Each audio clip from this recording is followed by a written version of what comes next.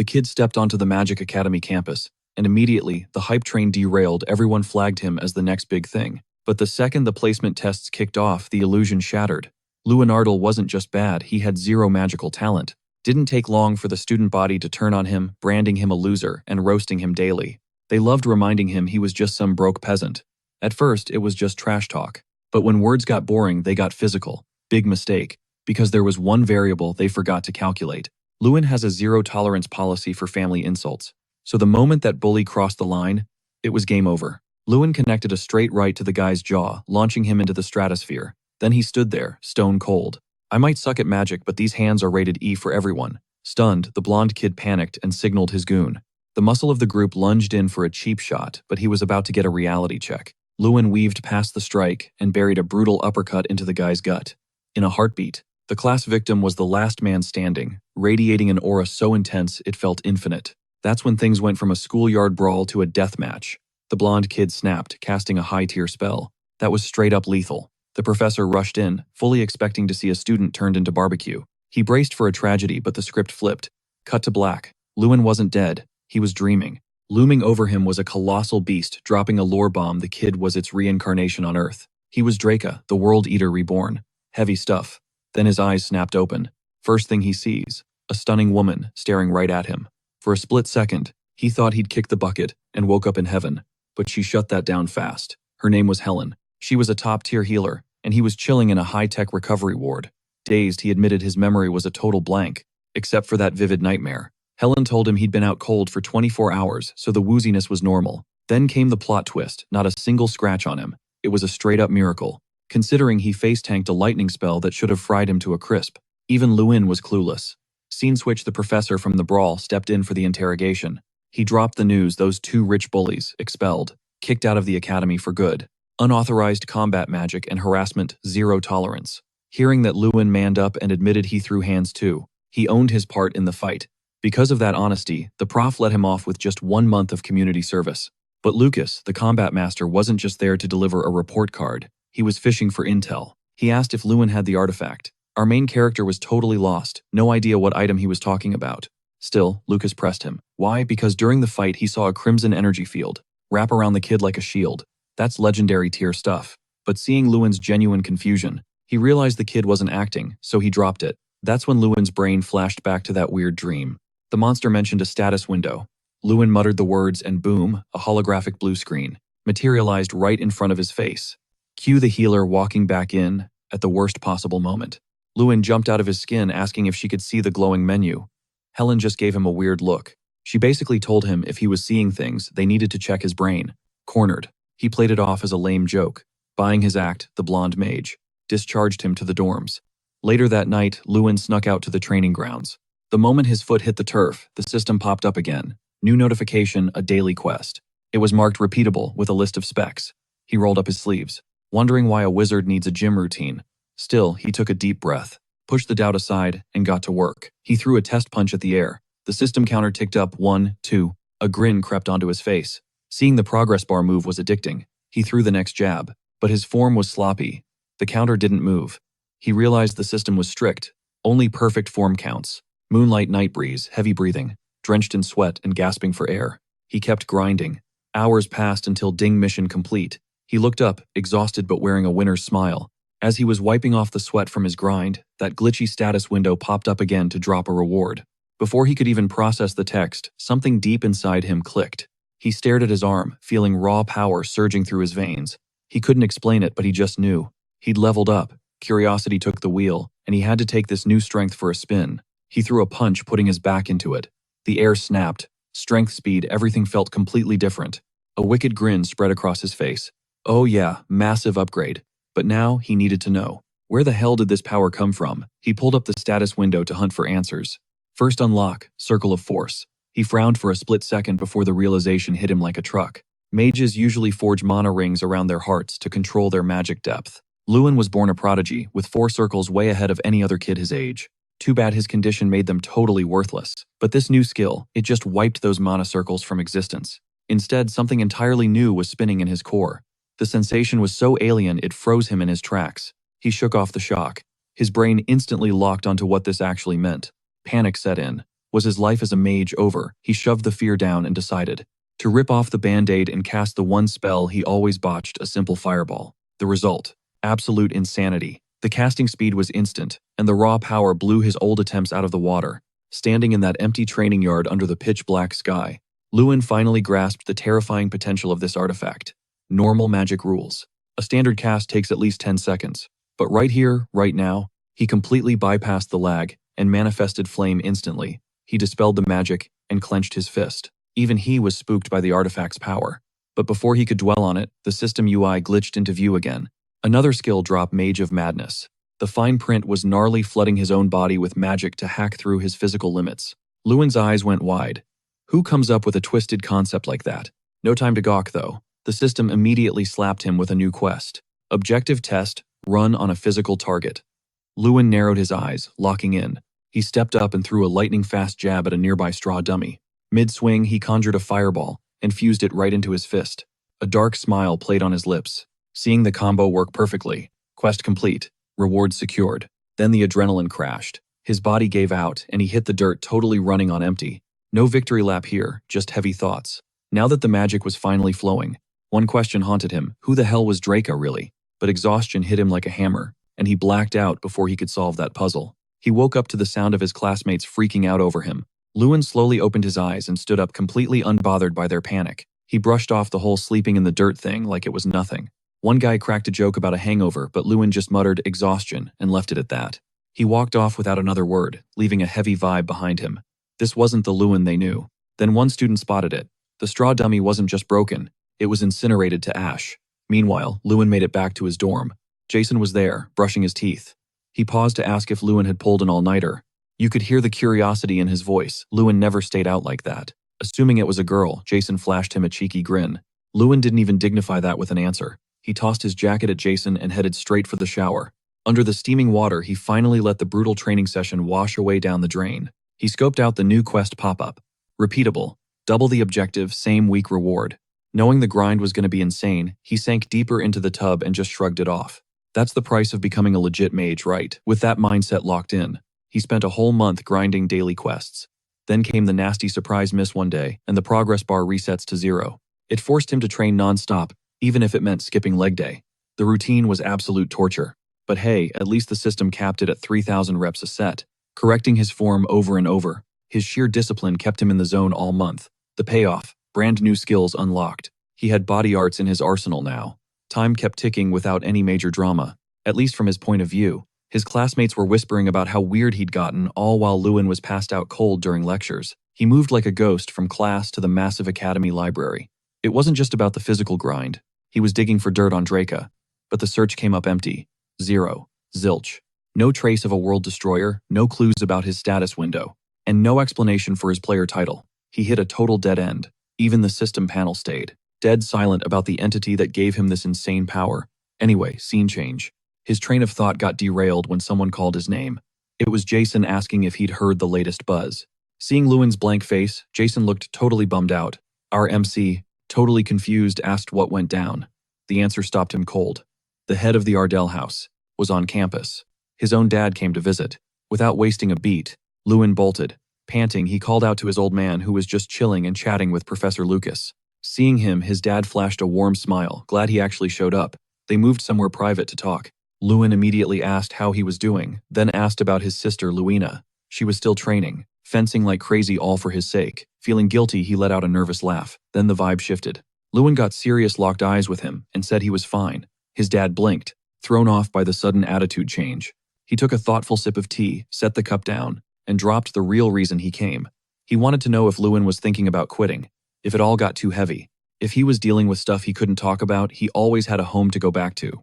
The weight of those words made it clear why he really visited. That's when our MC made a solid promise. In the upcoming exam, he'd crush it. Top marks. If not, he'd let his dad decide his future, no questions asked. The big day finally rolled around. A professor smacked his baton on the desk, demanding total silence. He reminded everyone that this is the Intro to Magic final. Anyone caught cheating gets an instant F. The room was tense. Lewin started the test, nerves fried. It was a two-parter, written and practical. The practical side, target practice, mana measurement, live combat, and the main event, one-on-one duels. Thanks to the summoning disorder, Mikkel Gary Hills usually owns this phase. But Lewin, he knows this time is going to be different. He's dead set on taking first place. A few days after the written finals, the practical exams kicked off. Lewin was walking around deep in the zone until Jason hollered at him. His buddy noticed his vibe was off and asked if he had a game plan. Lewin just said he was trying a new method. Jason tried to pry, but the chat got cut short. A voice barked out asking what Lewin was doing there. It was Mikkel. Sneering with pure disgust, he asked if Lewin actually planned to take the test. Lewin iced him out, saying, "Obviously." That made the blonde kid crack up. Mikkel rested a heavy hand on Lewin's shoulder and offered some advice. Fitting for a guy who's failed 6 times. Stop embarrassing yourself and just quit. Lewin shot back a sarcastic smirk, telling him his advice was trash. Mikkel doubled down, saying a guy with that disorder shouldn't even bother trying. Gritting his teeth, he promised to absolutely wreck him in the one-on-one duel. Moments later, round 1 started multi-target shooting. The challenge. See how many targets you can nuke with a single spell. But this year, they cranked the difficulty way up. The targets were moving constantly. Students went up one by one, and most of them barely landed a scratch. The scoreboard is looking like a total train wreck. Some students are barely scraping by with 3 measly hits. The organizers are shaking their heads, convinced this generation is a complete flop. But one professor isn't ready to throw in the towel just yet. Suddenly, Professor Elric calls Mikkel to the stage, demanding absolute silence. The kid walks up with ice in his veins, radiating pure arrogance. He channels azure flames into both fists. The energy spikes off the charts, signaling he's about to drop something massive. The start command rings out.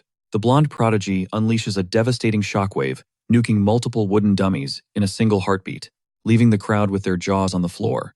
Cut to the VIP box. Mikkel's uncle is beaming with pride, asking the room what they think, already acting like his nephew has the festival championship in the bag. But a grizzled old man with white hair cuts him off. It's Tyrion Ignite, and he looks bored out of his mind, claiming he's seen enough of these amateurs.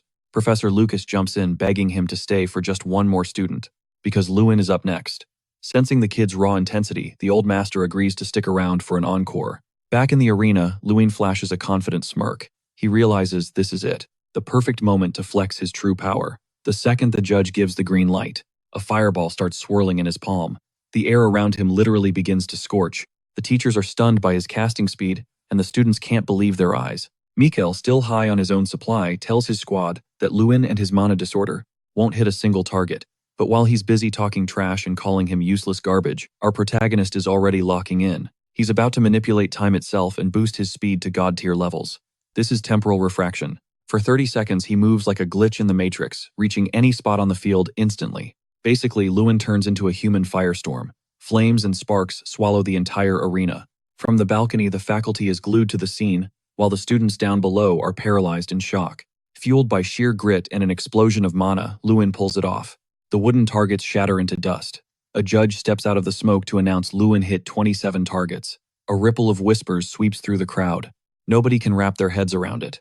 Thunderous applause erupts from the VIP room, and even Lord Ignite stands up to give the main character his props while the students start cheering for this insane display. Mikkel is absolutely seething, unable to process how a loser like Lewin pulled this off. Now the kid is getting the clout and respect he missed out on for 6 miserable years. A warm sense of victory settles in Lewin's chest. This is the validation he's been starving for. Professor Elric is in denial, claiming he's never seen anyone cast spells and snipe targets simultaneously. Professor Lucas claps back calmly, reminding him that magic has 0 limits and infinite potential. He adds that if everything went exactly according to the textbook, it wouldn't be magic, it would just be boring math. Elric tries to argue, but Lord Ignite raises a hand to shut it down. He declares he just witnessed a flawless miracle from a student. Still, not all the teachers are vibing with this.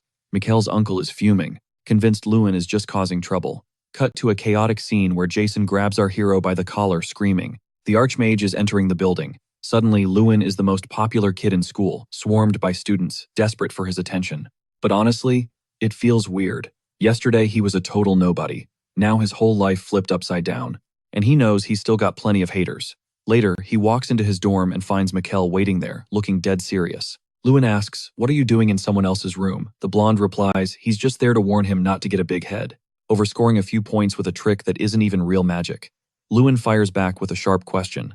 "Are you sure you aren't just a sore loser?" That triggers Mikkel, who grabs his neck with pure malice. Lewin, cool as a cucumber, catches his hand instantly. Mikkel feels a bizarre shock, run up his arm and stares in horror, wondering where this freakish strength came from. He's questioning reality. Lewin leans in and drops the gauntlet. We can settle this right now. One-on-one. Mikkel yanks his arm away. He sneers, asking if Lewin really thinks he's qualified to step into the ring with him. After getting bottom-tier grades for years, Lewin locks eyes with him and replies, "Guess you'll just have to wait and see." Mikkel storms toward the door and barks out, "Don't flunk the next exam." He leaves with a heart full of venom, convinced that this kid is trouble. He's totally going to tank the practical exam today. But as he walks away, his hand shoved deep in his pocket is throbbing like crazy from that grip. He checks his hand again, wondering if Lewin's actually got the magic touch. Outside, perfect weather, sun's out, hardly a cloud in the sky. Students are buzzing in front of this massive stone statue. It's go time for the second practical exam, measuring raw magical power. And the testing device, the legendary statue of Kingram. Every student has to blast it with magic to get a score. Lewin double-checks with his buddy. Just hit the statue with your strongest spell, right? Even though this stone ogre figure is infamous for handing out trash grades. One kid steps up and unleashes a literal lightning storm on the thing. A creepy voice booms from the stone. The verdict: a pathetic 1 point. It gets worse. The voice roasts him, telling him to just quit magic altogether. Then up steps this girl with a ponytail and a super cocky smile. She raises a hand, slow-mo style, like, "Watch this." Boom, she fires an ice spell straight at the statue. The ogre says he'll definitely remember her, because that was impressively bad. Calls her a hopeless piece of trash. Savage. She gets 2 points and bursts into tears. The rest of the class keeps lining up, racking up terrible scores, and getting absolutely roasted. Jason even starts beefing with the statue until the judge orders him to sit down. Then it's Michael Garyhill's turn. Eyes sharp, he unleashes a double-handed magic blast at the stone ogre. The attack hits multiple spots. The statue sighs, saying he's pretty disappointed, and asks, "You happen to be Josh Garyhill's kid?" Michael grins, puffing out his chest. "I am. Proud third son of Josh." Kingram fires back with zero chill. "Your dad was an idiot who cried and begged for extra points. And you, Blondie, even less talent than him. You get 27 points. The judge has to calm Michael down before announcing. Next up, Lewin Ardale. Lewin frowns, thinking, "Why am I sweating this?" He clenches his fist, charging up fire magic, trying to lock in. He steps up to the statue. Kingram goes, "Never seen your face before, but whatever. Get on with it, kid." The crowd notices Lewin gathering a flaming burst of mana. That's a 4th-class spell right there. Even Kingram looks surprised, checking out his stance. Then Lewin jumps, gaining momentum, and lands right next to the statue, priming that concentrated firepower. He kicks the ogre first. The judge's jaw drops, watching him transfer the magic from his fist to his leg and release it in a split second. The crowd realizes they played themselves. That's a 5th-class spell minimum. Finally, Lewin touches down with perfect balance. Everyone starts wondering if this kid is way more OP than they thought. But Kingram's acting weird. Even Lewin's like, "What's going on?" The ogre just asks one thing. "Who is that boy?" Lewin tries to say. He already introduced himself, but the statue cuts him off. "Are you Draca?" Because Kingram has been waiting for Draca. The students watching start whispering, "Who's Draca?" The name Kingram just dropped. Our MC had raided countless library books for months and never found a single mention of that name. Yet Kingram said it like he knew him, with doubt racing through his mind. The kid decides to ask, "Do you know this guy?" The statue hits back with a simple, "Yes." Cold sweat runs down his back. He gulps and pushes again. "Can you tell me more about Draca?" The ogre finds this whole vibe strangely interesting. He never thought he'd find the incarnation of Draca in a school like this. He asks the kid to repeat his name, listens closely, and says, "I will remember that name, Lewin Ardale." The statue's already turning away when Lewin panics and asks for his score. But Kingram says the test is done. That magic was way beyond his pay grade to judge. The judge tries to argue, claiming there's a school contract they have to follow. But that doesn't fly. It just annoys the ogre, who claims he spent years grading kids who don't even look like mages. He curses at Ignite with pure disgust, but admits a contract is a contract, so he'll give a score. Then, completely shocking our MC, Kingram drops a crazy question. "What do you want, 0 or 100 points?" With a confident smirk, Lewin says the choice is a no-brainer. He wants the 100. After that scene, the kid's perfect score, the academy was buzzing again, and naturally our main character was right at the center of the hype storm. Professor Lucas pulled up with an update. The dean had seen his scores and wanted to drop a serious reward on him. He handed over a small, rolled-up scroll. Lewin unfurled it, reading the words "Artifact Room," and immediately asked, "Yo, what is this?" The professor didn't say a word, just signaled for him to follow. They trekked to a dim, sketchy hallway and started heading down some narrow stairs. Lucas dropped the lore. This section was the academy's only legitimate no trespassing zone. Instead of clearing things up, the vibe just got more confusing for Lewin. Why drag him down here? Finally, the professor halted at a heavy door and announced, "Welcome to the Artifact Room." Then he added the kicker: he couldn't go any further. Lewin hesitated, nervous about flying solo, but remembered there was loot involved. He steeled his nerves and stepped across the threshold. The room was massive, absolutely dripping with priceless treasures. Scanning the place, he realized this had to be the legendary stash of Archmage Tyrion Ignite. Suddenly, a voice sliced through the silence, making him jump. "You look lost." It was Kingram, chilling right there in the room. The ogre commented that the kid didn't seem to know his own worth. And get this, he wasn't a stone statue this time. Kingram explained this was the one spot where he could legally flex his original body. Lewin, totally lost, asked what he meant by not knowing his value. Kingram nodded. Exactly that. You have zero clue. You're using the exact same artifact as Draka the player. A rare item. Unlike anything else in this world. The ogre immediately grilled him. How'd you snag it, and what's your connection to Draka? Lewin admitted he was starving for answers too, and fired back the question, burning a hole in his tongue. Who the hell is Draka? The ogre's crimson eyes flared, locking intensely onto our protagonist's face. He explained that Draka was a being who aimed for godhood. Back in the day, he paid a visit to the Skypeak tribe, which was Kingram's crew. His power was so off the charts that beating him was literally impossible. The ogres had to respect the game, so Draka lived among them like family. For nearly 100 years, he taught his language and magic to Kingram, the tribe's chief. Lewin's jaw hit the floor. A human living a century, that's unheard of.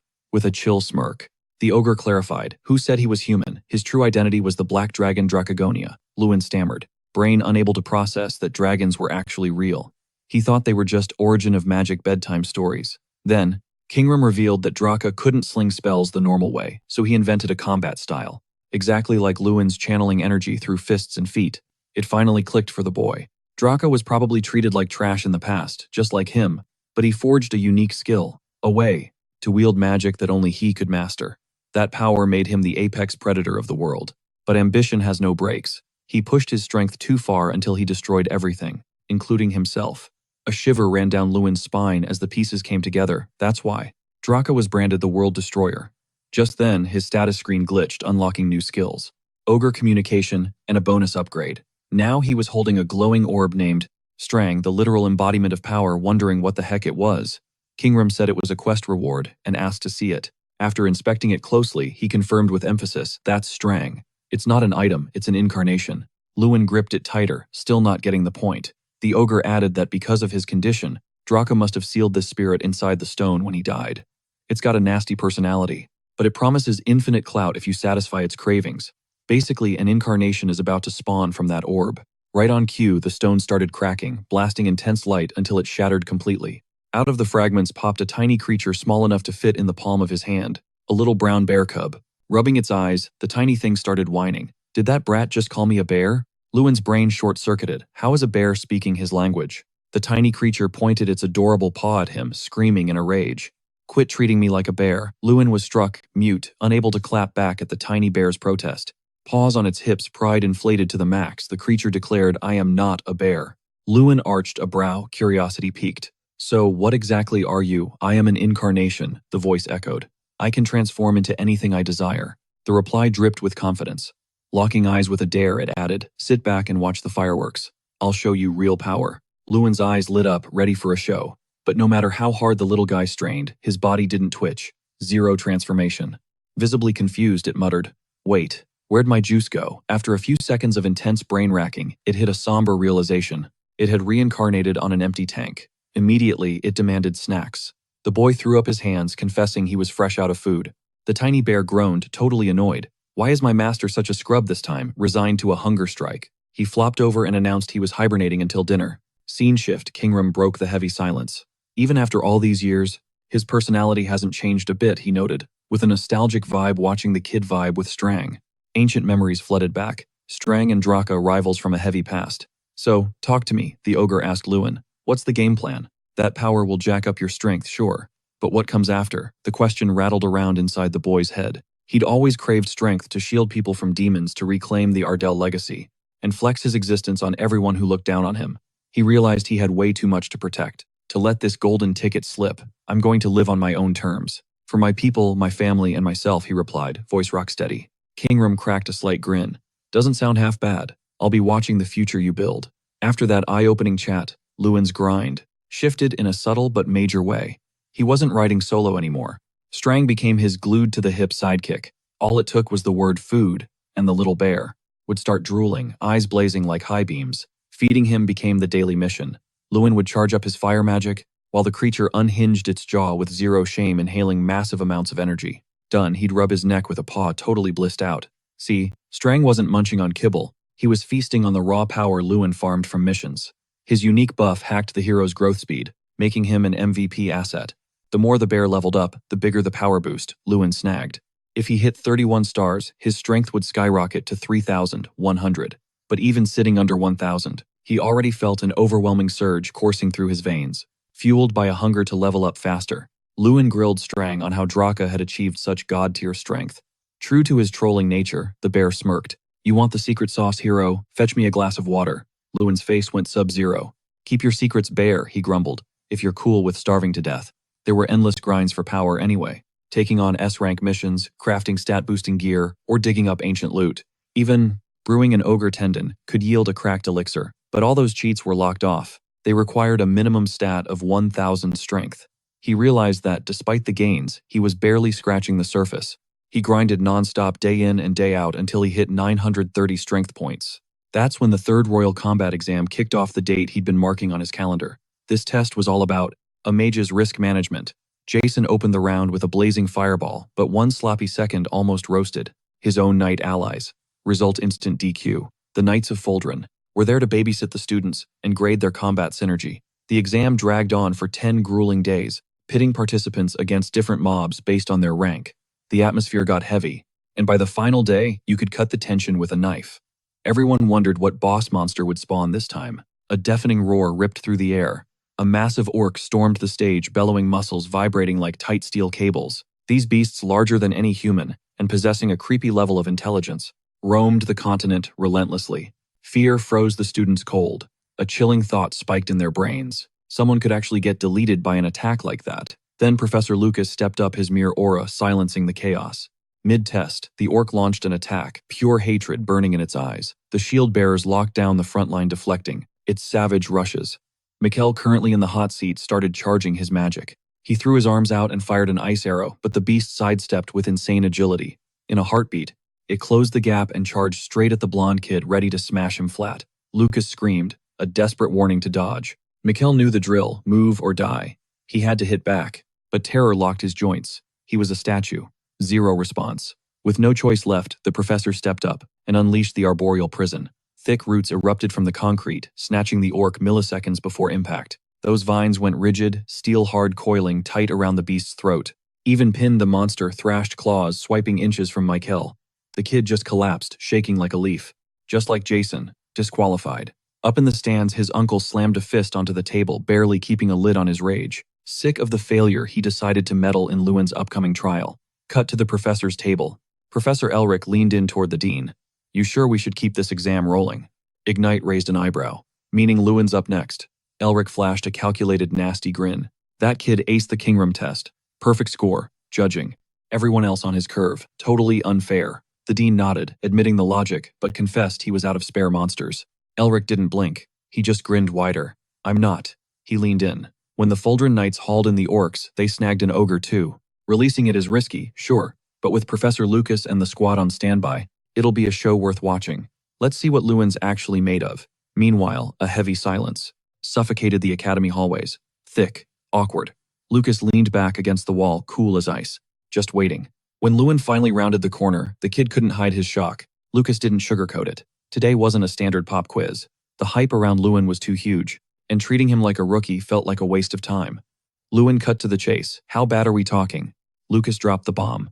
"No orc today. You get an ogre." The word hit Lewin like a sledgehammer. In the arena, the beast screamed, its massive fist straining against thick interwoven chains, fighting for freedom with pure violence. Nearby, the knights checked their gear, white-knuckling their hilts. Even the captain thought this was insanity. An ogre wasn't a test. It was a death wish. One swish of that arm could crush a skull or rip a spine out like a zipper. The captain turned to Lucas, voice low. "Is this really necessary?" Lucas was blunt. "Dean's orders." Frustrated, the captain muttered about unnecessary casualties. Lewin heard him. He knew exactly what he was gambling with. He walked up to the captain, who barked, "Who the hell are you?" "The student taking the exam," Lewin said. The knight eyed him up and down, anxiety spiking. Sending a kid to fight an ogre insane. Sure, the pros would jump in if he was about to die, but still. Lewin started walking toward the danger zone. "Hey, wrong way, kid. What do you think you're doing?" the captain shouted. He was supposed to hide behind the shield wall. Lewin didn't flinch. He announced he was taking point, claiming his spells weren't exactly standard issue. The captain snapped back. "We can't cover you out there. Why are you throwing your life away?" Lewin didn't answer immediately. He just whipped off his cape, with theatrical flair, and let it hit the dirt. He locked eyes with the soldier. "I'm desperate," he said, never breaking his stride. The captain blinked. The kid had zero fear in his eyes. Meanwhile, Lucas signaled the start. "Showtime." He snapped his fingers. Clang. The heavy chains shattered. A high-pitched, blood-curdling shriek ripped through the air, and the beast charged the knights. Then, in a move that looked purely suicidal, Lewin sprinted past the defensive line straight into the kill zone. The captain screamed for him to halt, but Lewin didn't look back. The ogre cocked its massive arm back, loading up a punch meant to liquidize him. At the last possible second, Lewin unleashed a fireball. Point-blank range, fist meets fire. Boom. A blinding explosion lit up the entire arena. Flames sprayed out in every direction, leaving the soldiers helpless, forced to just watch. The captain realized the kid used a close-range nuke at the worst possible moment. Lucas watched, eyes intense, while the students felt the shockwave in their chests. Elric and Ignite stood there, jaws on the floor, a student going melee against an ogre that defied every law of survival. Then, as the dust slowly settled, through the dust a silhouette stood tall. Lewin was still on his feet. The captain's jaw practically hit the floor while Lucas barely hid a satisfied smirk.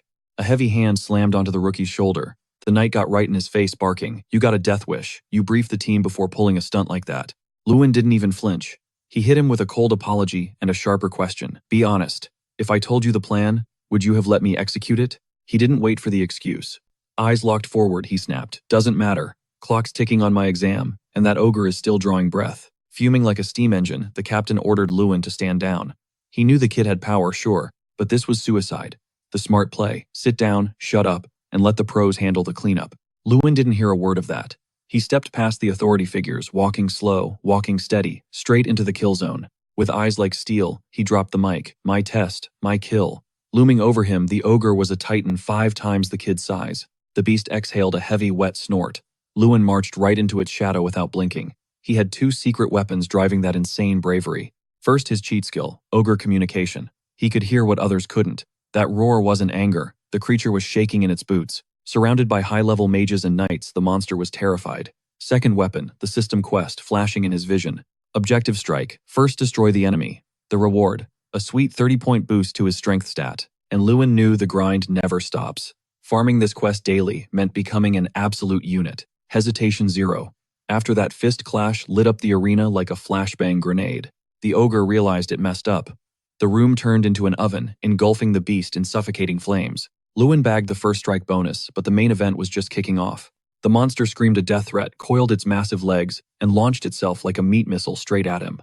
Lewin stood in front of a frozen soldier who couldn't block a breeze, let alone a titan. The ogre roared again, aiming to turn them into paste. Boom! The massive fist cratered the floor but hit nothing but air. Lewin was already gone. Mid-dodge, Lewin realized he needed to crack the armor. He triggered time refraction, slowing the world to a crawl. The captain watched, brain lagging, as the kid moved with glitch-like speed. Not a millisecond wasted. Lewin closed the gap instantly. He slid into the perfect angle, locking onto the ogre's critical weak point. The veteran knights watched the spectacle, mouths hanging open. The students were equally shook. They weren't just seeing a fight. They were realizing Lewin was built different. But the boss wasn't down yet. The colossus wound up and threw a haymaker with enough force to delete a building. Lewin parried with a knee check, but the monster was crafty. It snatched his other leg and yeeted him across the room like a rag doll.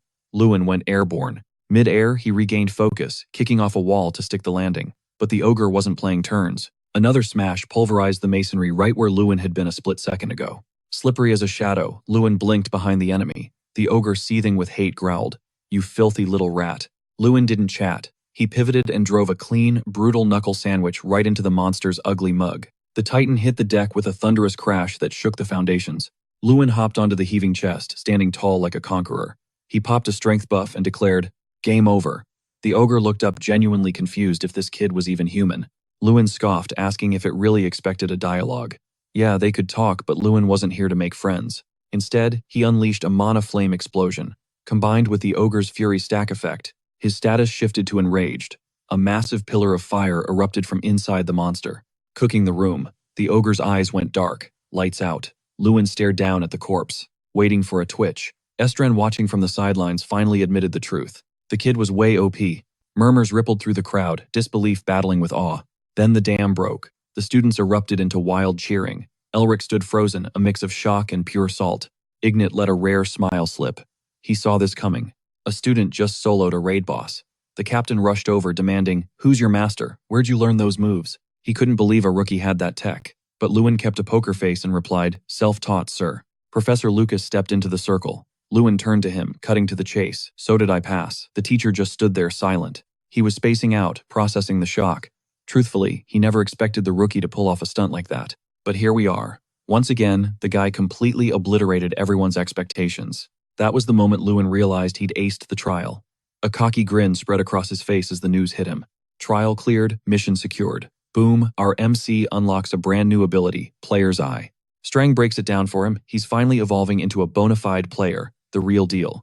This skill is the hallmark of someone who's crossed the line from amateur to the chosen. Now he can track targets, even if they're cloaked in stealth or invisibility. And the upgrades don't stop there. A minimap HUD pops up. Lewin's got omniscient vision within a 500-meter radius. He can literally scan a target's status window. The power-ups just keep rolling in. Strang points to the Ogre and tells him to fire up the ability. Lewin complies, and bam, a holographic status window materializes right before his eyes. Every critical stat is laid out in high def. Hyped, he tries to scan Professor Lucas next but gets an error message. The reason? Simple. The skill has a level cap. He can't peek at the stats of anyone way out of his league. But the stronger he gets, the more data he'll unlock. A wicked grin creeps across his face. He knows this cheat code is going to be insanely useful. Post-exam word of Lewin soloing an Ogre spreads like wildfire. Jason asks how it feels to be the campus celebrity, but a girl walks up and interrupts their chat. With a soft voice, she asks, "Are you Senior Lewin?" Right on cue, a whole squad of girls steps forward, arms full of gifts and snacks. They hand them over shyly, then bolt with blushing cheeks. Lewin couldn't care less about the loot, so he dumps it all on Jason. The blonde's eyes light up like he found gold, but then he snaps back, lecturing him that rejecting fan tribute is total disrespect. While Jason keeps ranting, Lewin scans his stats and spots massive hidden potential. Actually, this has become his new obsession lately, scanning the attributes of everyone in sight, then smoothly shifting gears. He hypes Jason up, telling him he's going to crush the next exam. He stresses that Jason's skills are top tier. He just needs to believe it. Pumped up, Jason declares his goal without stuttering, top 10. However, he admits some things still feel unreal, like how Lewin isn't the same guy he's known for 6 years. Lewin glances up, completely understanding that vibe, because he feels like a new man too. Meanwhile, some bizarre rumors start swirling around campus. Word is, he's going to surpass Mikkel and take the spot as the Academy's representative. Scene switch. Lewin stands up and kills the gossip instantly. I couldn't care less about that. But Jason can't just shrug it off. This is the year of the Grand Festival. Every 5 months, Academy reps clash to decide who's the G-O-A-T. And once every 8 years, a massive Olympiad gathers every mage to crown the absolute champion. When these two events align, you get the Grand Festival. It's the ultimate showcase for the elite students from the most prestigious academies. The winner takes home not just cash, but god-tier privileges. The competition is savage. The whole campus is buzzing, betting on who's going to be this year's rep. During dinner, Jason bets the house on Lewin. After all, he was the only one to snag a perfect score of 100 against Kingram. Plus, nobody's forgotten Mikkel's disastrous choke. Last festival, he placed 4th out of 5 in the solo round. Thanks to that flop, the Academy earned the brutal nickname, the Loser Academy, for dead last. The only way to wipe that shame is Lewin. Seriously. Lewin replies coolly, "Exams aren't over yet. Way too early to get cocky." Ultimately, the rep gets picked based on test scores and professor recommendations. His 1-versus-1 duel with Mikkel is fast approaching, and Lewin is locked in. He needs total focus. 4 days have flown by since the combat trial, and Lewin hasn't taken a single break. He's been grinding non-stop in the arena, until he finally shattered his limits, hitting 1,000 strength points. Strang, the little bear, was losing his mind with excitement, asking if it was finally time to level up. Just as Lewin prepared to trigger the upgrade, a system window, a glowing notification flashed before his eyes. The repeat quest had just leveled up to Tier 2. The bear hopped onto his shoulder, radiating an intense fiery heat. The system update was clear. Difficulty had doubled, but the loot was now triple the value. Suddenly, Strang started vacuuming up mana like a black hole. Lewin felt that raw power surge through every inch of his veins. It was blindingly bright, lighting up the whole zone, and leaving him totally shook. The flames dancing on the little bear roared to life, burning hotter and brighter. Lewin's eyes went wide, his mind racing to figure out what this insane evolution actually meant. Cut to Professor Elric deep in his feelings elsewhere. He couldn't stop replaying the tape of Lewin obliterating that ogre. Could the kid actually go toe-to-toe with Mikkel? And when Elric tried to shake the thought, telling himself it was practically impossible. But if Lewin pulled off the upset, he'd snatch the crown as the Academy's top-ranked student. For Elric, that wasn't just bad, it was unacceptable. The Gary Hills dynasty had to stay at the apex, period. Back in the action, Strang finished draining the mana, officially ascending to rank 2. The payoff, Lewin scored a massive 200-point strength buff. He grinned at his sidekick, noting the obvious glow-up. Thanks to the bear, his strength stat had skyrocketed to 1200. Strang smirked, reminding him that the grind and the rewards just got a whole lot steeper. Lewin checked his HUD. Confirmed. He was already training on hardcore mode, so he wasn't sweating the difficulty spike. But a question nagged at him. What is this, he asked. Real combat training exactly? Strang threw it back to day 1. Remember I told you I can be anything. From now on, the sky was the limit. He could morph into whatever Lewin needed. He still had caps, sure, but at rank 5 he could even go full human mode.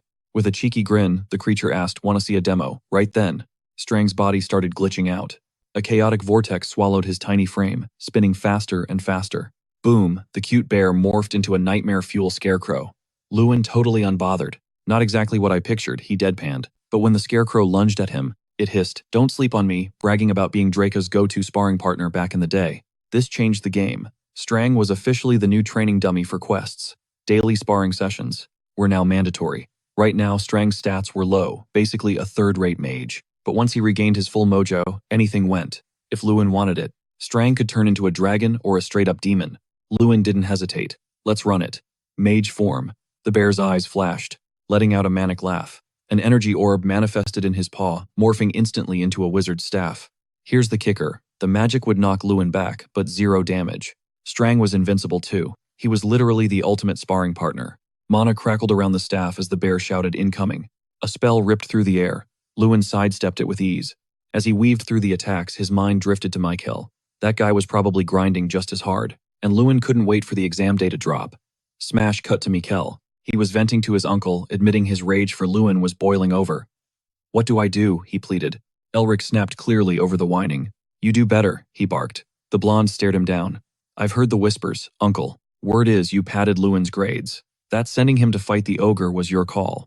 Because of that punishment, Lewin scored a perfect rating. If the Gary Hills clan found out, total catastrophe." Elric grit his teeth. "Are you blackmailing me?" "Cut the crap," Mikkel shot back. "Fix this." If Lewin became the Academy face for the festival, it was game over. A dark idea sparked in Elric's eyes. He reached into his robe and handed Mikkel a small, ominous vial. Mikkel clocked that item instantly. The awakening herb, also known on the streets as the flaming flower, that gnarly medicinal plant, only spawned in the northern wastelands used by alchemists to brew some seriously OP elixirs. Chugging it slashed mana consumption to near 0, but the side effects were brutal, numbing all pain and making it impossible to tell. Friend from foe. Elric actually looked impressed, shocked that his nephew hadn't just been sleeping through class. With a shaky voice, Mikkel asked if his uncle was seriously suggesting he juice up on this stuff. The professor didn't flinch. He confirmed it was the only way to claw back their family's honor after that humiliating loss. But Mikkel pushed back, reminding him that Lewin was sharp, he'd spot a sudden power spike from a mile away. Elric flashed a wicked grin. The fix was in. He controlled every single doping test. Then he slid over another vial. A masking agent designed to wipe any trace of the drug. Mikkel had to down that chaser right after the flaming flower. And he shouldn't sweat it because they were Gary Hills. This was just how they climbed the ladder. Smooth-talking him, the uncle pressed for an answer.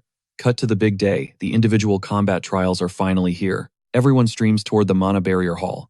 Just like every year, the place is packed to the rafters with hype.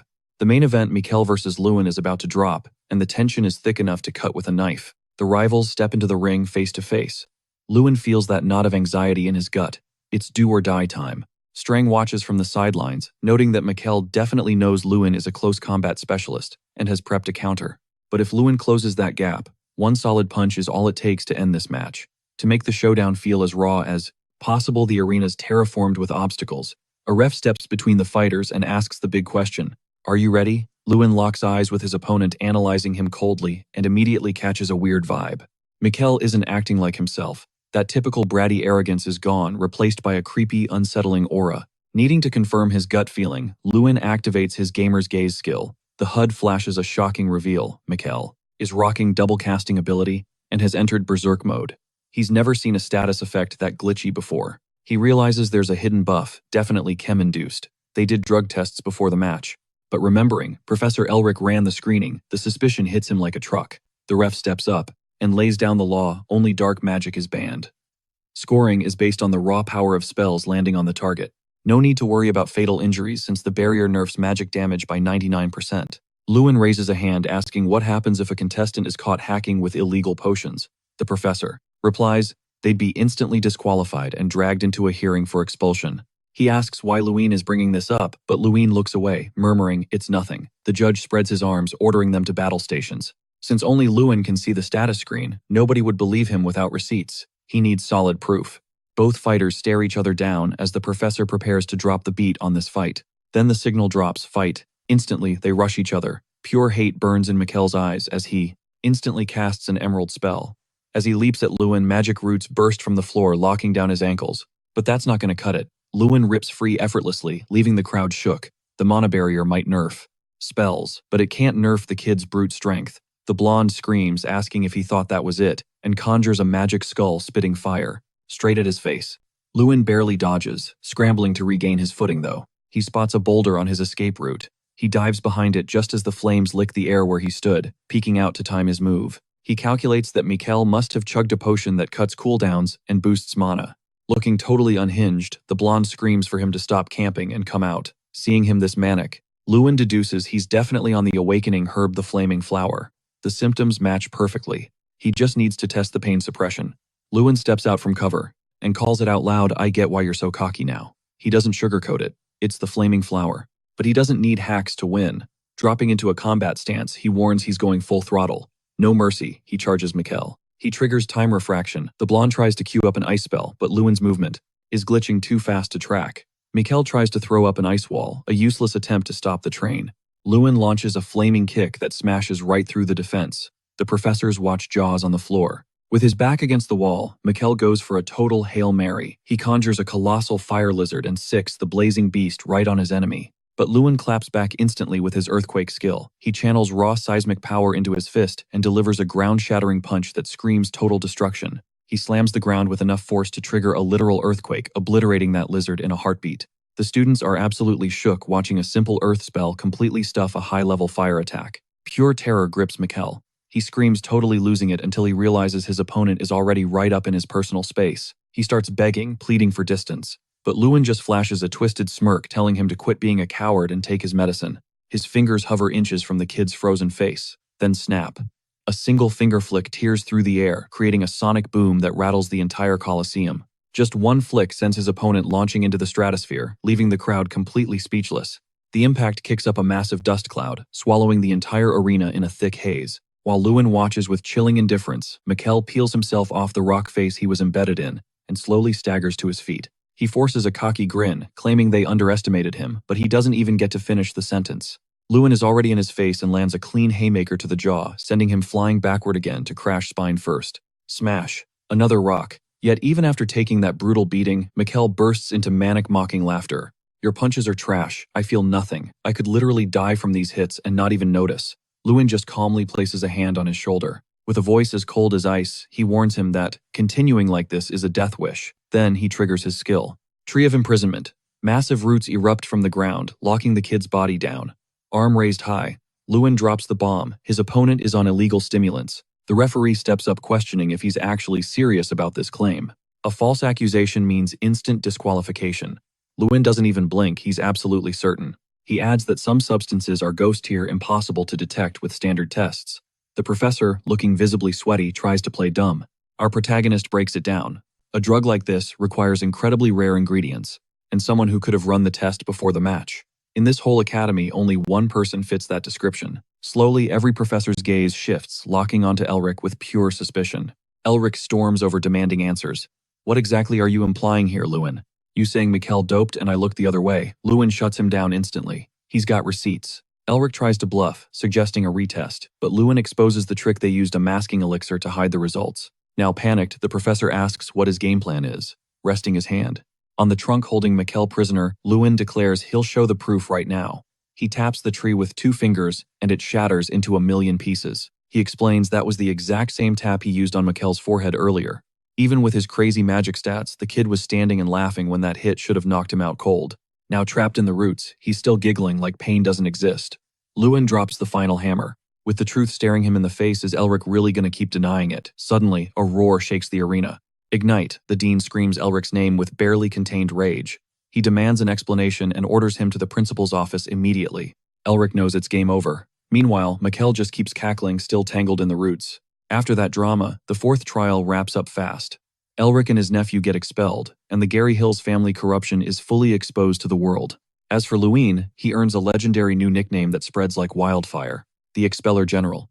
Sometime later, our MC heads toward a massive, towering door. The dean summoned him. While he waits, a strange energy buzzes through his veins. He steps through the threshold and sees something that leaves him speechless. The room isn't a room, it's a wide-open field that looks way too familiar. It's the Ardale territory.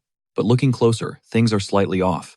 Right in front of him sits an imposing, majestic chair, the throne of Tehran, the seat of the Mage King himself. One question screams in his mind. What is that throne doing here? Ignite appears behind him, asking what he sees, explaining that this space was created independently. By the eye of Malarok, the demon leader and first invader of Frelia. That eye forces you to hallucinate your deepest, darkest desires. The world Lewin was looking at, it was a mirror image of his ultimate dream, reviving the Ardale territory and becoming the greatest mage history has ever seen. Then Ignite asks if he's curious about what he saw. The dean reveals his own vision. A world where students actually acted like students and mages acted like true mages. Though he admits deep in thought that achieving that is easier said than done, the door slowly creaks open. The countdown clock on this dimension was ticking down to 0. But before the plug was pulled, Lewin had to take one last look. Visions flashed like a highlight reel, him hoisting a massive trophy drowned out by the roar of his hype squad. Then a shift, draped in graduation robes clearing the academy. The sheer wholesome energy of those memories forced a genuine smile onto his face. Cut to reality, Ignat's office. The dean slides a cup of tea across the desk. Lewin sips, but he can feel Ignat's eyes drilling a hole through him. No more small talk. Ignat drops the pleasantries and hits him with the million-dollar question. How did you clock that Mikkel was doping with the flame flower? Lewin gulped, his throat suddenly dry. His brain scrambled for a cover story. He stuttered out that Mikkel's aura was glitching, his aggression levels were off the charts, and his mana flow looked corrupted. Ignat leaned back. He didn't hear a kid making guesses. He heard a pro stating facts. But Lewin wasn't about to leak his own stats. He decided to keep his cheat skill under wraps. He downplayed it, claiming he just relied on raw muscle, since the arena nerfed everyone's magic anyway. Whatever it was, Lewin added, Michael tanked direct hits and kept laughing like a maniac. 0 pain response. Only the flame flower does that. Ignat's internal monologue was racing. This kid was young but sharp as a tack. A total prodigy. As the head of this school, Ignat apologized for the mess. He promised the Gary Hills family was permanently blocked from bothering him again. Then the dean smirked. I've got a side quest for you. How about you represent us at the Grand Festival this 7th month? Lewin froze. That wasn't just an invite. That was the golden ticket every student would kill for. He squeezed his eyes shut, trying to keep his cool. He thanked Ignat for the clout, but then the imposter syndrome kicked in. I haven't fought a real battle in 5 years, he confessed. My track record is blank. My mana disorder had me benched.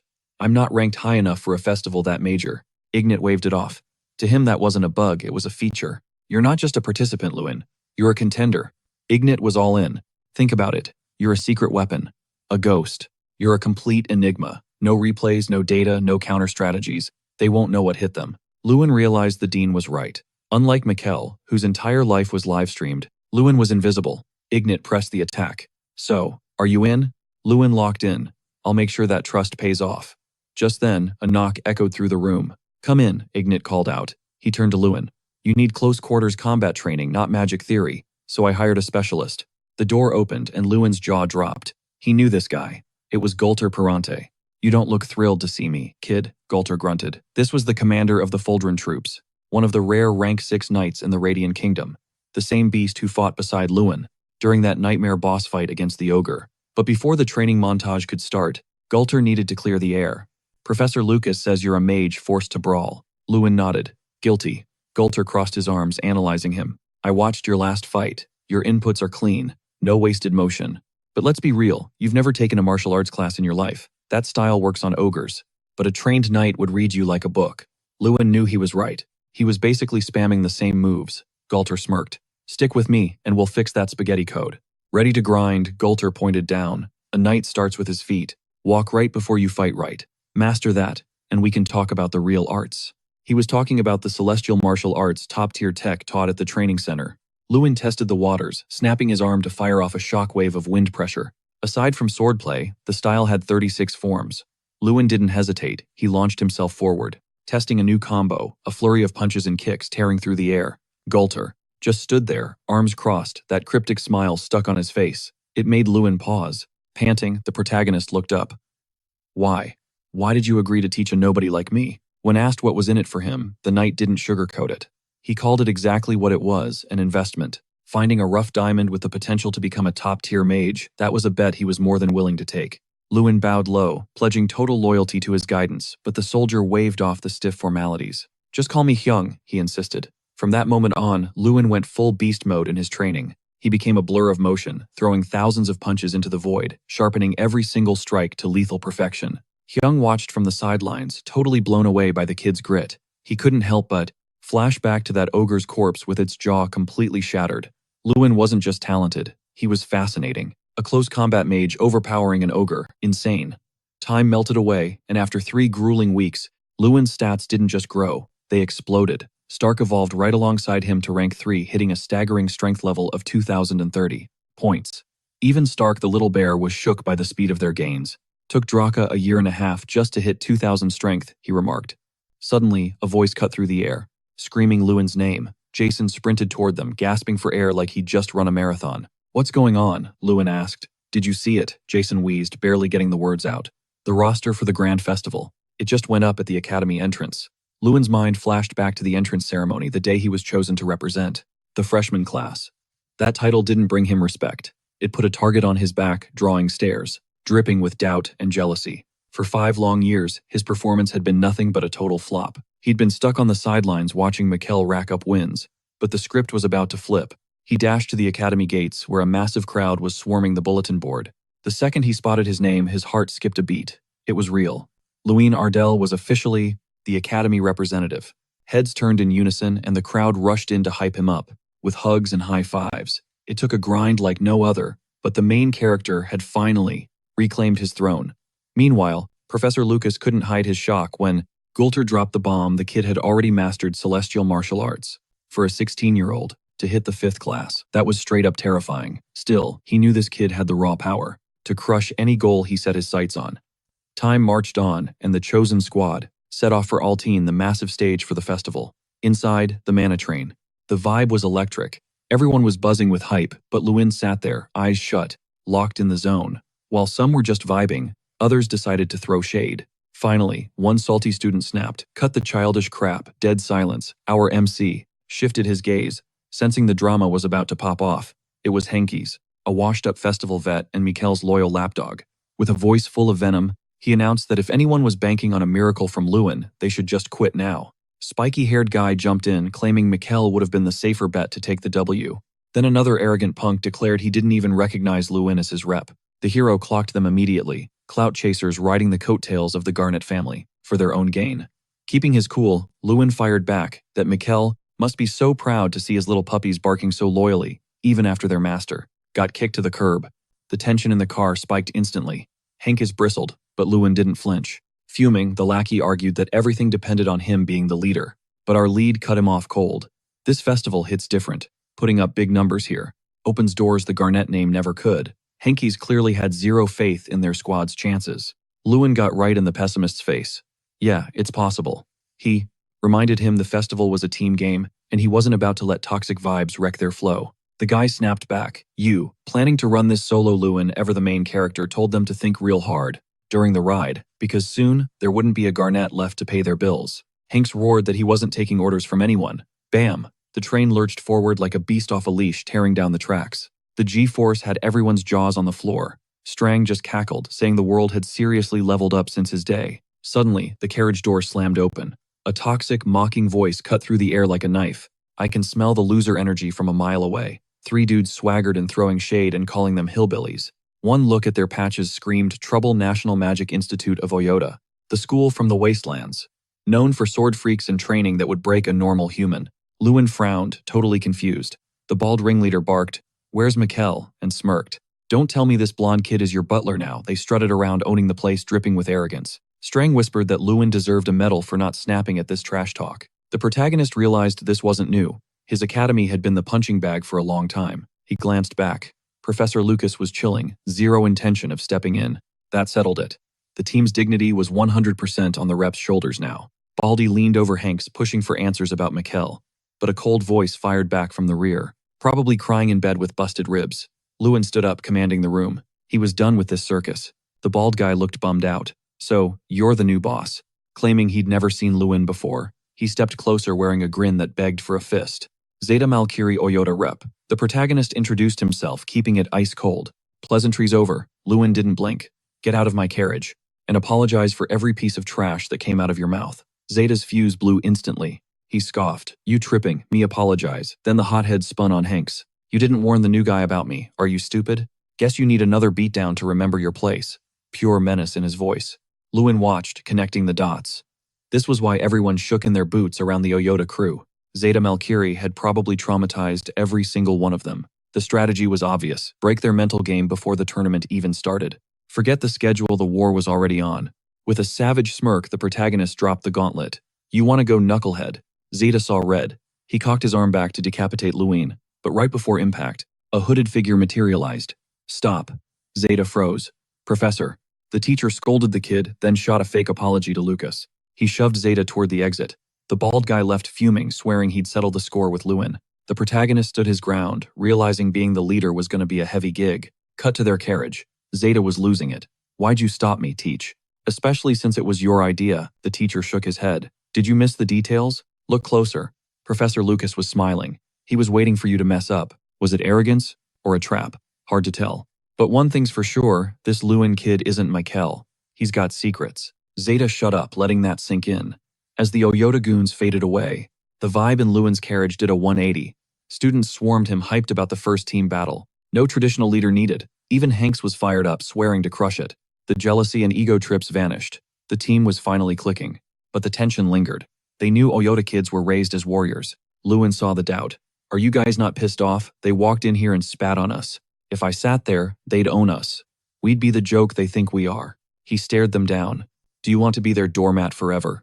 You let those clowns walk all over you. That's why you've been at the bottom of the food chain for 5 whole years. Kill the ego.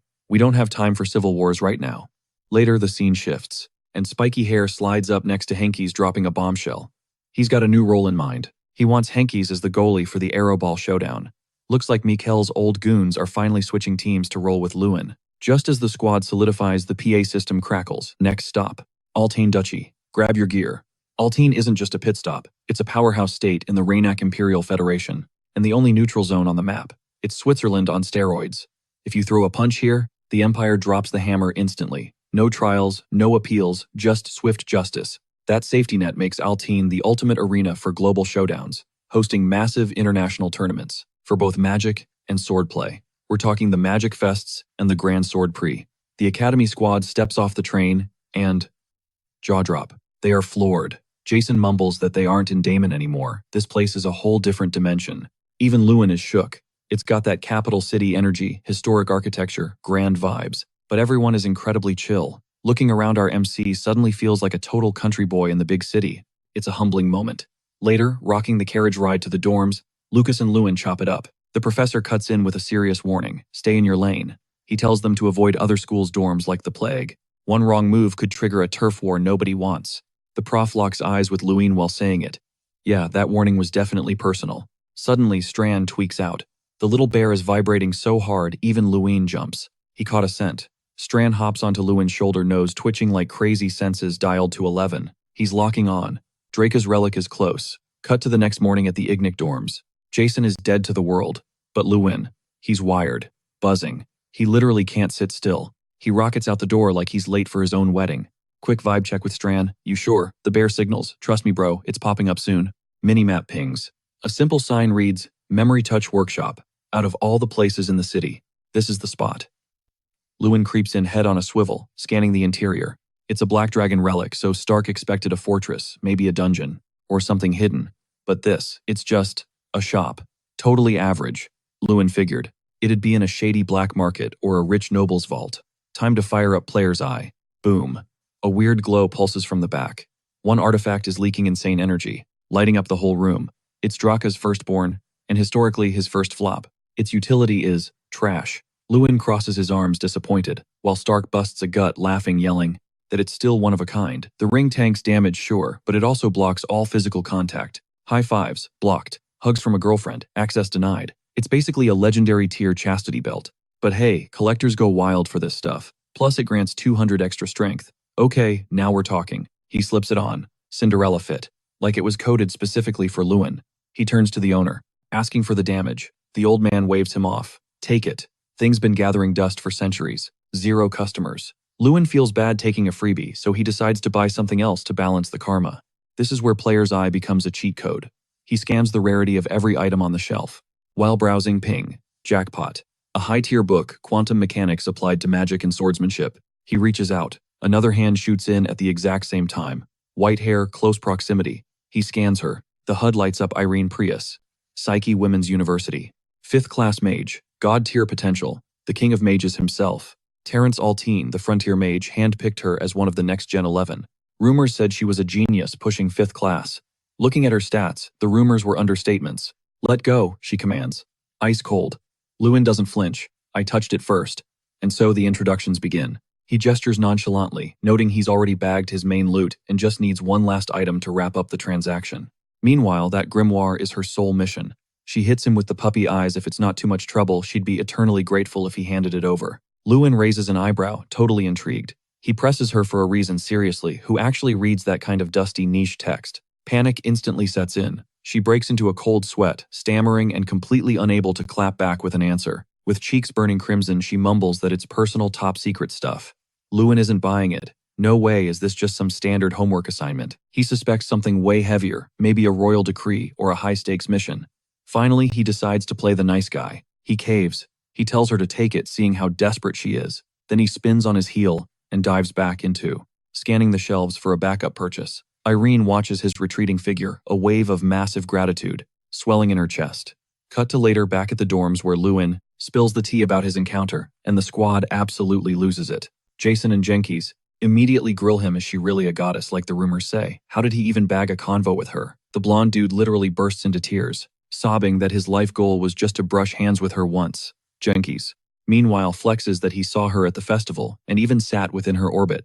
A totally pointless argument erupts between the two simps, until Lewin cuts in, dropping the fact that Irene is actually insanely powerful, consistently ranking top 2, and only ever taking an L against Doom Prime every single year. That guy is the undisputed ace of the Reynard School of Magic and Soldier Training, the most hyped mage of his entire generation, across the continent, and the wielder of the legendary Sword of Radiance. That context makes it click for Lewin.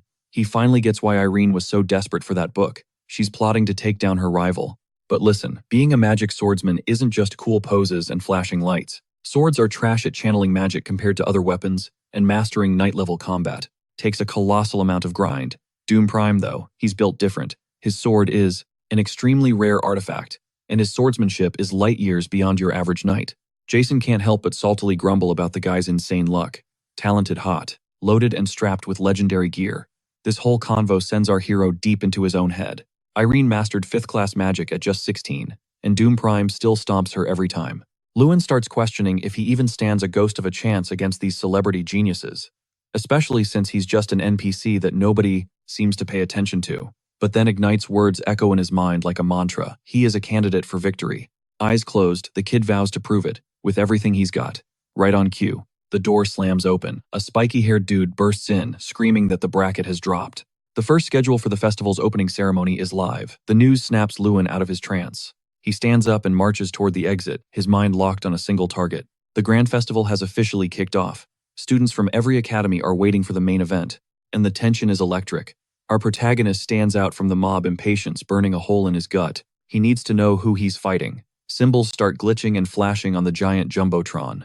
And boom, the announcer drops the name of their opponents, the Academ Goals. Lewin whips his head around as he hears someone flexing nearby. Convinced this is going to be an easy dub, Zeta chuckles, saying that drawing Ignite in the first round is pure RNG luck, so they can toy with them for a bit. Lewin, however, isn't laughing. Oyota Academy is the nightmare matchup. Their rep for playing dirty is legendary, and way too many students have been scarred by their toxic tactics. Zeta keeps running his mouth. claiming their opponents are such trash they don't even qualify as a warm-up. The insults keep coming, triggering. Raucous laughter from the Oyota goons. Lewin cracks a smile, but there's no humor in it. He decides to flip this moment into the perfect setup to show everyone that Ignite Academy isn't the same pushover it used to be. He steps up, gets right in Zeta's face, and tells him he's been waiting for this. He noticed a ton of Oyota students were entering the grand festival, so he decided to crash their party. With a voice like steel, he introduces himself. Pleasure to meet you all. Then he adds that he'll keep it brief, but he's got one demand. Don't you ever call us Mongols again. It's incredibly rude. His words suck the air out of the room. Zeta, that arrogant bald punk, is left completely stunned. Lewin is done rotting in dead last. He's officially fed up with being at the bottom. Now, it's first place or nothing. The Oyota students instantly snap back to reality, and they swear they won't stop the trash talk. Zeta sneers undisguised mockery on his face, asking, "Who do you think you are?" Then recalling his Dean's words, a single high-voltage thought ignites in Lewin's mind. He declares himself the ultimate hidden ace and vows to never back down again. Cut to a different scene. Back at the Oyota dorms, the vibe turns hostile. The guys are debating Lewin Ardale's real identity, and after digging up some dirt, they find his past a total failure. But by the end of the semester, he had hit a crazy 180 points, morphing into a straight-A prodigy. They figure his sudden swagger spike can only come from that unexpected glow-up. Zeta recalls a cryptic warning from his professor. Lewin has an X factor they don't get yet. Still, Zeta brushes off the worry, calling them Academicals again. Stretching lazily, he swears, "I'll handle them soon." The traditional Oyota style. Later at the Ignite dorms, the Mana Grenade event is looming on the horizon. It's a savage team battle involving everyone except the representative. The challenge? Pit students against mithril golems that must be obliterated with mana grenades. The squad that shatters them fastest takes the W. A nervous student walks up to Lewin, voice shaky with doubt. "Are we really going to be okay without our main guy?" Lewin keeps it 100, admitting. Compared to Oyota, Ignite seriously lacks solo firepower, but deep down he knows the victory is still grabbable because it's a group hustle. If they move as a single unit, they can absolutely dominate. That's why they need to split into specialized squads immediately. One group forges the mana grenade, another runs transport, a third launches the assault on the golems, and a fourth actively sabotages the enemy team by healing their golem. The students exchange confused looks and protest. That strat will take forever to drop the golems. Lewin narrows his eyes, locked in, and starts plotting with millimeter precision. Then he addresses the crowd, reminding them of his earlier promise. "We aren't finishing last, we're finishing first." No cap, he was speaking from the soul. He's ready to sweat for them, even in games where he's sitting on the sidelines. For teams riding on superior individual skills, the traditional way works. For Ignite, that would be a fatal waste of time. Jason nods solid. "I trust Lewin." Henke's echoes the vibe. Just like that, team morale skyrockets, and everyone buys into the plan. Henke's will lead the grenade crafting crew while Timmons handles moving the live explosives. The protagonist organizes every team based on their strengths, and his player's eye ability proves clutch. He analyzes the nature of every target, cutting down weaknesses and highlighting stats with surgical precision. As time ticks by, the students' confidence surges. Once everyone finds their perfect groove, even the shaky ones feel a wave of hype. Lewin, relieved silently, thanks his broken talent for team building. After all, trust is step one to victory. But just as hope starts to bloom, Flem stumbles into the meeting, battered and covered in bruises. Alarmed, Lewin sprints over, demanding to know what went down. The answer is clear: the Oyota representative and his goons jumped him. The scene shifts to Hoyota's turf. A sudden boom shakes the hallways. Lewin stands in the doorway, and Zeta welcomes him like he's been waiting for this exact moment.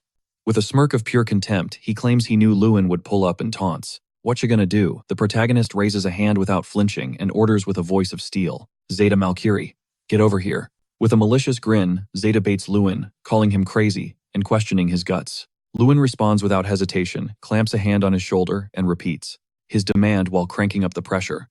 The force is so insane that Zeta buckles to his knees, forced to bow, shocked and raging at this raw display of power. He throws a desperate punch, but Lewin dodges it effortlessly. Immediately, he locks Zeta's arm in a vice grip and warns him with ice-cold tone, "You touch another student outside the ring, and it's game over for you, Zeta." Zeta hit the dirt, groaning in pain and glaring with pure venom. Lewin held that stare without flinching, and laid down a bet. Back at the Ignite dorms, the news lit a fuse, pure euphoria among the students. If they took down Oyota, Zeta would eat a punch just as devastating as the one that wrecked Michael, and he'd have to apologize to everyone. That sparked a fire in them, pushing their hunger for the win to a whole new level. But the hype train got derailed when a student burst in. They had to mobilize to the stadium immediately. Alteen. This was the Grand Festival, the historic gathering where mages from across the continent came to shine, transforming into figures capable of shifting the world's fate. That heavy expectation was written all over the Ignite crew's faces, now dripping with confidence and hope. For Ruin, standing on the ground where legends are born, was straight up electrifying. An old guy with a thick mustache announced the closing of the opening ceremony. Ruin was about to head back to his quarters when he froze. Zeta was locking eyes with him, dropping a dry warning, "Stay sharp, I'm not lowering my guard this time." Then he turned and walked away. However, the rival living rent-free in Ruin's head wasn't Zeta Malkiri. His focus shifted to another spot. In the stadium, locking onto the infamous Doom Prime Festival champ and leader of the Raynak Military Magic School. That was the final boss they'd have to face if they racked up enough wins. A bit later, while Ruin was zoned out in his thoughts, a voice snapped him back to reality, saying he had a weird talent for attracting drama. Irene slid up behind him with a faint smirk. She mentioned seeing him cause absolute chaos just yesterday, even starting a mess at the Oyota dorms. Alteen is a small world to her. Obviously, everyone already knew the tea. Looking a bit sheepish, Ruin clarified he wasn't looking for beef. He just wanted to talk. Still, since he was cool enough to hand over the book, Irene dropped some advice better to not stand out too much. Ruin clapped back with a sharp question, insinuating he should hide his true power just like her. Then boom, he announced he had to bounce immediately, because the competitors for the first event were already linking up. That comment left Irene with a vibe of unease she couldn't hide. Right after the grenade event was about to kick off, Ignite students huddled up to prep. A hyped-up Jason declared that today they'd prove they weren't the Akatamorons anymore. They marched onto the field, and the first festival challenge began. The crowd watched, kinda confused. Until now, wins usually depended on solo talent, so a squad battle was super unusual. Whispers about formations started buzzing, though most people were betting big on Oyota without hesitation. Ruin heard the shade thrown at his academy and couldn't just ignore it. Irene, standing right behind him, analyzed his reaction. But the scene unfolding was hard to believe. The Ignite golem had already lost an arm. Still, the students didn't back down. They kept fighting with everything. Ruin wasn't in the game, but he was shouting shot calls from the audience. And thanks to his coaching, the academy managed to shatter the enemy golem's right arm too. On the flip side, someone was boiling with rage. It was Zeta, screaming in pure indignation, wondering how his crew was losing to the Akatamorons. The Ignite team showed zero mercy. They kept hammering the Oyota golem, giving it no time to reboot. Zeta's veins were popping with pure hate. Irene, hand over her mouth, watched, totally impressed. Ignite's lead wasn't a fluke. It was pure strategy. But that plan only worked with a surgical evaluation of every single member's individual strength. Ruin hadn't just found the book Irene wanted instantly. He'd also ranked all his teammates by strengths and weaknesses. She couldn't help but wonder what kind of beast he was and how he had never shown up in past festivals. Jason charged a magic grenade and yeeted it full force at the golem, destroying another chunk of its body in seconds. The scene left Zeta speechless. He gulped, completely stunned. The golem finally collapsed, reduced to rubble. The students hugged amidst laughter and screams of celebration. The mana grenade competition, which everyone assumed was a free win, for Oyota ended up being totally dominated by the Akatamorons. They weren't holding the last place title anymore. That bottom barrel spot, it belonged to Oyota now. Or as the streets were already calling them, the Oyota rejects. The representative capture the flag match was seconds away from kickoff and the Ignite student section. They were screaming Lewin's name like a war cry. Ignite versus Oyota, the rematch. Strang side-eyed his teammate, sensing the vibe was off. Lewin didn't flinch. He broke it down, sitting at rank 20 out of 32 academies. That was the sweet spot. Sure, they turned heads with that last W, but it wasn't enough to shake off that loser brand just yet. They needed a massacre, a total blowout to wipe the public's memory clean. Strang grinned. He picked up what Lewin was putting down. Then Lewin looked up, dropping one last truth bomb. They had to flex their skills in front of the King of Magic himself. Meanwhile, high above the arena, inside the VIP dome, the tension was thick. Tyrone the Flame King locked his eyes on the showdown between Lewin and Zeta. Glaring at the crystal ball, he flashed back. Ardale. That kid was one of the 11 human candidates. Born with god-tier talent, wielding mana by instinct since he was in diapers, which made his magical vocation disorder even more of a tragic waste. Ignite cut in, throwing shade. Didn't Taron himself treat the kid like garbage? Labeled him useless, the white-haired king let out a dry chuckle. He thought Ignite's pick was a joke. Zero strategy, zero potential. Ignite just closed his eyes, unbothered. Totally confident. Just watch, he said. And don't blink. Back on the battlefield. Strang pressed Lewin for the game plan, knowing he had to close the gap on Zeta. Lewin shrugs. He's doing this his way. Head high, full send. The ref was a split second away from dropping the signal. The moment the bell rang, Lewin shot forward like a bullet. Zeta hands leaking raw mana snarled that Lewin was going to pay for that dorm room stunt. Boom. He summons a battle guardian. A massive armored tank blocks the path, but Lewin pops his time refraction. He sidesteps the charge with insulting ease. Literally glitches through reality. In a heartbeat, he's standing right behind Zeta. Zeta freezes, spooked by the speed. He throws up an arm to block, but Lewin catches the fist like it's a feather. Smirking like a villain, Lewin crushes the grip. Knew it, he whispers. Shaking with rage, Zeta screams, "Let go of me!" Lewin stays ice cold. "You might want to rethink that request. Cause your pet guardian is coming in hot." Spear raised, aiming right for them. Cold sweat pours down Zeta's face as he screams. A desperate command to halt. The steel tip stops inches from his eyeball. And just to make it worse, Lewin's iron grip has him locked down. Flashbacks of the dorm room humiliation hit Zeta like a truck. The aura coming off Lewin, undeniable. Defeated, Zeta squeezed his eyes shut, bracing for the L. But nothing. He cracks one eye open. Lewin had just unleashed a fire-wrapped haymaker, absolutely demolishing the Guardian. Zeta stares, paralyzed. Lewin just vaporized an Iron Knight with his bare hands. The summoned beast crumbles into dust and fades away. Zeta drops to his knees. Brain short-circuited. He couldn't process it. Obstacle cleared. Lewin steps up.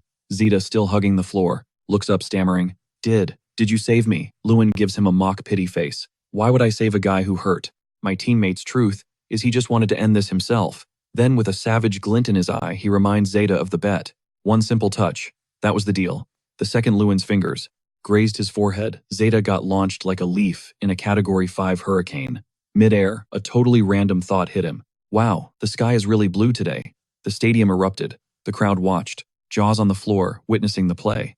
Ignis Academy roared like they just took home the Super Bowl trophy. The hype was real. Everyone was buzzing about Lewin. But somewhere else, a much bigger player was hooked. The border mage watched in total disbelief. This guy, the only 8-star mage, practically worshipped as a demigod, had never seen anything like it. His wide eyes said it all. Pure shock. Staring into the crystal, he couldn't stop wondering, who is this kid? The curiosity was eating him alive. Only one question mattered now. Who is Lewin Ardale really? A savage mix of intrigue and rage overtakes the king. He demands Ignite spill every secret he has on Lewin. The man bows his head, staying silent, for a few beats. Then he speaks. He calls the kid the most average basic student you could ever imagine. The guy everyone expected to quit, and yet somehow he took every weakness and weaponized it, morphing into a juggernaut that nobody can check. He leans back, realizing that for now, that's the extent of his intel on Lewin. The monarch rises, calling out Tyrion regarding his little game of shielding the kid from royal scrutiny. Maybe a face-to-face summon is in order. Igni shoots up from his seat, dropping a warning if the king plans to strong-arm answers out of him. He'll shut it down whatever the cost. That threat just pulls a twisted, sarcastic smirk from the ruler, who asks if he's about to get lectured on mage rights and the sanctity of secrets that old mealy oath. Finally, the king decides he's totally fine with just having a little chat with the rookie. Theron plots in silence. He's going to figure out the source of that raw magic he witnessed for the first time. Inside that mystery box, Lewin Ardale. Smash cut to a totally different vibe at the tavern. Drink and die. Lewin's clutching his head, absolutely drained. "We just cleared one round," he groans. "We need to prep, but these guys are partying like it's the apocalypse." Jason slides in, telling him to chill and soak up. That first W. It's a festival, bro. Right in front of him sits the Altine coconut vanilla juice and the legendary Dragon's Kiss. Lewin eyes the bottle like it's a bomb. What even is that? Jason flashes the label. Local specialty. One sip and it feels like you're making out with a dragon. He presses on. Just one shot, it's a trip. But the banter dies instantly when something catches Lewin's eye. Enter Zeta, looking like a kicked puppy. The Ignis Academy crew is completely shook. Jason steps up to the plate. He gets the bruised ego, sure, but tells the guy to bounce. Because they're just trying to vibe. Lewin's on edge. What's Baldy doing here? Looking for round 2. But then, in a weirdly chill voice, Zeta drops a bomb. He's here to apologize. The duo freezes. He's owning up to sleeping on Lewin for so long. After taking that L, he realized you can't look down on people. There are always bigger fish in the sea, and he's messed up big time. Jason's brain is buffering at this 180-degree turn. Zeta bows deep, doubling down on the sorry. Lewin just stares for a beat. The vibe is super awkward, everyone's stomach in knots. Then the defeated rival apologizes for killing the mood and spins to leave. That's when Lewin calls out his name, asking if this mea culpa is just because of the bet or if it's actually coming from the heart. Zeta locks eyes, dead serious, it's real. That finally cracks a smile on our MC's face. Lewin puts a hand out, giving him props for manning up. Even though Zeta looks wrecked, he takes it. They seal the truce with a firm shake. The Ignis Academy crowd accepts it, and the party reboots. Laughter, hugs, glasses in the air, the whole tavern lights up. But one specific word keeps echoing in Ardale's head. His squad rolls up, checking if he's good. Cut to the next morning, our hero wakes up with his first ever massive hangover. The crew starts roasting him, asking if the dragon's kiss wiped his memory card. Turns out last night, Lewin was sobbing drunk, thanking everyone for believing in him. Who knew the stoic, perfect Lewin had a messy side? Cringed out of his mind, he flees the room. That drink is liquid emotional damage. He vows to never touch it again. Later on, he's walking the hallway when someone hollers. It's Zeta beaming, asking sleep well, the flashbacks. Smack Lewin hard. He's shocked that Baldy doesn't seem to feel a single ounce of shame. Lewin speed walks away, praying for the cringe to end, until bam, he runs right into Professor Lucas. Teach notes that drama seems to follow Lewin like a shadow. Lewin asks if he's got any intel on why. Lucas denies it but drops a hint, someone wants a word with him. And that's why. The dean is sweating bullets. He describes this guy as dangerous and hiding behind a mask. It's none other than the glowing King Theron demanding a one-on-one sit-down with our boy. Professor Lucas warns Lewin to stay woke. Theron is a walking riddle, and guys with that many secrets are never safe to be around. He apologizes, saying that's all the tea he can spill for now. He promises a full debrief on the meeting after the tournament wraps up. Meanwhile, Lewin's squad. The squad is absolutely buzzing over the king's sudden interest, but Lewin isn't fazed in the slightest. Instead, he calls it extra fuel for the win and drops his master plan, Operation Defend Whatever You Can. The playbook is simple: sprint straight for the end zone and never look back. Welcome to the Arrowball Arena, where arrows hover over the sand like they've got a mind of their own. Each academy fields 9 players, split into strikers, defenders, and a goalkeeper. The goal: sink more arrows than the bad guys. Sounds easy, but this game demands ice-cold focus. It's all about timing defensive shields, managing crowd control magic, or figuring out the perfect grip before blasting the enemy net. With infinite variables, it is a chaotic, savage spectacle, deafening and dripping with adrenaline. Without wasting a heartbeat, Lewin tears toward the goal at breakneck speed. 2 enemy defenders cast ice magic to box him in, but he claps back instantly with a wall of fire, erupting from the ground. Neither the freeze nor the containment spells can slow his roll. Up in the stands, Zeta is losing his mind with hype. His crew gives him the side-eye for cozying up to the Ignis team, but the bald guy just shrugs, claiming that real men bond after throwing hands.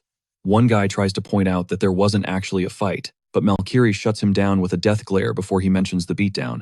Best to let that topic die, and not start beef with Lewin. After sizing up Lewin Ardale, the guy is convinced he belongs to the new generation of mages, right up there with Irene, Dalian, and Doom Prime. Actually, Lewin might even be on a higher level. He's not just flexing raw power, he's got natural leadership and insane durability. That's why the bald guy is genuinely grateful to call him a homie. Since the Coyotes are next on the hit list, it's high time to cook up a strategy. Amidst the chaos, the rival captain starts screaming orders to shut Ardale down. The defense is sweating buckets, but so far Lewin is just zigzagging and ghosting past every blockade. Suddenly he stops cold in front of them, flashes a cocky grin and asks, "You guys done? 'Cause it's my turn now." Boom. A massive ice wall materializes out of nowhere between him and the squad. Lewin grits his teeth, channeling all his power, into a brutal punch that smashes through the barrier, blasting a hole wide open. Ice shards go flying, forcing defenders to hit the deck. Jason, keeping his eyes on the prize, realizes that stopping Lewin isn't the only play, and uses the distraction to snatch the arrow. The enemy team panics instantly. With a powerful boost, the blonde player launches the arrow toward the net. The scoreboard, which was 1-0, tallies another point for Ignite, even down 2 goals. The enemy team refuses to take their eyes off Lewin. That obsession leaves massive gaps that Jason and the crew exploit without mercy. Since nobody is checking the rest of the squad, their defense collapses in a heartbeat. The crowd in the stands can barely believe what they're seeing. The opposing team ends up backed into a corner, and against all odds decides to rage quit. Usually you see 3 or 4 goals a game, but Academy Ignite had already obliterated the scoreboard with an 11-zip lead. When the towel drops, Lewin's school takes a crushing victory. The losers walk off with their heads down, realizing the kid wasn't flexing when he said he'd be champion. Ignite's morale shoots through the roof. Fresh off the win, right in the middle of the hype, a voice cuts through the noise calling for Lewin. It's Professor Lucas. He steps in and announces the sit-down is set for 7 tonight. Meanwhile, during dinner, a mysterious figure stares at the scenery, sipping a glass of wine, hoping Lewin saves his appetite for the meeting. Our protagonist strides toward the meeting spot with purpose. A guide flags him down and points him to the right room. Lewin greets the king, and they cross the threshold together.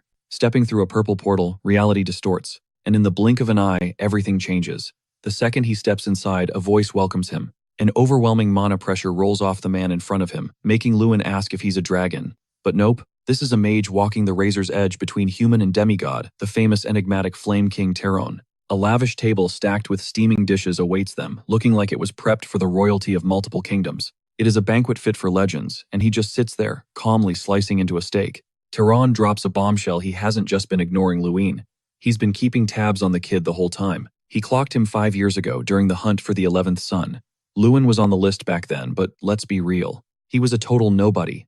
Now, Teron cuts the fluff. He demands to know exactly what went down during those missing years. And that's when it clicks for Lewin.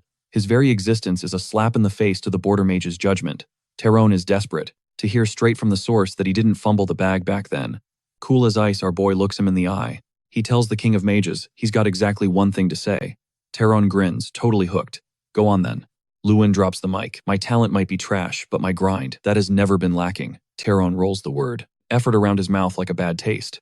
With a sneer, he notes that the student is just like the master, since Ignat tried to pull that same excuse. Then he grills him. What kind of effort are we talking about? He gets savage, asking if training hard really lets you solo an ogre, or cast high-tier magic with 0 lag time. Or is it a cheat code, like some hidden artifact, even though an item that broken is basically a myth?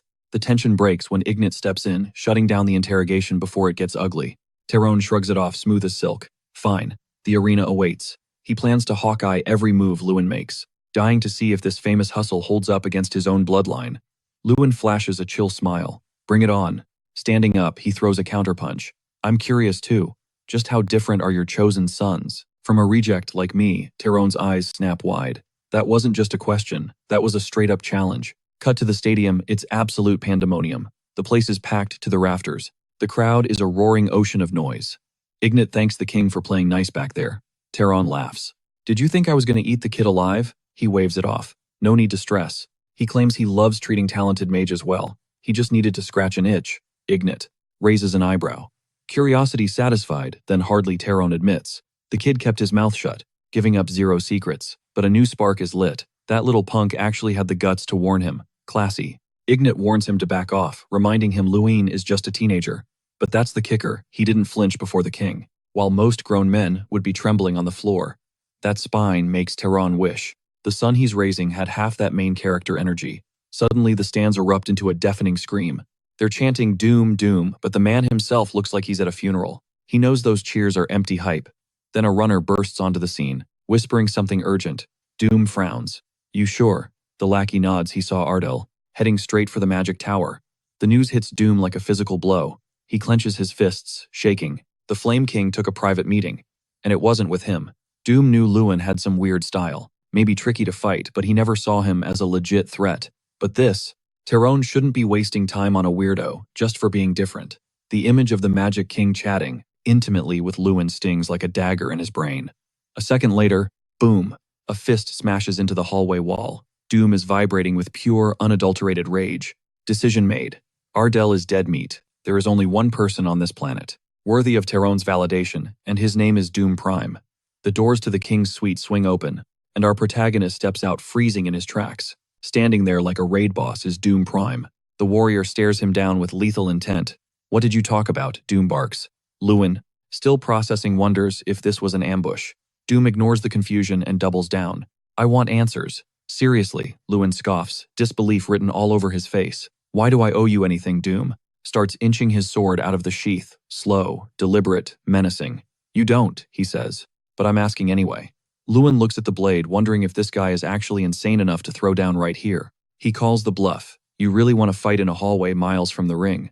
Doom stands like a statue, cold as liquid nitrogen. If that's what it takes, I'm ready. Eyes lock. The tension is so thick you could cut it with a knife. Prime is a monster, and he's not playing games. Lewin scans for a single crack in the armor. Nothing. Absolute zero. Still popping a blade this far from the actual combat zone. That's borderline unhinged behavior. The steel barely catches the light before a sharp voice slices through the tension, commanding a hard freeze. Enter Irene Prius. She's planted firmly in the hallway, acting as a human shield before the violence can truly pop off. She keeps it breezy, cracking a joke about how it looks like an impromptu squad reunion just materialized out of thin air. Lewin's internal monologue is like, yeah, right, though ironically he had been brainstorming a proper welcome bash earlier. The scowling kid ignores the vibe check entirely, spins on his heel and stomps off. Lewin eyes his exit muttering, "Is doom always that easily triggered?" Irene breaks it down. Usually the guy's a ghost, barely whispers, but today is clearly a major glitch in his system. Turns out Doom Prime gets super emotional whenever King Tehran is involved. He's thirsty for the king's validation, would do anything for it. He's probably just salty thinking Lewin snagged some special VIP treatment. She hits him with a warm, knowing grin. Real talk though, were you actually about to throw hands right now? Lewin doesn't skip a beat. Nope. Doom was just flexing his aura, throwing hands right now would have gotten them both disqualified instantly. With a mischievous spark in her eyes, Irene teases him, asking if the intimidation tactics actually rattled him. Prime is built like a fortress, basically impossible to one-shot. But Lewin sees it differently. He's convinced that even the thickest walls crumble if you hammer the same spot over and over. That logic cracks Irene up. She calls him a weirdo, but warns him to stay sharp regardless. Doom Prime isn't exactly known for mercy, and from this moment on, he's going to be watching Lewin like a hawk. Cut to the Ignis Academy dorms where Jason is visibly salty, venting his frustration to anyone listening. He won't stop whining, so Lewin tries to hype him up, reminding him they left it all on the field. Hanks keeps it real, tying. For fourth place in the team comp without their ace player is honestly a miracle. Sure, the win streak is cooked, but they still managed to stick it to the Global Academy and prove they aren't pushovers. Shortly after the solo queue is about to open, and Jenkins wants the game plan. With a grin full of swagger, the team leader guarantees a dub. He takes a casual sip of his hot cocoa and confirms he's gunning for that #1 spot. The leaderboard is deadlocked at the top right now. Irene, Cherky, Dalian, and Doom are all S-tier threats. The competition is stacked. The next arc is officially titled The Survival Battle. 32 fighters are shipping out to an artificial island. First place bags 32 points, while last place walks away with a single pity point. Since points dictate the ranking, this round is going to shake up the entire meta. Hanks backs his boy to perform, but he can't help asking why Lewin isn't grinding prep like everyone else. Meanwhile, the rest of the lobby is already squatting up. In this mode, forming alliances isn't just allowed, it's the optimal strategy for staying alive. If opponents start stacking teams, Lewin soloing everything becomes a suicide mission. Hanks suggests he find a squad fast. Lewin's had a draft pick in mind from the start, though there's no guarantee she won't leave him on read. He gets lost in thought, weighing the odds. Suddenly, Zeta spawns out of nowhere and proposes an alliance. Lewin had totally slept on him, but Zeta is actually a powerhouse ally. They agree to a no backstabbing pact and hustle out of there. Halfway through the event, Zeta's maxed out honesty stat makes him the perfect teammate. Time is ticking, but they still need a third member to complete the party. When they pull up to the spot, they find a crowd buzzing about how impossible this girl is. She's been rejecting every invite.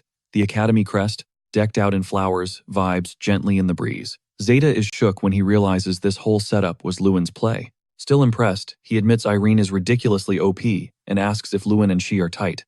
Zeta starts getting hyped about teaming with her, but Lewin tells him to chill out. They haven't even popped the question yet. Apparently everyone else got curved hard. The vibe feels like a mass rejection at a dating show, but just as the door opens, Irene tells them to cut the chatter. She was already there, lurking. With a chill smile, she suggests they skip the drama and hold a strategy meeting instead. The new trio huddles up and starts cooking up a game plan. Lewin drops the most critical intel. The biggest Zerg rush group will be a 14-person squad, led by Dalian Malkin, a prodigy who never drops out of the top 5. The guy mains light and divine magic, a nasty combo that demands respect. Zeta notes that dealing with Dalian is going to be a major headache, but our protagonist adds another name to the hit list, Doom Prime, who is now holding a serious grudge. The tournament content dynamically shifts, based on individual performance raising the stakes. The scene pans to the sky, where an airship slices through the clouds with style. An official checks the competitors, asking if everyone is geared up. The mechanic is simple. When armor durability hits 0, the system auto-teleports you out of the tournament. Instant elimination. The transport is closing in on the drop zone. One by one, the competitors dive out. Zeta is shaking in his boots before the round even starts. Nerves are wrecking him. The mission is brutally simple. Survive for 72 hours on this island. Elsewhere, the tension around Doom Prime is so thick you could cut it with a knife. No one wants to be within 10 feet of this guy. He's a total lone wolf by choice, but sleeping on his skills, that's a straight-up death sentence. From the drop zone, the students just need to hop onto a boat destined for the main island. Once inside the skiff, they smash through a shimmering blue portal, warping instantly into a whole new biome. A magical barrier starts collapsing, squeezing the safe zone tighter by the second. The squad knows the drill: move fast, or get wrecked before finding shelter. The island reveals itself as a massive, dense jungle of never-ending green. After scouting the perimeter, hunger pangs start hitting one of the boys hard. Not trying to question the shot caller, the bald dude mentions they definitely should have looted some snacks at the entrance, since it looked fire. Irene immediately roasts him, reminding him he was the one hyping up an early ambush. On the ops instead. The banter cuts dead when a massive boom shatters the silence. A colossal explosion rocks the nearby woods. Zeta's pulse spikes, his adrenaline kicking into overdrive as he wonders if the real brawl has already popped off. Suddenly, the moment Baldy was praying for drops right in his lap, zero thoughts about food now their prey is walking right underneath their noses. A clueless squad of students trek through the trees. One guy is whining about hauling heavy supplies, claiming it's killing his mobility. Out of nowhere, a streak of blue light tears through the air, sniping the heavy loader directly.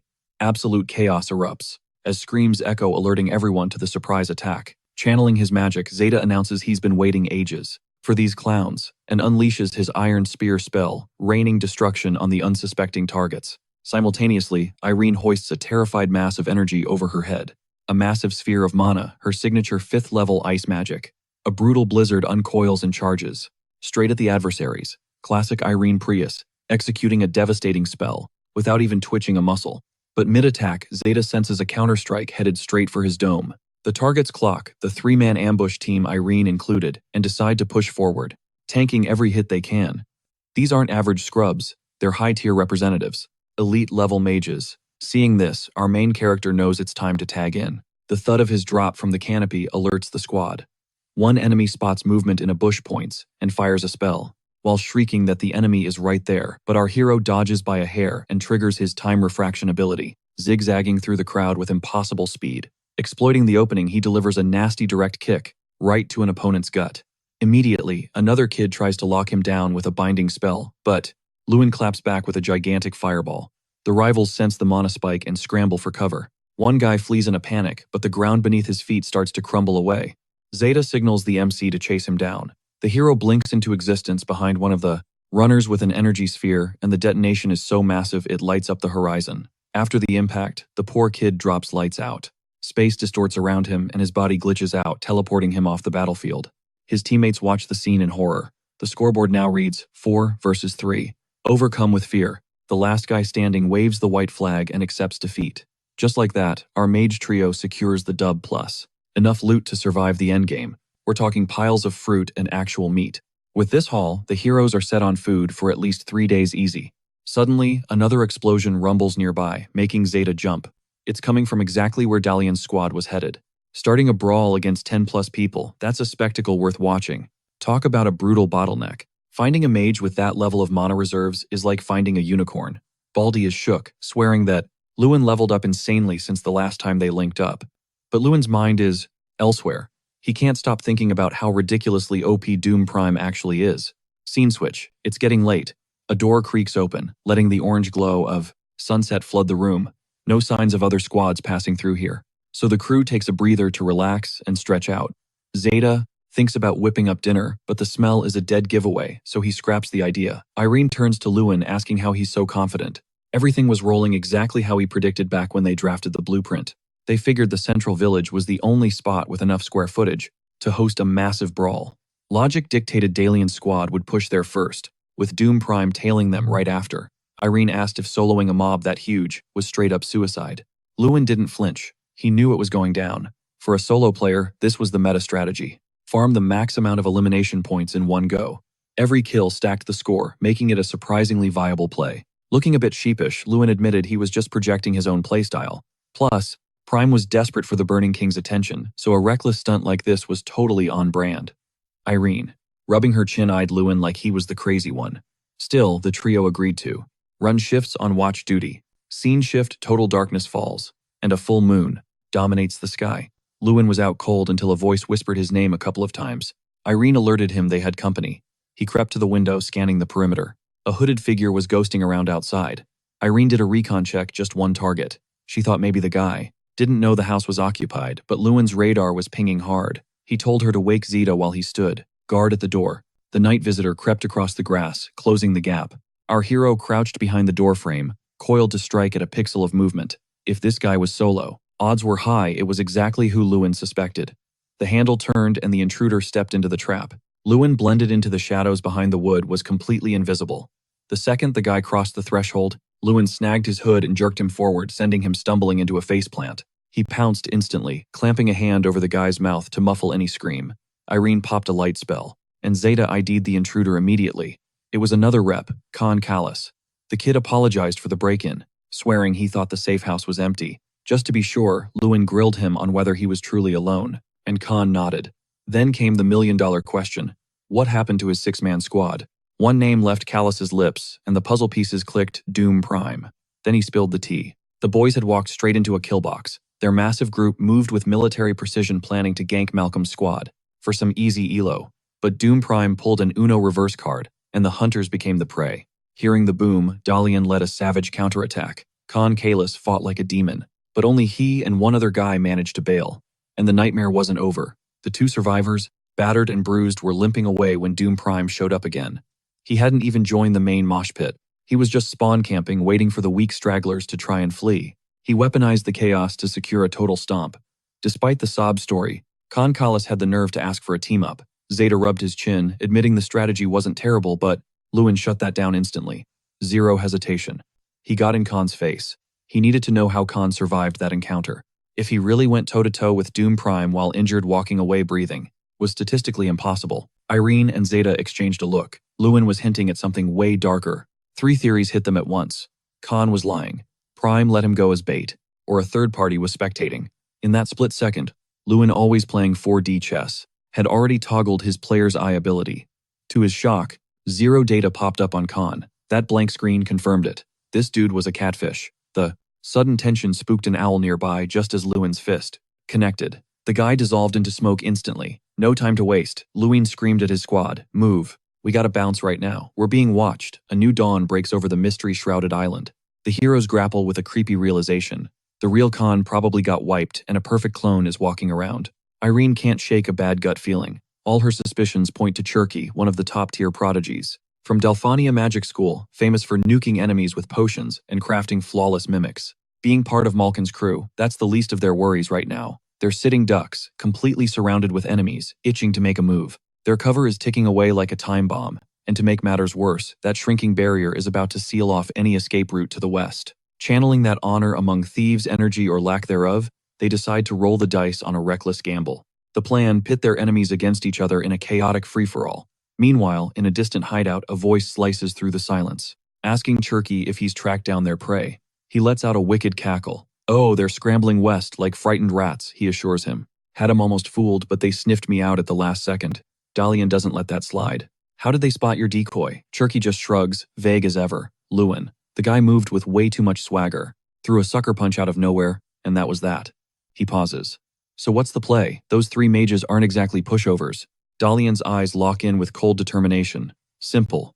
We bag 'em. We're unleashing every ounce of firepower we've got."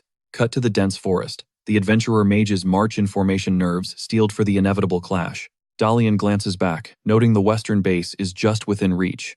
But right then, a massive beam of light erupts right in their faces, blinding everyone. The deafening roar screams that a ferocious battle is underway. Written all over it, Ardale. For Dalian, that's the green light. As they push forward, three silhouettes emerge from the chaos. One screams a frantic warning, "Watch your six, it's an ambush." The blonde mage instantly draws his bow, loosing a divine arrow. But realization hits fast. That's not Lewin. It's Ardale. A golden explosion rips through the air, bathing the entire forest in blinding light. Flash to the real setup. Our golden trio is perched high up in a tree, watching the chaos unfold below. Like clockwork, the enemies swarmed in the second they heard those fireworks go off. Zeta chuckles, clearly amused, while Irene asks for the next move. The protagonist, cool as ice. "Time to harvest our kill points." Dalian's crew doesn't stand a chance. Lewin drops from the canopy, cloaked in raging fire magic. The blonde mage freezes, totally stunned, while one of his squad mates is already hitting the dirt, consumed by flames. Irene scans the enemy. Squad numbers are low. They must have already gone a few rounds with Doom Prime. Suddenly, a rookie enemy charges in, screaming they won't back down. Doesn't matter if they're facing 6 opponents. He launches himself like a missile, tearing across the field in a blind rage. But then it goes sideways. His face twists in pure agony, as his body spontaneously erupts into an inferno. A fiery blast rocks every mage standing. Dalian watches in sheer horror. You don't see power on that level every day. Eyes wide, the protagonist puts it together instantly. Doom Prime. Like a streak of blue lightning, he materializes, leaving a trail of raw energy, his sword mowing down opponents like an unstoppable tidal wave. Zeta picks up on something weird. Doom Prime is actually doing their heavy lifting. Lewin figures Prime is hell-bent on wiping out Dalian's squad first. Panic sets in as they scream, "Why are you only targeting us?" Our hero knows he can't just stand there watching. He triggers his temporal refraction skill, slicing through the enemy lines like a gust of wind, unleashing a barrage of strikes. Then he loads up a special haymaker and slams it into the earth, triggering a legit earthquake. When the dust settles, Lewin looks out over a sea of defeated foes, and standing tall right in front of him, the terrifying figure of Doom Prime. Prime walks right past him, no attack, but drops his name with a chilling calm, promising to take him out personally later on. Without missing a beat, he continues his rampage against the stragglers still standing. Lewin just sighs, glancing back deep in thought. Cut to later, far from the battlefield chaos in the host's lounge. The announcement drops officially. Only 10 competitors remain on the board. Tehran watches the climax, anxiety spiking, remembering Ardale's promise to prove he's superior to the other 11 guys. A sly grin spreads across Tehran's face as he watches the feed, wondering if the protagonist can actually take down that punk. Sometime after that high-voltage battle, we find the hero training outside a cozy little cabin. The squad has set up shop at Base B, right near the heart of the island. From that last clash, Dalian and Cherky were the only ones who made it out. The survivor squad they fought vanished into thin air along with Doom Prime. A notification window is blinking relentlessly. After what feels like forever, it finally completes its loop. The door creaks open, and Irene steps out up with the sun. She asks Lewin if he's been grinding out a workout. He shoots back. Body was getting restless from sitting around. Turns out Zeta already whipped up some grub, so the trio finally takes a seat. Irene bites into a piece of meat and her eyes instantly go wide. The steak is god tier. Zeta proves once again he's a culinary wizard constantly leveling up his game. Irene apologizes for crashing so hard yesterday without a heads up, admitting the exhaustion just totally KO'd her. While Lewin pours some tea, Irene decides to address the elephant in the room, something she's always been curious about. What's the play after graduation? Lewin a question, born from the tight bond they've built. Usually when competition mages merge into society, their lives hit automatic. Joining a knight order, protecting territories, entering a magic tower, or chasing the bag in mercenary groups are the standard routes. But he's still trying to figure out his why. Honestly, Lewin admits, I haven't really thought about it. Up until last year, he was just a broke student running on fumes. Planning for the future was a luxury he couldn't afford. He figures clarity will come once the tourney ends and he's back at the academy. Then he flips the script on her. But Irene draws a blank too. She confesses, I never had a sec to think about what kind of mage I wanted to be. I just followed the meta set by everyone else. Lewin studies her in silence as he sips his tea. After a beat, Irene locks it in and declares, I want Doom Prime. First, she's convinced this fight is the XP she needs to finally understand her true path. Lewin's expression tightens as he visualizes that matchup. For years, Prime was the unscalable mountain for Irene, the guy who always kept her in second place. Lewin respects the hustle and accepts her call. Everyone has their own demons to slay. Night hits and the moon bathes the battlefield in a soft, eerie glow. As time ticks on, the barrier starts shrinking with zero mercy. Time to rotate. The only safe zones left are the central village and their base. But ignoring a potential Doom Prime ambush, massive mistake. Turtling up and waiting for others to fight is also risky thanks to the encroaching zone. Zeta wants to go aggro, but Irene counters, low profile is better right now. Then Lewin drops a bombshell, I have a plan. The lobby is thinning out and climbing even one rank means huge points. Everyone is playing super cautious. Since the squad already used the lure tactic before making noise, now won't bait any third parties. It's the perfect window to finally take down Doom Prime. Dalian and Cherky are down bad on allies and staying hidden. Plus Prime's ego is massive, it's only a matter of time before he shows. But stalling just makes things messy. Irene asks, where's the drop? Lewin smirks with total confidence. Leave it to me, Prime is coming. Instantaneously, the MC vanishes into the woods like a ghost, moving at breakneck speed. Zeta is confused. How's he tracking a rival using just the minimap? Lewin explains, the map doesn't show exact chords, but it does show the player count in each zone. 2 dots, that's Dalian and Cherky, or other survivors. But a single isolated dot, that screams Doom Prime. Our hero rolls up to a hidden cabin deep in the sticks. He strolls to the door and shouts to flush him out. Boom, red magic blows the entrance to shreds. A silhouette emerges, eyes burning with pure hate. He locks onto Lewin. Sleep tight, Doom Prime. We're going on a little trip, Lewin quips. Cut to Zeta sweating bullets and trying to keep it together as his buddy returns with the target. He asks if Lewin got captured, but the hero clarifies, nah, I just brought him along. The bald guy asks if he wasn't planning to fight, and Lewin replies, never the intention. He turns to Prime and declares his real opponent isn't him, it's Irene Prius. Zeta stands there totally buffering in confusion. Doom lets out a sigh before accepting the duel. Arms crossed, he scoffs. The girl, she's fodder. Besides, if she gets wiped now, the Flame King will be disappointed. She needs to survive longer to boost her rank. But the young mage steps up, voice steady. That's not my objective here. My main quest right now is crushing my biggest rival. Flashbacks of Hankus regarding Irene flood in, one after another, exposing just how rattled she gets every single year. The sheer terror of losing to Doom Prime. There's deeper lore there, something tied to her family issues. Irene always dodged the topic, but she must have found a way to tank that pressure over time, by building faith in the mage she wants to become. Lewin watches from the sidelines as his friend prepares for war. Irene stops holding back and cranks her power level to the max. Mana surges around her as beads of sweat betray the insane tension. She finally unleashes her ultimate move, a catastrophic ice storm. But Doom Prime, he just shifts into a rock-solid tank stance. The spell screams toward him, slamming into his defense with a blinding explosion of azure light. The shockwave swallows everything. Suddenly, Irene's confident look shatters. She spots a glitch in the matrix. Like a void swallowing a sun, Prime's counterspell rips through her attack violently. Her defensive dome starts to fracture, before shattering into diamond dust, leaving Doom Prime standing there without a single scratch. He's physically fine, but his face says he's annoyed. Irene is practically melting now, the crushing pressure draining her stamina. Zeta starts panicking, asking Lewin if letting her solo this boss is actually a smart play. Lewin's got a bad feeling too. Right on cue, Doom Prime charges up a massive sword strike, and he swings with lethal force, layering a scorching hellfire spell right on top of the blade, aimed straight at Irene. Irene realizes she's cooked. There's no dodging that. Suddenly, tossing the plan out the window, Lewin moves. He face tanks the fire blast. He shouts that while she got the first hit, he's not about to watch her get deleted. Losing an MVP teammate isn't a price he's willing to pay, not even for the win. He steps up, roaring with pure adrenaline to challenge Prime. Let's see what you've got. Prime smirks, mocking him. You really think you can take me one-on-one? Or are you tagging in the meathead back there? Zeta gets triggered instantly, but Lewin ignores the shade. He's taking this fight solo. A 2v1 would be overkill even for a monster like Prime. Besides, Lewin downloaded Guterres' anti-swordsman tactics. For a knight, legs are the engine. That's where the power generates and where the enemy telegraphs their next move.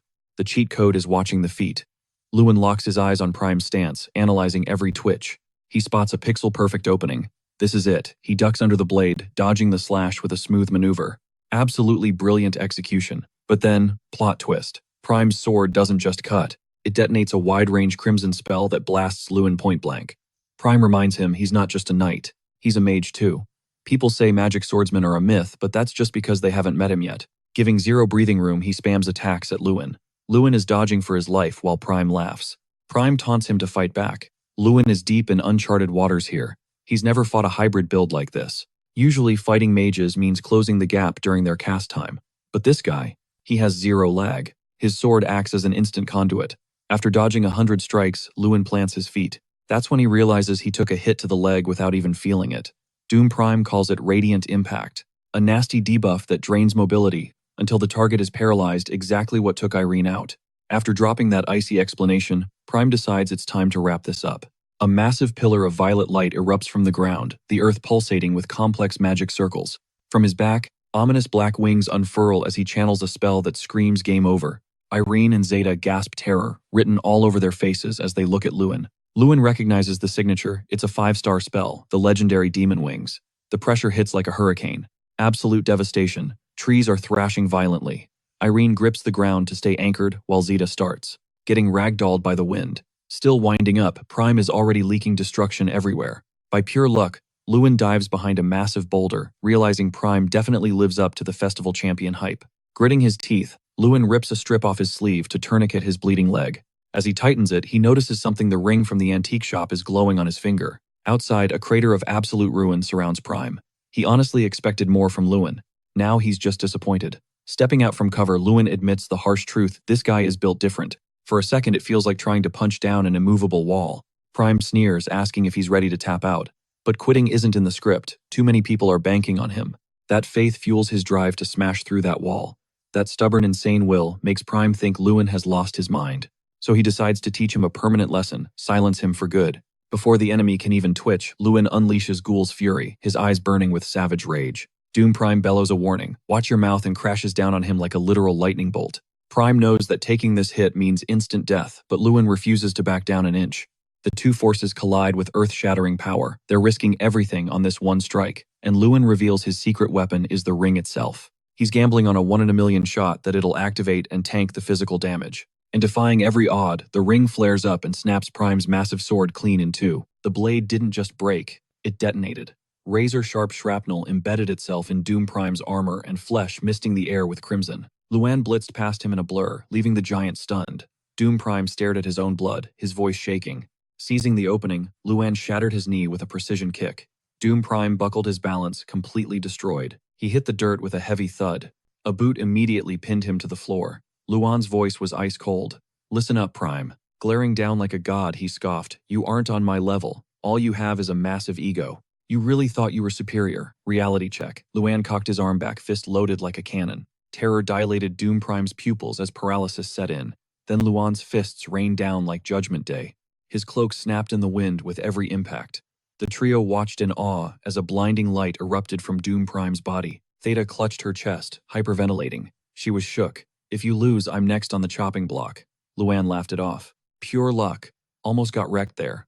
Suddenly, he noticed Irene standing off to the side, looking totally down. Her eyes were heavy. The vibe was definitely off. Luan closed the distance and spoke up. "My bad for stepping into your duel, Irene." She brushed off the gloom and forced a smile. "Why apologize? That's on me." She bowed, her head voice dripping with guilt. "My selfishness nearly got the whole squad wiped out. I messed up, guys. Seriously. You hesitated, and because I fumbled, we missed the objective." Irene turned to walk away, acting unbothered. "Forget it, that goal is trash now anyway." Luan was confused. He let out a breath. Irene smiled softly. "My target isn't Doom Prime anymore." She pointed a finger right at his chest. "New target acquired, you Luan." He frowned before cracking a grin. "I'm not exactly an easy boss fight." Irene smirked playfully. "I know. But get ready, because one day I'm taking your crown." The tension spiked. We were down to the final 5 survivors, us plus Dolian. Malkin and Checky. It was a total brawl. Those two and Irene were throwing hands with everything they had, but they couldn't handle our team's heat. Suddenly, an explosion rocked the forest, followed by a blinding flash. Debris and smoke swirled in a neon green glow. Dolian, Malkin, and Checky were flatlined on the ground. Bathed in that eerie green light, Dolian looked like he was despawning. Seeing them fade away, Theta gasped. Luan nodded. "Looks like it's just the big 3 left." Irene beamed. "You know it." Theta was hype, unable to hide her grin. "Never thought I'd make it to the endgame." "Wait, are you proposing a final showdown?" Irene interrupted. "Hold up, Luan. I'm tapping out. I'm running on empty right now." "Sorry, I'll bring my A-game next time." Luan accepted cheerfully. "Bet. We'll settle this later." He figured she was burnt out. Theta winked, getting cheeky. "Oh, is it my turn to 1v1 you, Luan? Just because you're the leader doesn't mean I'll go easy. You haven't seen my ult yet, have you?" Luan squared up. "Bring it on." Theta panicked immediately. "Wait, chill." Luan launched himself into the air while Theta screamed. I said, "Wait a second." Cut to the banquet hall. Someone shouted, "Congrats. Our academy took the W." The whole table raised their glasses, popping off. "Cheers to the MVP, Luan. Number 1. Suddenly, a familiar voice cut through the noise, making him turn around. "They said you weren't in the dorms, so I knew you'd be here." Theta and Irene were standing at the entrance. Irene spoke first. "We grinded together for so long I couldn't miss the victory lap. Theta dragged me here anyway." Luan listened as Theta explained. "What's with that face? Thought the game was over." She smirked. "Can't help it, that's my brand." Luan gave a gentle smile. The rankings held steady after the survival match. He was the undisputed king. Doom Prime had the kills, but his survival score tanked his rank. Dolian and Irene were top tier, but as long as Luan held his ground, they were chasing his shadow. Luan visualized holding that championship trophy with the crowd going wild. Victory wasn't just a dream anymore. Jason was in full fanboy mode, hearts practically in his eyes. "I'm sitting with Irene Prouse. I can die happy right now." Irene waved him off, blushing. "Oh, stop it." The table erupted in cheers again. A toast to the goddess Irene. Faced with the hype, she could only cover her laugh, embarrassed. Luan couldn't help but smile at the scene. The bar was electric, with laughter and good vibes. But in the shadows, 2 haters whispered, "There's no way that Luan guy actually wins the festival, right?" "Shh, keep it down. Don't break it. Just now." "Oh, my bad." Even though they whispered, every word hit Doom Prime like a physical blow. The guy was crushed, totally in denial about the L he just took. He stared holes into the shattered remains of his sword, resting in his locker. He'd slipped up. Majorly. He never guessed the guy was aiming to break his steel, not his skull. The flashback hit him. He'd clocked the strategy for a split second but swung anyway, thinking the win was in the bag. Now Doom Prime was drowning in pure regret, over blowing the match. He'd been zoning out until he suddenly blurred out, "He didn't show up." The attendant blinked, confused.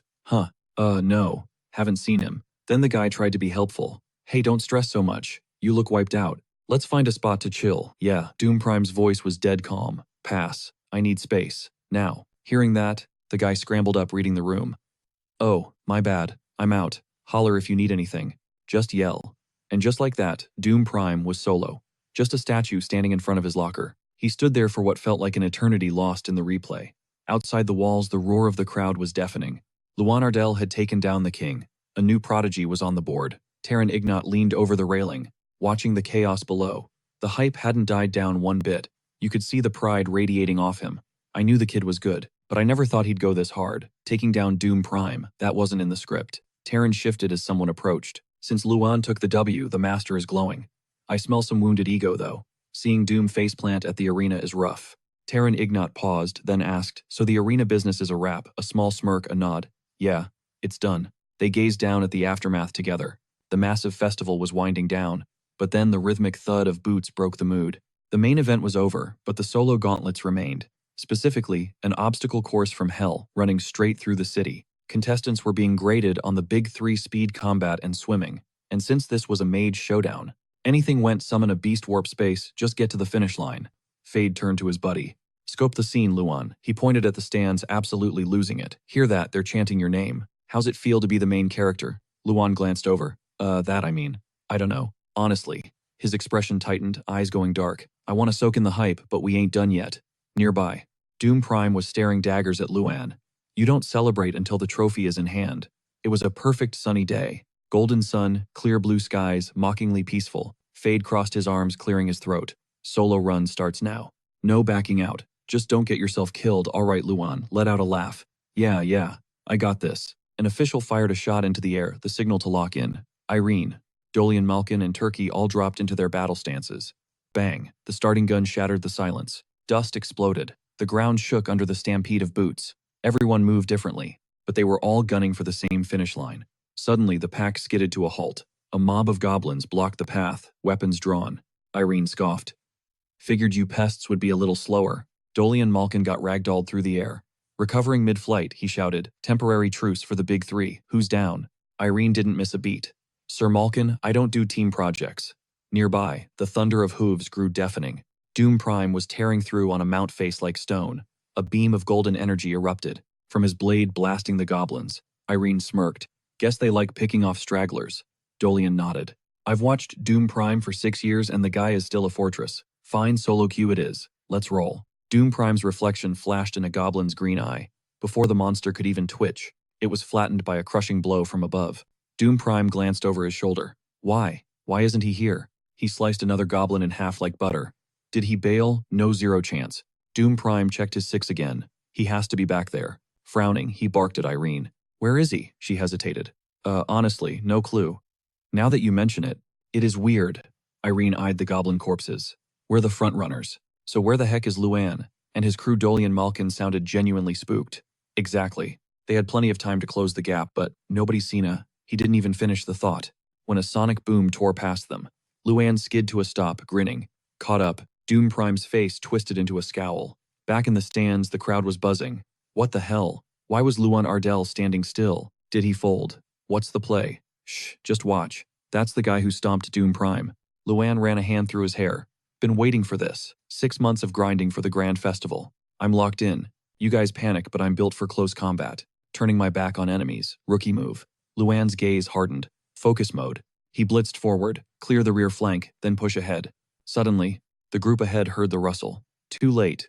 Luan rushed in, sending 3 guys flying. He started the countdown. 29, 28, 27, 24. Lost track in the chaos. A voice popped up. Yo, what's going on? Theta looked back, confused. Luan bro, since when? Luan cut him off, flashing a harmless grin. We're cool, right? Eyes snapped open. Cold steel voice. My bad. Wham. A kick sent Theta sky high. His avatar glitched out. Theta raged as he faded, screaming Luan's name. Irene whispered, you. Soloed the whole squad. Luan shrugged. Dropped a few. The rest quit. Eyes sharp as a blade. Path is clear now. Doom Prime ground his teeth. Luan Ardale. The stare down was intense. Not this time, pal. Wind howled. Pressure dropped. Doom Prime's voice went deep. I'm ready for the 1v1, but we've still got tailgaters. He clenched a fist. Blue mana surged. Doom leapt onto his mount. Grunted, catch you at the finish line. He spurred the horse, tearing off. Dolly and Malkin yelled, "Doom, that's the suicide route." Doom rocketed toward the castle. Everyone knew that zone was a death trap. Luann watched silent, calculating. The trap zone. Castle's rigged to blow with hidden mechs. Loot's gone, but the defense systems are still live. Just obstacles now. Walking into a meat grinder, the standard safe play. Disarm the trap slowly. It's a test of mage IQ and risk assessment. Irene's crew started casting shields, playing it safe. Luan tapped the castle wall. Disarming takes too long. John floated up, checking the height. "You gonna Hulk smash this wall? That's Draka style, not yours." John hesitated. "Besides toppling, this thing is impossible." Luann smirked. "I know."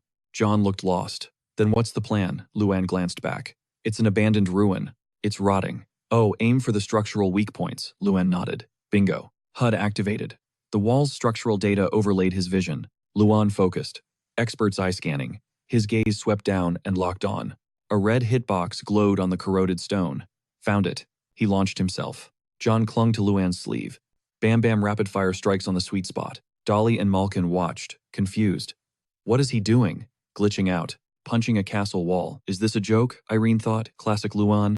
The guy beside her scowled. "Irene, I get you stan him, but this is extra. Who punches stone, bare-handed?" Suddenly, Irene pointed. "Check it." Spiderweb cracks spread. They stared at Luan, standing before a massive hole in the base. Dolly and Malkin scratched their heads, grinning awkwardly. "Yo, can we ride your coattails?" Luann turned cold. "Nope." "Wait," Luann crash. A boulder slammed down, sealing the breach. "Savage. That guy is ruthless." Luann sprinted away. John laughed. "Impressive. Busted a wall with only 2,400 strength. All brain power." Luann gasped for air. "Just me and Doom Prime now." He rounded the corner. Spotted him. John frowned. "He's still ahead." Then John saw it. "Wait, check his shoulder. An arrow sticking out. He's injured." Luann surged forward. "You think you can beat me? Die, Doom Prime." Doom Prime unsheathed his steel, a savage growl ripping from his throat. The blade slashed down, forcing Luann to weave sideways in a split-second dodge. "Gotcha." A hand clamped onto Doom Prime's collar, like a vice. Dragging him down, Luann smirked. "Let's tackle the final round together, buddy." Gravity took over and they plummeted into the abyss with a massive splash. They hit the surface hard, sending a geyser of white foam everywhere. Luann broke the surface, lungs burning as he gasped for oxygen. His brain was already racing. "Perfect. If that magic freak uses spells to scale the cliff, I'm toast. Gotta swim. Move." But suddenly the water around him dropped to sub-zero temperatures. Luann whipped his head around ice, was creeping up behind him, flash freezing the lake. He spotted his opponent channeling mana with intense focus. Doom Prime. The rage bubbled up, exploding into a shout. "Hey dirtbag, we swimming or playing freeze tag?" Too late. The ice snapped shut, locking Luann in a frozen prison. Doom Prime, high and mighty on his horse, stood atop the ice sheet, looking down with pure disdain. "Is this even worth my mana?" he scoffed. "Catch you later, Luann Ardale." Watching that arrogant back fade into the distance, Luann let out a curse. Damn it, he strained against the ice, golden waves of thermal energy radiating from his core. He needed to bust out now. The heat flared. Snap, crackle. The ice groaned and shattered under the pressure, finally giving way. Meanwhile, Doom Prime, cruising on his mount, heard the telltale crunch behind him. He glanced back, and his eyes nearly popped out. No way, how was he this fast? Panic set in. He spurred the horse, steeling his nerves. From here on out, it was a straight shot. Just run. But Luann planted his feet, coiled his muscles, and launched himself skyward. He descended like a meteor, roaring Doom Prime. Round 2, Doom Prime broke into a cold sweat. "Not like this. Not when I'm drained." Boom. An explosion of dust swallowed them both before he could even react. The spectators, glued to the screens, erupted into arguments. What happened? Then a guy pointed, screaming, "Look!" Incoming. The gates creaked open, and a horse trotted through the swirling dust cloud. It tossed its head, letting out a long whinny. Confusion swept the crowd. "Just the horse. Where are the mages?" Then another fan pointed at a different monitor. "Yo, check the screen. Someone's standing." The feed flickered to life. Luann was towering over a defeated Doom Prime face in the dirt. A gasp rippled through the audience. Luann Ardale is the last man standing. Luann looked down at his rival, noting the exhaustion. "Surviving that trap zone drained your batteries, huh? You were moving in slow motion." Doom Prime clenched his eyes shut, groaning in defeat. Luann turned, walking off like a boss. "I'll be taking the lead now, Doom Prime." 3 victory flags hoisted into the sky. Luann ascended the podium, first place in the survival battle and the triathlon combo. He swept the individual round and crushed the overall middle stage score. The grand festival was finally a wrap. Memories flooded back. The cheers felt like they were for someone else, someone who crawled through hell. for 6 long years like he did, a prisoner in a cell of isolation. To the crowd, Lewin's silhouette looked like the definition of a lone wolf. He clenched a fist, pressing it to his heart as the roar of the fans washed over him. "You did good, kid." A genuine smile broke across Lewin's face. This applause, it was the payoff. For every drop of sweat over the years, he threw both hands up, soaking it in. "Thank you, everyone." He wanted to bottle this feeling forever. Outside, the carriage line stretched for miles, voices buzzing. "Whoa, that's a lot of rides." Jason rested his chin on his hand, peering out the window. "But this is the VIP list only, right?" Lewin nodded. "Yup. Heard they only invited the top-tier families." He paused, eyes narrowing. "So those people." "Exactly," Lewin confirmed. Cut to the banquet. Lewin sat solo at a massive table. Everyone was there to see him yet. Nobody approached. He sighed, boring. "I'd kill to be back at the academy right now." Suddenly, a noise snapped him to attention. "That's weird, right?" A familiar face grinned down at him. He eyed her suspiciously. "Irene." She pulled out a chair, making herself comfortable. "What's weird?" "Nobody's talking to you." Lewin shrugged, cool as a cucumber. "Maybe I intimidate them. Or maybe it's because I showed up to a gala, dressed like a hobo." Irene scanned his outfit and nodded. "Yeah, fashion disaster." But she leaned in. "T on the street says there's another reason." Irene glanced around at the nobles, side-eyeing them. Clearly, the room was dying to network with the champ. So, arrogance aside, someone should have made a move by now. Her eyes sparkled. She had the intel. "Looks like someone's been running a smear campaign against you." Lewin blinked, surprised. Who has enough clout to scare off every noble in the room? He stared blankly, asking for the name. Chatter dies instantly as a figure commands the head table. A throat-clearing echoes like a gavel strike. Tonight's feast commences. 32 representatives fall in. The spread is insane surf turf and top-shelf liquor glowing under the chandeliers. But nobody's drooling. Looking at this buffet, you'd think it was poisoned. Dining with the underworld lord isn't a perk, it's a sentence. A feast fit for kings served with the side of dread. Someone clicks their tongue, muttering, "Man, if I knew it'd be like this, I would have faked a coma. Hey, get in line, that was my plan." This isn't a celebration. It's a public execution for the losers. A performance review where the grade is survival. It's literally the Last Supper. Luann eyes the head table. 2 empty thrones. That doesn't add up. Thought the big boss rode solo. Why the extra seat? Then the MC gestures to the entrance. Showtime. The room snaps to attention. Terran strides in slow and heavy. Every head bows, terrified to make eye contact. A synchronized chant erupts. "All hail His Majesty, Lord of the Underworld." Lewin bows, but internally, he's rolling his eyes. Hail, whatever. This ape's vibe is straight up creepy. But then Terran drops a curveball. "Enter." Luann blinks. "Say what?" "The Lord brought a +1. A voice cuts through the tension, smooth, arrogant. "Hope I'm not crashing the party, old man." Razor-thin brows, piercing brown eyes. This guy radiates pure, unadulterated main character energy. Luann's confused. Who the heck is this dude? Flashback to the arena, screaming his name. New mage Luann. Yeah, they know who I am. Anything's better than failure. Suddenly, the entire hall drops to its knees. Long live the Crown Prince. Luann flinches. Crown Prince. For real greetings done, everyone scrambles to their seats. Pure terror on every face. Heads down, spines curved, praying for invisibility. One wrong move means game over. The silence is so heavy it's suffocating. Terran breaks the ice with a flamethrower. So, none of the 11 orders could touch Luan Ardale. Is the gap that massive? Doom Prime looks ready to vomit, shaking like a leaf. Pathetic. "I'm embarrassed you're my students." He doesn't dare look up. "I swear, never again. I'll do better." Terran's voice drops to 0 degrees. Second place is just the first loser. Proof that even a puddle can hide a dragon. Luan isn't celebrating. He feels sick. This whole banquet is a setup. A roast session for the orders, and I'm just the whip he's using to beat them. Luann shifts focus to the guy next to Terran. It's not just the Lord making him sweat. This new guy, Shumerton Rhynak. He hasn't blinked. He's been dissecting Luan with his eyes since minute 1. Luann's brain recaps the lore. Third prince, total underdog but with a galaxy brain IQ. He checkmated his brothers and snatched the crown prince title. Cold sweat drips down Luan's back. Brains and brawn. The guy is terrifyingly perfect. Irene's warning echoes in his head. Someone spread rumors about you. Someone scary enough to make nobles tremble. Terran interrupts the thought. Luan Ardale, you won. How's the victory taste? The room freezes. Luann doesn't flinch. Uncomfortable. Terran frowns. Excuse me. Luan's voice hardens. I'm happy I won, but I'm not cool with being used as a tool to trash everyone else's hard work. Irene grips his arm, eyes wide. Luan. The crowd looks like they just saw a ghost. Luan shuts up, but his eyes stay defiant. No fear. Terran shrugs, totally unbothered. You don't like it, but isn't feeling like trash the best motivation to get better? You get that right, Luan shoots back point blank. To me, it looks like you're just painting a target on my back. Constructive criticism is one thing, but breeding hate by rubbing their noses in failure, that's toxic. Luan locks eyes with the monster. Totally different vibes. His tone is absolute zero. And Ignat Academy isn't some little stream for you to mock. Terran's lip twitches. He lets out a loud amused ha. The stare down intensifies. Silence returns. Then a snicker. Shumertan loses it, clutching his stomach, laughing hysterically. Every head snaps to the prince. Luan looks confused. Shumertan wipes a tear, gasping for air. Look at this dude. Laughing so hard he's literally weeping. Like where on earth did this guy even spawn from? Irene gripped her chest, letting out a heavy sigh of relief. Thank God. Then she snapped, glaring at him.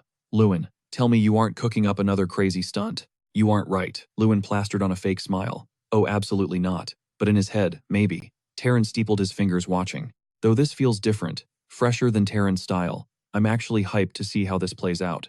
Suddenly, Shumertan's gaze snapped toward Luan. Hold it. He stood up, voice commanding. Luan Ardale, care to join me for tea? Then a chilly smile cut across his face. And just so we're clear, I'm not accepting no as an answer. Cut to a private room. Luan and Shumertan seated across from each other, tension in the air. The prince broke the silence, dragging out the name. Luan Ardale. Shumertan radiated pure authority. From this moment on, you work for me. And like I said, rejection isn't an option. He spoke like it was already a done deal. I've got a spot for you. I'm transferring you straight to the cavalry training grounds. Housing is covered, obviously. Then Shumertan paused, snapping his fingers. Ah, right. We need to fix your citizenship. The crown prince's right-hand man can't be a foreigner, can he? Luan's confusion spiked. Citizenship, Luan frowned, genuinely baffled. Why bother? The empire is already stacked with elite mages. Take Doom Prime, for instance. Shumertan didn't miss a beat. That guy, he shook his head, sighing with dramatic flair. Please. At the end of the day, he'd still get crushed by you. His tone dropped to sub-zero. You really expect me to keep a loser on my roster? Luan went silent, eyes downcast. Shumertan didn't wait for a reply. One more thing. From here on out, when you talk to me, memorize this rule. A dangerous glint sparked in his brown eyes. Voice low, he murmured. I prefer hearing yes. I don't do questions. Luan snapped his head up, eyes burning with irritation. Shumertan pressed on. Come on now. Give me an answer. Reason number one, my father has been hyping you up for years. I've begged him to scout talented mages for me, and he never gave me a single name until you. Reason number two, I like your guts. He pointed a finger squarely at Luan. You're the type who dares to show up looking like a hobo, right in front of the most power-hungry leaders in the country. There was a twisted respect in Shumertan's voice. And you're the type who talks back to my father. He let out a short chuckle. And the type who keeps asking questions even after I told him to shut up. Shumertan spread his hands casual as anything. What can I say? Politics is boring. Sometimes you need a guy who can crack a joke. Luan processed the monologue. So basically, I'm just an advisor. He sounded unimpressed, throwing another curveball. You want a meat shield against your older brothers, the ones who'd crush anyone to seize the crown prince title. Luan went quiet again, head bowing, looking visibly awkward. Shumertan raised an eyebrow. Not a fan of the job description. Luan nodded. Yeah, pretty much. He ground his teeth. Shumertan sighed. I figured you'd say that. That's why I warned you. I specifically said I didn't want to hear no. Luan sank back into his own head, analyzing the man across from him. This was a golden ticket. A literal once-in-a-lifetime shot to become the right hand of the Empire's strongest royalty. His mind raced. Most mages would kill for this. Even the research geeks in the Tower of Magic chase political clout. If he walked away now, he might kick himself for decades. But after a beat of hesitation, Luan looked up. I've still got a lot I want to do. He reminded himself he wasn't anyone's pet mage. Shumertan's voice went icy. I thought you were a rational man. Turns out, you're just emotional. He pressed again. Last chance. You sure you won't regret walking away? Luan didn't blink. I won't. He stood up abruptly. Shumertan didn't stop him. He just smiled. Fine. Let's pretend this chat never happened. But as Luan reached the door, Shumertan's voice hooked him back. Luan Ardale. People are talking. They say you're the brightest gem of this entire festival. Shumertan made zero effort to hide his greed. And I have a hobby. I collect gems. I've never failed to get one I wanted. You want to know why? The warning hung in the air, heavy and dark. Because if I can't own a gem, I shatter it. Hand on the latch, Luan glanced back one last time. Cold, unfazed. Then he shoved the door open and walked out. Alone in the hallway, the silence hit him. That wasn't advice. That was a death threat. But he made the right call. Right. Suddenly, a voice broke his trance. Yo, Luan, Jason popped up, curious as ever. Where have you been heading? Sneaking off to flirt with girls again, Luan rolled his eyes. No, obviously not. He steadied himself. It didn't matter. At the end of the day, he just wanted to be a mage who played by his own rules. Back inside the room, Shumertan mused aloud. I see why Dad recommended him. He's unique, Taryn chimed in. This won't be an easy recruit, sir. Shumertan nodded. Agreed. I even threatened him and he didn't even flinch. Taryn pressed. So you're giving up? Shumertan burst into laughter. Not a chance. He raised his glass eyes gleaming. The jewel on Shimmertan's finger glinted a cold warning. You get it right. Some guys just have that creepy obsessive collector energy. A twisted smirk curled his lips. It was decided. Luan Ardale wasn't just a person. He was a prize. And he would be claimed. Meanwhile, Luan was fighting for his life socially anyway, forcing a grin while getting grilled by the duo. The sun dipped low, painting everything in golden hues, but the mood, tense. Cut to the grind. Luan was throwing hands and feet a blur of motion. He wasn't just sweating, he was glowing with that undeniable, main character aura. Scratch that, he looked more like cold white moonlight. Then the system pinged. Punches 5,000. Slashes 5,000. Kicks 5,000. Spinning kicks 5,000. The numbers were racking up fast. Another 5,000 slashes. A brutal 15-kilometer run. Then came the one-on-one combat drills. Combat Training 101. Luan checked the holographic dashboard and gasped, lungs burning. All right, that's a wrap. He hit the dirt, totally gassed. Suddenly, Trang materialized right next to him. Where did she even come from? Wow, your physique is leveling up, she chirped. Luan cranked his neck to look at the speaker, a tiny bear, barely the size of his palm. Weird coming from a dude, he groaned. The bear bristled immediately. Excuse me, what kind of nonsense is that? I'm a girl, Luan shot up like a spring jaw on the floor. Wait, what? How is that even possible? Because I was born this way. He was still buffering. A demigod. Has a gender Trang. Shoved him fuming. Who said we didn't? You just never asked. Then it hit him the flashbacks of them bathing together. Oh no. Trang scoffed. Pfft, there wasn't anything to look at anyway. Savage. Luan's expression darkened, his voice dropping an octave. So, you saw everything. She froze, trembling like caught prey, then spun around to hide her burning face. She was totally busted. But instead of freaking out, Luan just gave a small, amused smirk. He dusted himself off, killing the intimidation vibe. Fine, drop it. She turned back, face completely blank. Can I go now? She scrambled after him. Hey, wait up, let's go together. But Luan was already power walking away, leaving a gap between them. She hustled to catch up, stammering. Seriously, stop joking around. She was desperate to prove she wasn't lying. I'm not joking for real. Luan laughed clearly, messing with her. Yeah, right. You think I'm buying that. She shut her mouth, defeated. Cut to the train station. Blue skies, fluffy clouds, golden sun, absolute vibes. Then a dramatic wail shattered the peace. Jason was clinging to Luan, tears flowing like a burst pipe. I'm heading out first, Luan. Take care of yourself, you hear me. Don't forget to eat. He was fussing over him like a worried mom sending her kid to camp. Luan turned beet red, awkwardly patting his friend. Dude, chill. I'm not dying. Everyone around them was watching the spectacle. The crowd was cracking up, laughing so hard they saw stars. Hunk, the train whistle screamed. Jason and the crew hopped on board. Luan watched the train fade into the distance. Then a gruff voice spoke up. All right, time for me to head out too. It was Wildcat. Luan turned. Since the squad was gone, he was heading to Leverdean to wrap up his schedule as the Grand Tournament champ. Luan and Wildcat settled into another train car. Dead silence. Not a word. It reminded Luan of their first encounter. The guy insisted on being called Wildcat. Turns out, this eccentric character was the guide saint from the Tower of Witchcraft. Big deal. Luan's system interface had popped up to scan him. Name, age, special notes. While Wildcat sat there reading a newspaper, the system glitched out. No data. Just 3 giant question marks. Luan was shook. Player's eye never failed. If it couldn't read his name, this guy was on a whole different level. Luan did the math. This guy was easily on par with, or even stronger than the professors at the Magic Academy. The only solid info he looked to be in his late 20s. Luan scrutinized Wildcat, trying to figure him out. The guy was frowning so hard his eyebrows were about to make out with his book. Finally, he spoke. Here's the rundown of your itinerary. First stop, the Royal Palace for the Victory Lap. He started listing steps like a human GPS. Luan sat there getting more anxious by the second. Finally, he cut in.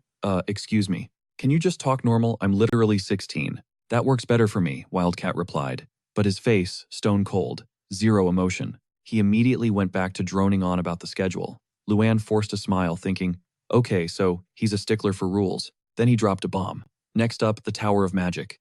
You're going there to be chosen by an item. Luan froze, totally floored. Chosen, he blinked. Wait, what? Yeah, you heard me. The Tower of Magic. The item picks you. Luan sat there, mind blown. Chosen, this was about to get interesting.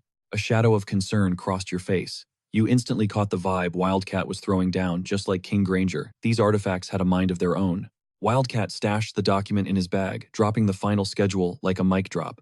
Finally, the moment you'd been waiting for, your first real assignment. He broke it down. Usually students are stuck on the sidelines, no official ops allowed. But when you're the champion of the biggest tournament around, you're the exception to the rule. This wasn't just a mission, it was a global announcement. The debut of a new generation's powerhouse mage. You cracked open the file as he kept talking. So this is the origin story. He nodded. Exactly. Then he pointed to the file. Pick your poison from the list. You stared down at the options, mind racing. The menu was intense. Search and rescue, total subjugation assassination, or excavating ancient knowledge. Right as you focused on the text, Shang glitched into existence out of nowhere, whispering right in your ear and nearly making you jump out of your skin. You and Shang locked eyes on the list. The resemblance was uncanny, father and son wearing the exact same intense expression. Then you made the call. I'm taking this one. Your voice cut through the air, sharp and decisive, drowning out the roar of the trains outside. Smash cut to Moran Palace. You two stood in the massive hall of the prince's secondary estate. Even the air felt expensive here. Come on, they're waiting. Wildcat urged, then suddenly bowed out. I'll take my leave. Panicked, you whipped around and yelled, wait, hold up.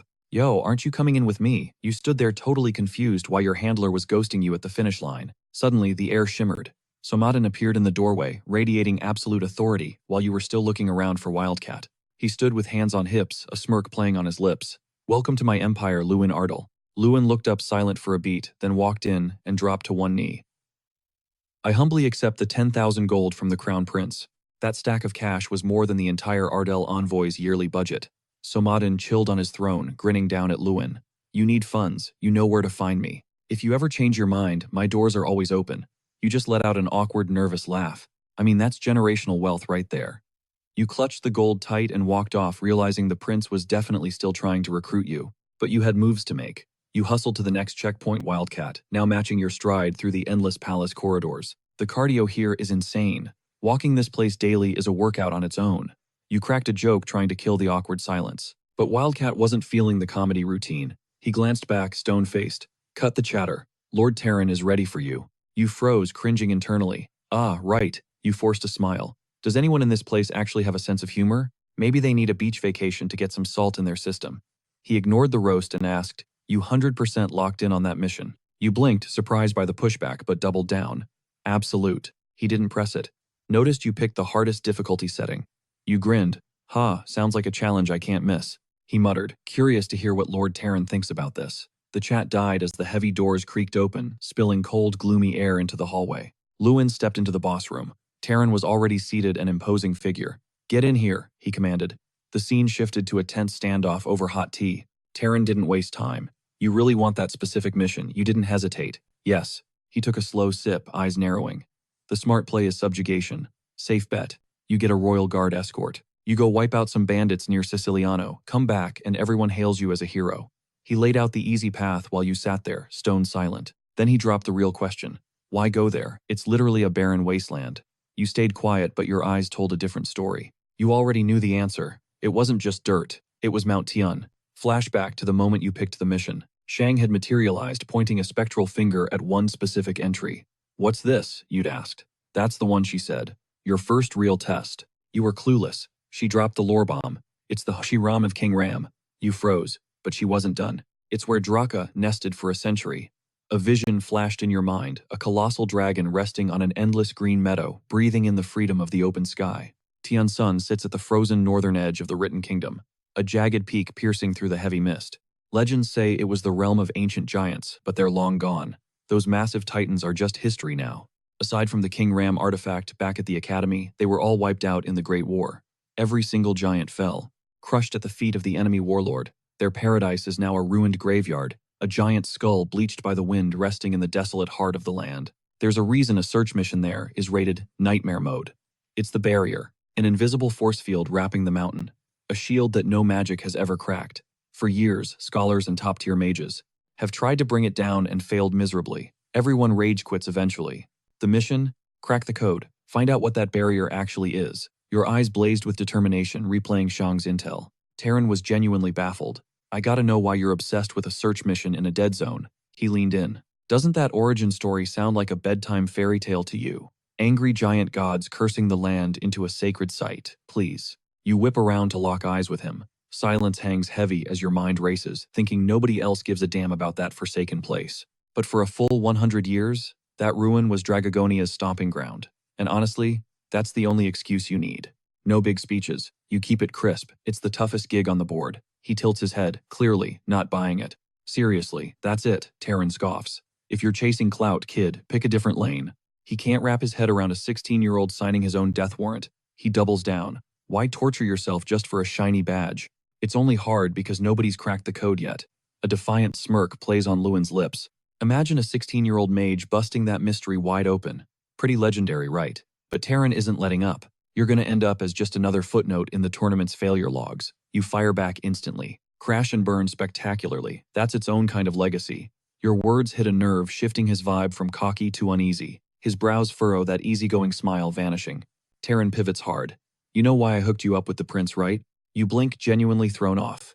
Catching your confusion, he drops the truth bomb. To keep you right here in Raverdine, I needed to keep eyes on you. The whole thing was rigged from day one. You go dead, silent tension tightening your jaw. Terran presses on. With that freakish power of yours, I had to know, if that's why you picked this suicide mission. The air in the room turns heavy. Either way, I'm watching your every move, he warns. A chill runs down your spine.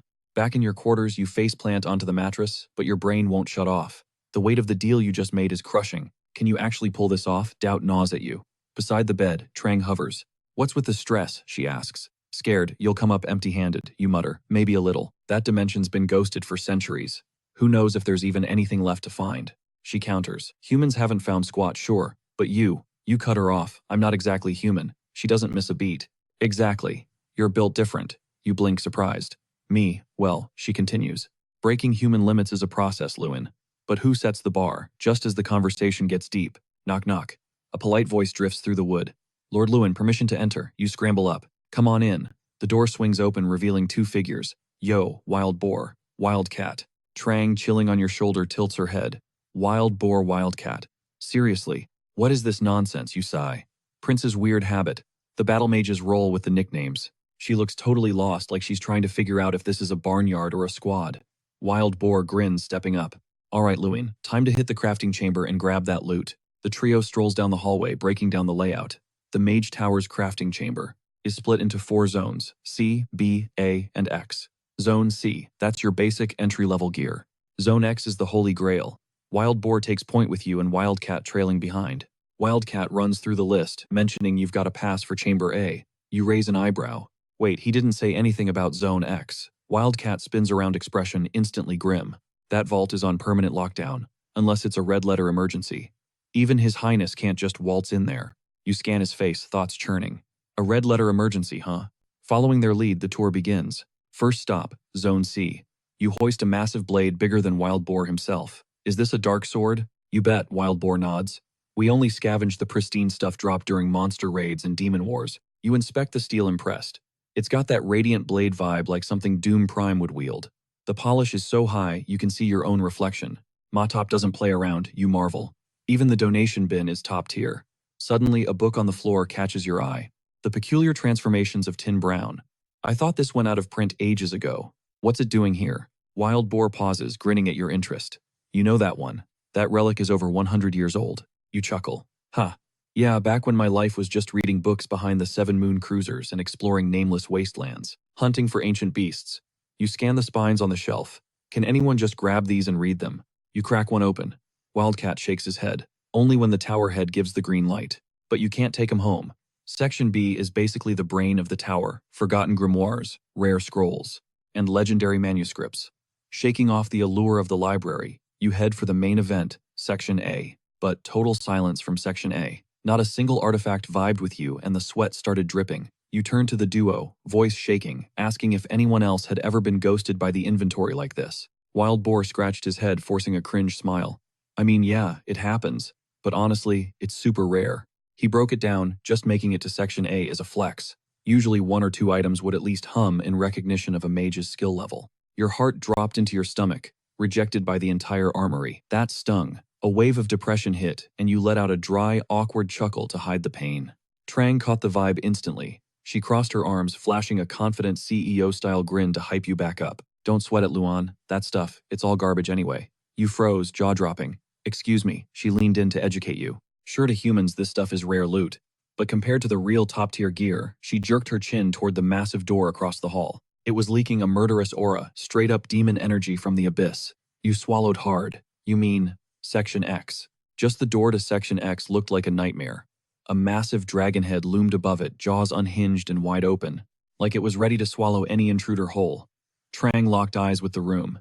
Pretty sure there's dragon-forged gear in there. I can smell the raw dragon ore from here. You sighed at her hype. Didn't matter if it was legendary loot or trash if you couldn't touch it. You couldn't even take a souvenir. Losing faith in your own stats, you crouched down desperately, scanning the floor for any scrap that would accept you. But before you could grab anything, a blinding blue flare erupted, stealing your focus. Trang's smirk widened. She knew exactly what was about to go down. The sudden flash spooked the guys. Wild Boar stammered, eyes wide. Wait, is that? The light was blasting out of the Section X door. If you didn't brace yourself, that shockwave was going to plaster all three of you against the wall, like modern art. Wild Boar screamed over the noise. It's happening, a legendary event. It's been 56 years. Yes, the forbidden door began to creak open. Cut to Terran's chambers. His brow furrowed. Was a magical resonance finally kicking in? He snapped a question. Did Kohen Khan's fang react? The wildcat bowed respectfully. Affirmative, sir. Terran paused, calculating. Was this the sign? Is he the next true heir? Section X guards, the big three, Algal's scepter, Morpheus's scales, and Kohen Khan's fang. These aren't just tools. They're kingmakers. They boost their users' stats to god-tier levels. Algal's scepter, wielded by the first human wizard. That thing stacks infinite destructive power. It's the symbol of the Wizard King. 56 years ago, that scepter chose Terran, and anyone it picks is destined to rule the Mage Tower. Then there's Morpheus's scales armor, so broken it bounces off every magical attack. That set only picks a host once a century, turning them into a legendary tank. But Kohen Khan's fang, that's different. The weapon of the first Ogre leader. That mysterious artifact has ghosted everyone for 100 years. Terran went silent. The fang chose Ardale. Does this mean the kid is actually destined for the throne? His mind raced. He grilled the wildcat again, needing absolute confirmation. Luan Ardale. He physically lifted the fang. The wildcat nodded. Yes. He picked it up like it was weightless. Terran sank back into his chair. Kohen Khan's fang is so dense even top commanders can barely drag it into the tower. He flashed back to seeing 6 grown men straining to move it. Veins popping, barely budging the thing. It's not something a human just grabs. It demands the raw strength of an ogre. That thought triggered an epiphany. Ogre strength. The special mission location. Tien Mountain. The home turf of Kohen Khan. The pieces were clicking together perfectly. Terran stood up, eyes sharp. He summoned the screen mage and barked an order to the wildcat. Change of plans. We're heading west. To Tien Mountain. The wildcat turned to Luan, briefing him. Mission clock is ticking. You have exactly 1 month. Don't be late. Briefing over, he handed you the survival kit. Allowance ID card, train ticket. You grabbed the loot. Appreciate it. The wildcat stood there watching you pack in silence. The vibe was heavy, like he was holding something back. You finished packing, looked up, and caught him staring. You got something else to say? He hesitated. Yes and no. Talk about a cryptic, frustrating answer. You gave him a confused look. What is that supposed to mean? He sighed. As a tower official, I can't give personal takes, but as your senior, there is something you need to hear. Luan blinked, surprised. Why was the wildcat breaking character? The Mage Tower treats its own like royalty, but it's ice cold to outsiders.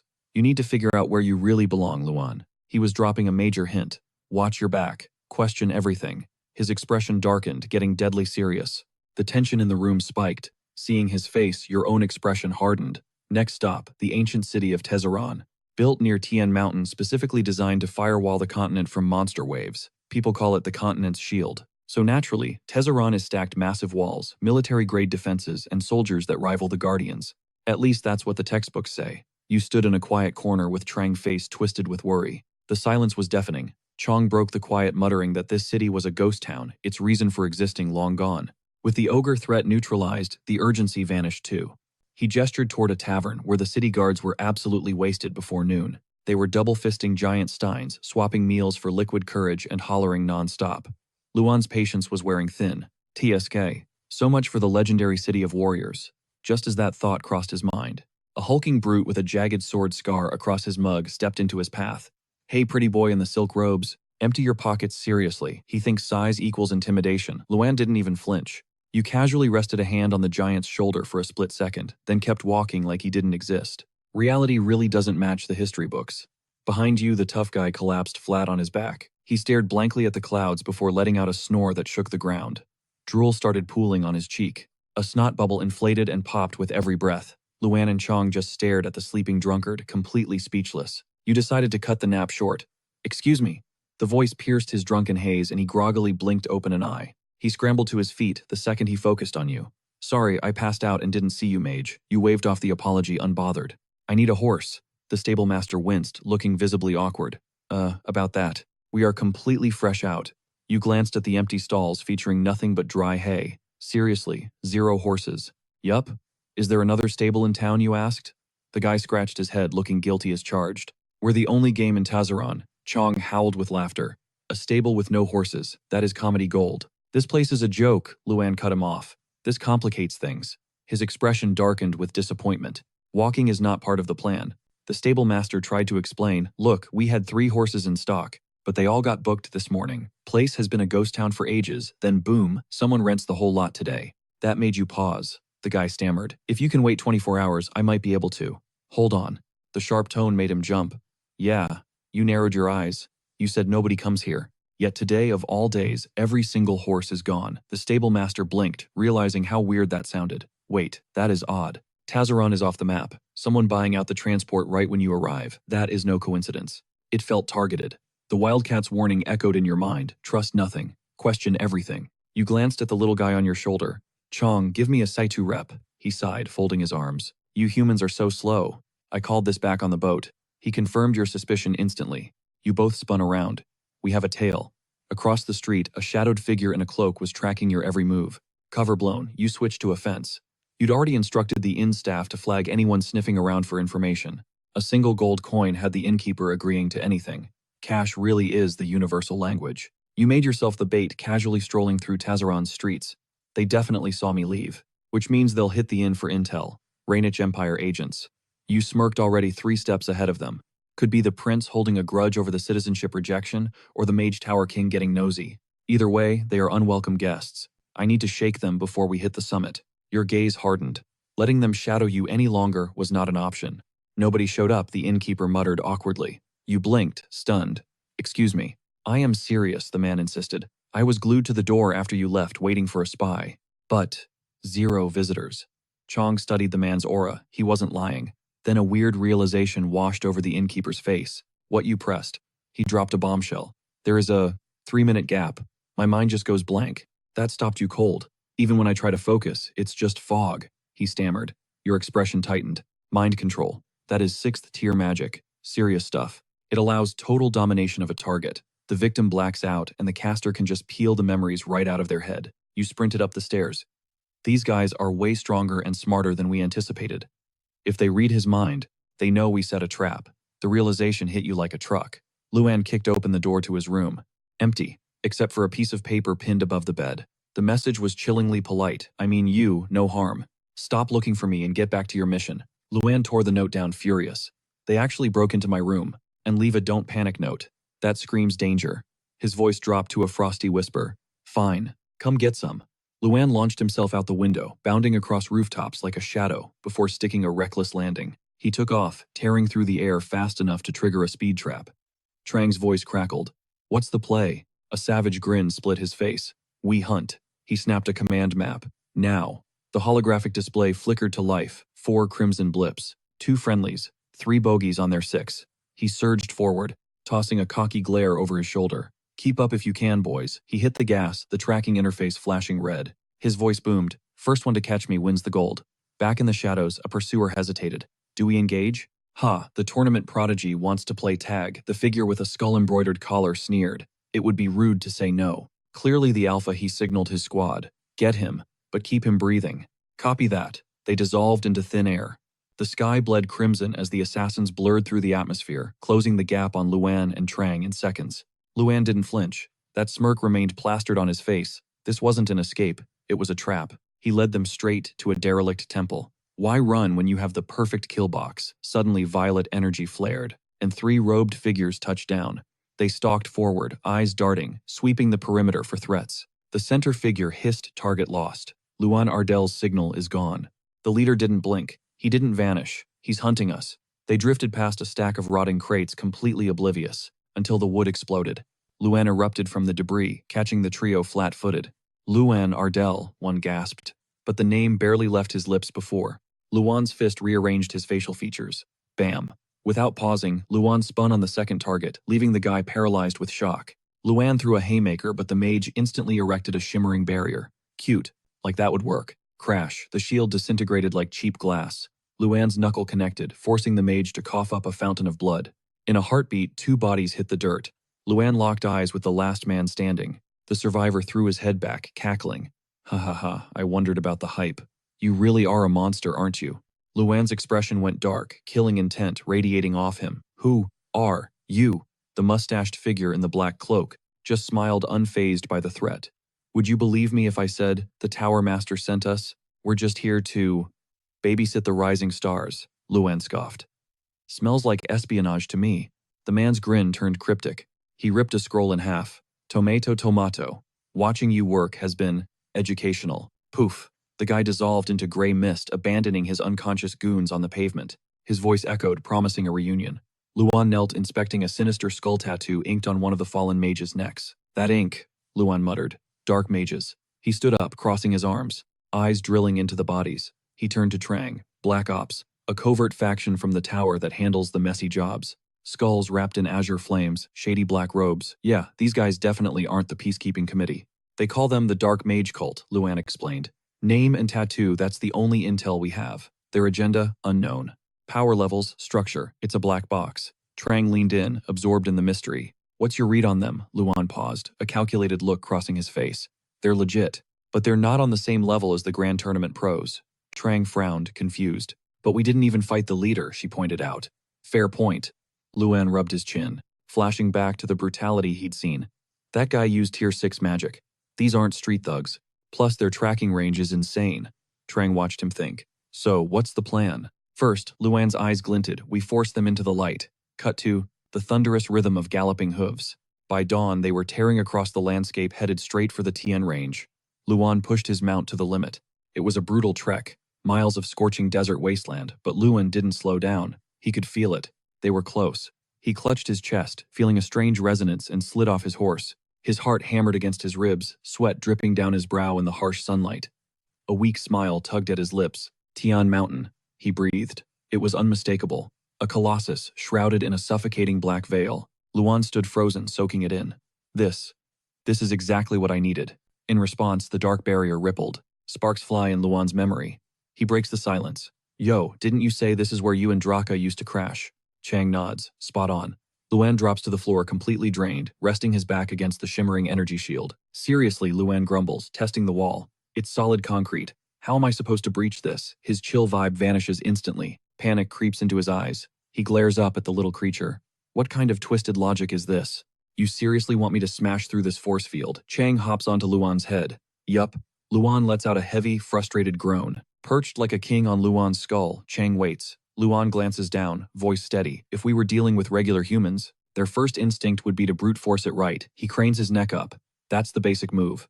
Chang cuts in. But basic human tricks won't scratch the surface. Then, the curveball. What if there's an ogre already inside? Luan blinks, caught off guard. Didn't see that coming.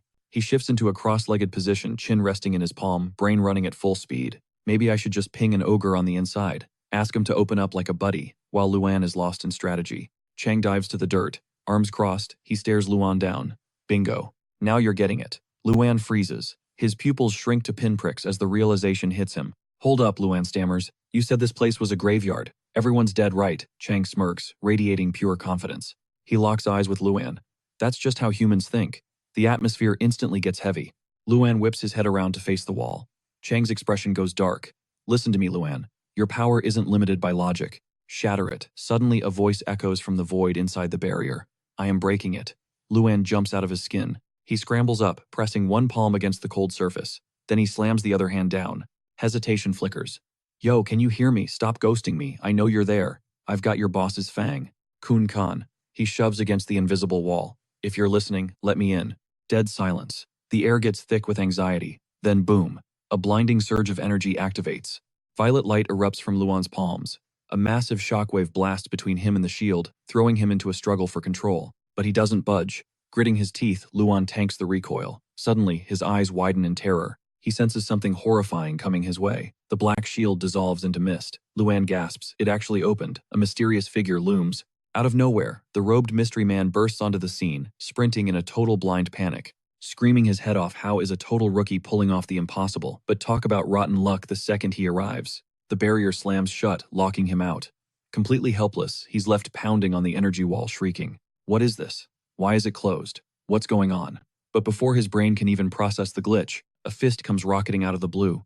Luan launches himself forward and decks the guy right in the face, sending him flying backward. Luan's eyes are blazing with fury as he roars, "Take the shot. You ain't escaping like last time." Giving the guy zero breathing room, Luan unleashes his combo.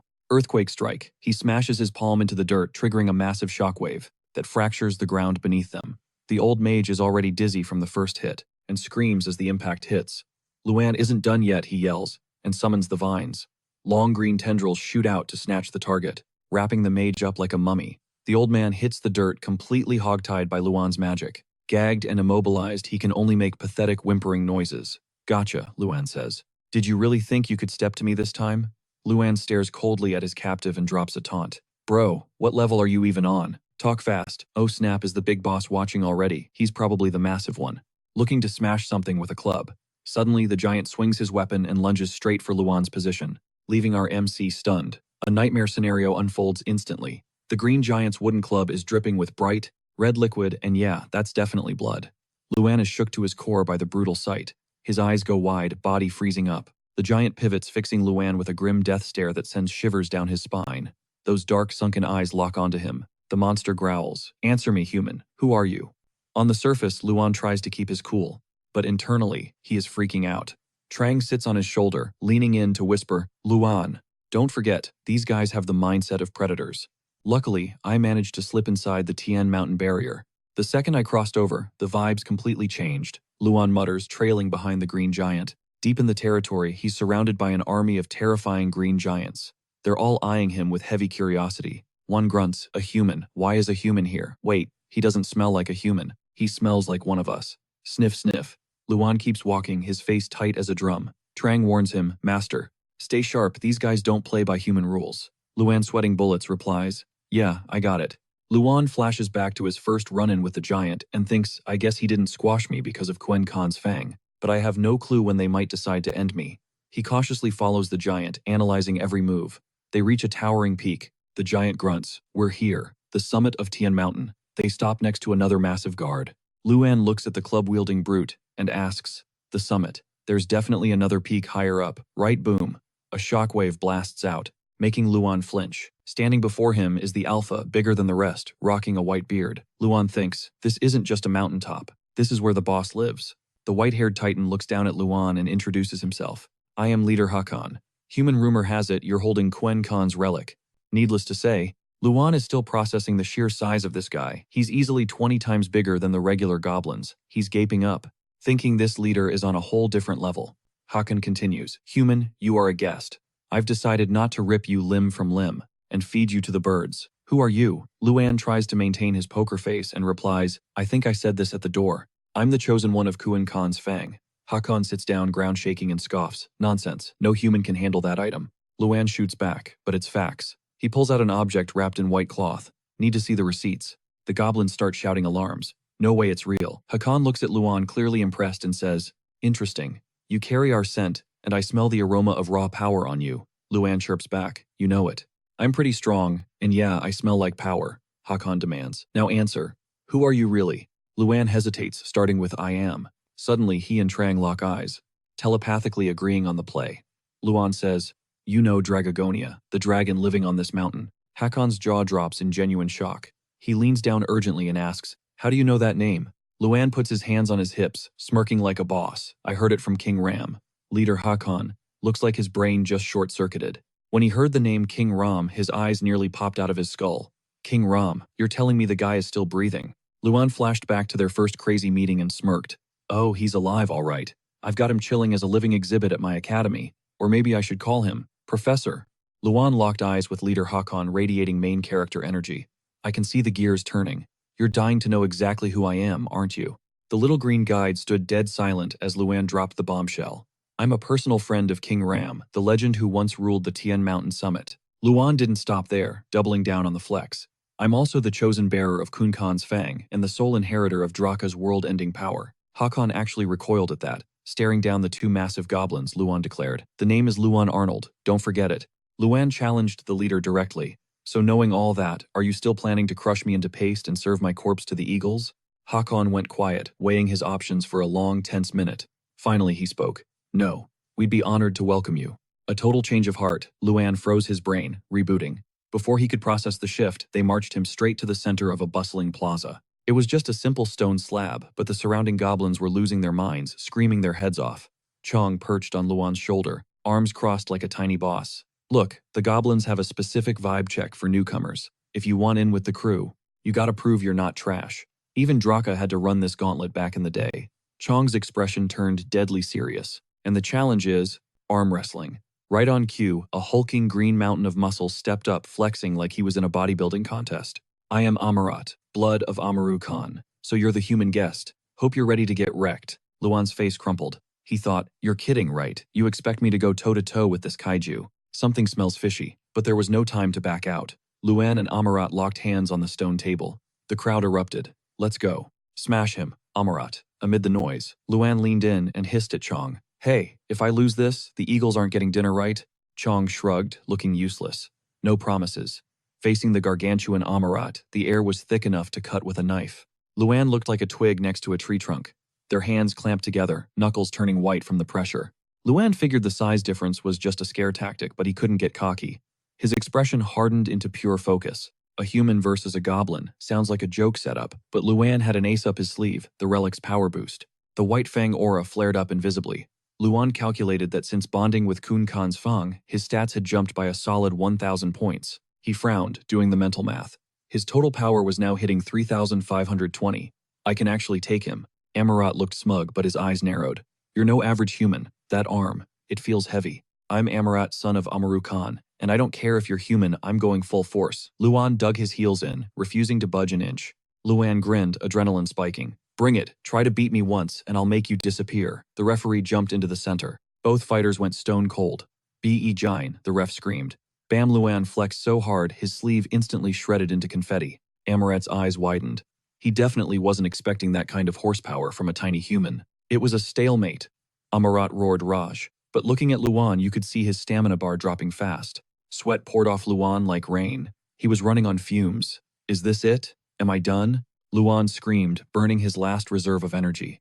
"One last shot, you brute," but reality hit hard. Snap! Amarat slammed Luan's hand down with terrifying ease. A bone popped, and the force practically ripped Luan's shirt off his back. Luan sat there totally dazed, brain rebooting from the shock. The ref threw his hands up.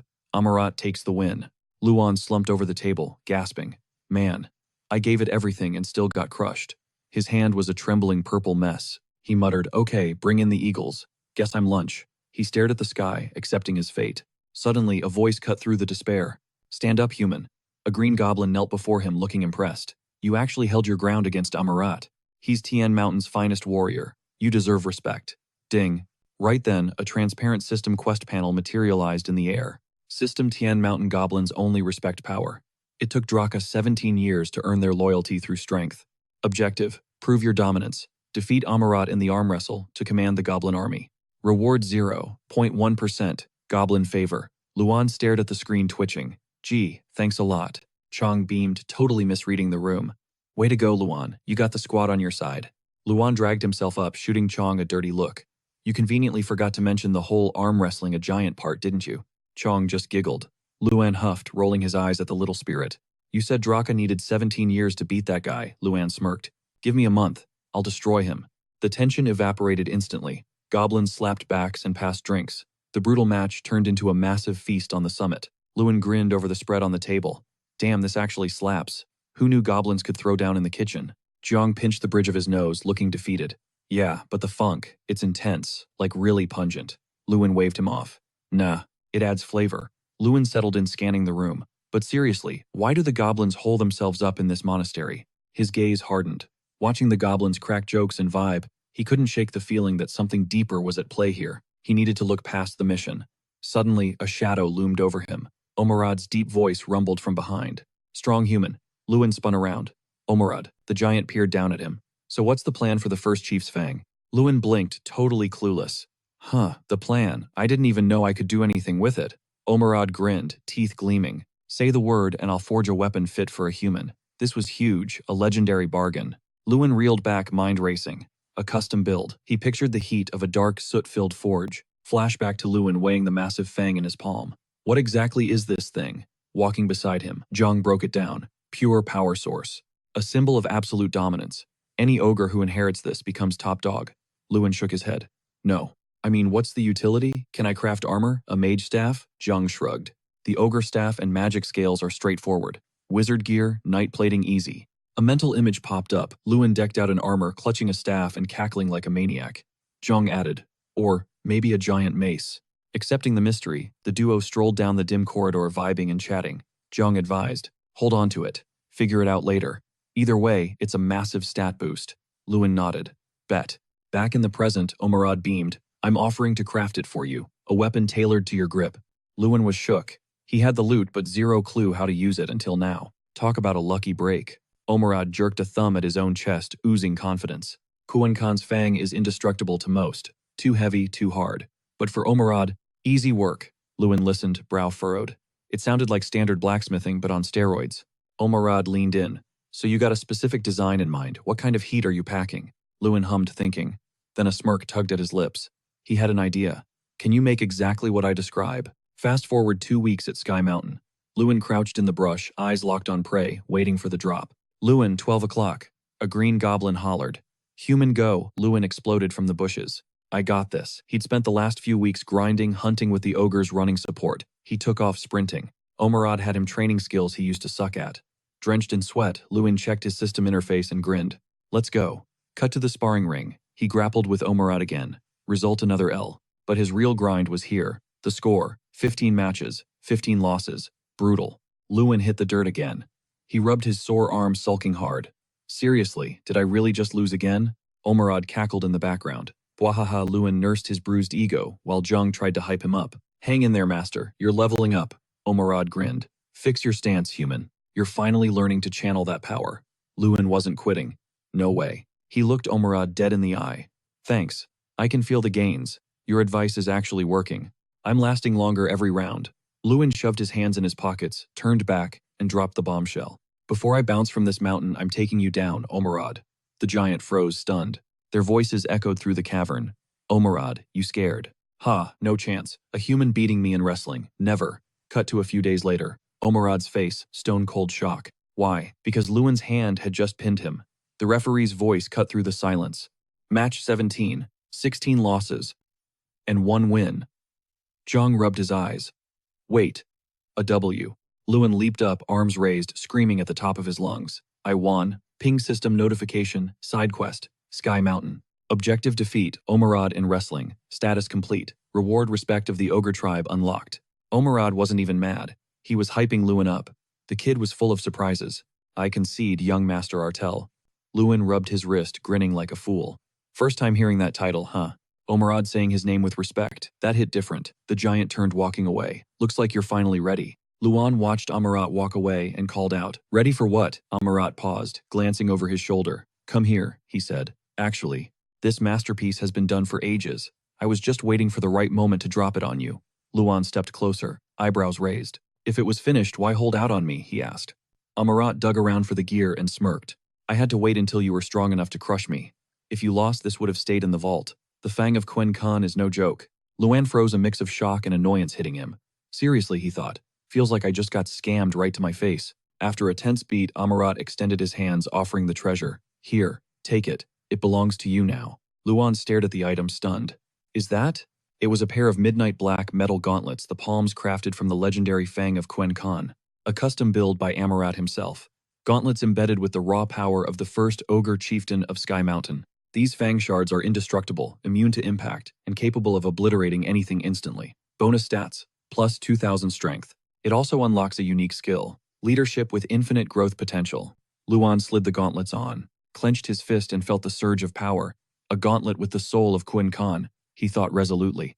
This is the ultimate build for a melee mage. The silence stretched until Chong asked, well, how's the fit? Amarat chimed in. What's the verdict on my craftsmanship? I used the perfect mold for your hands. Luan looked serious, totally zoned out in the stats screen. Insane, Luan muttered. It's not just 2,000 strength. It feels like way more.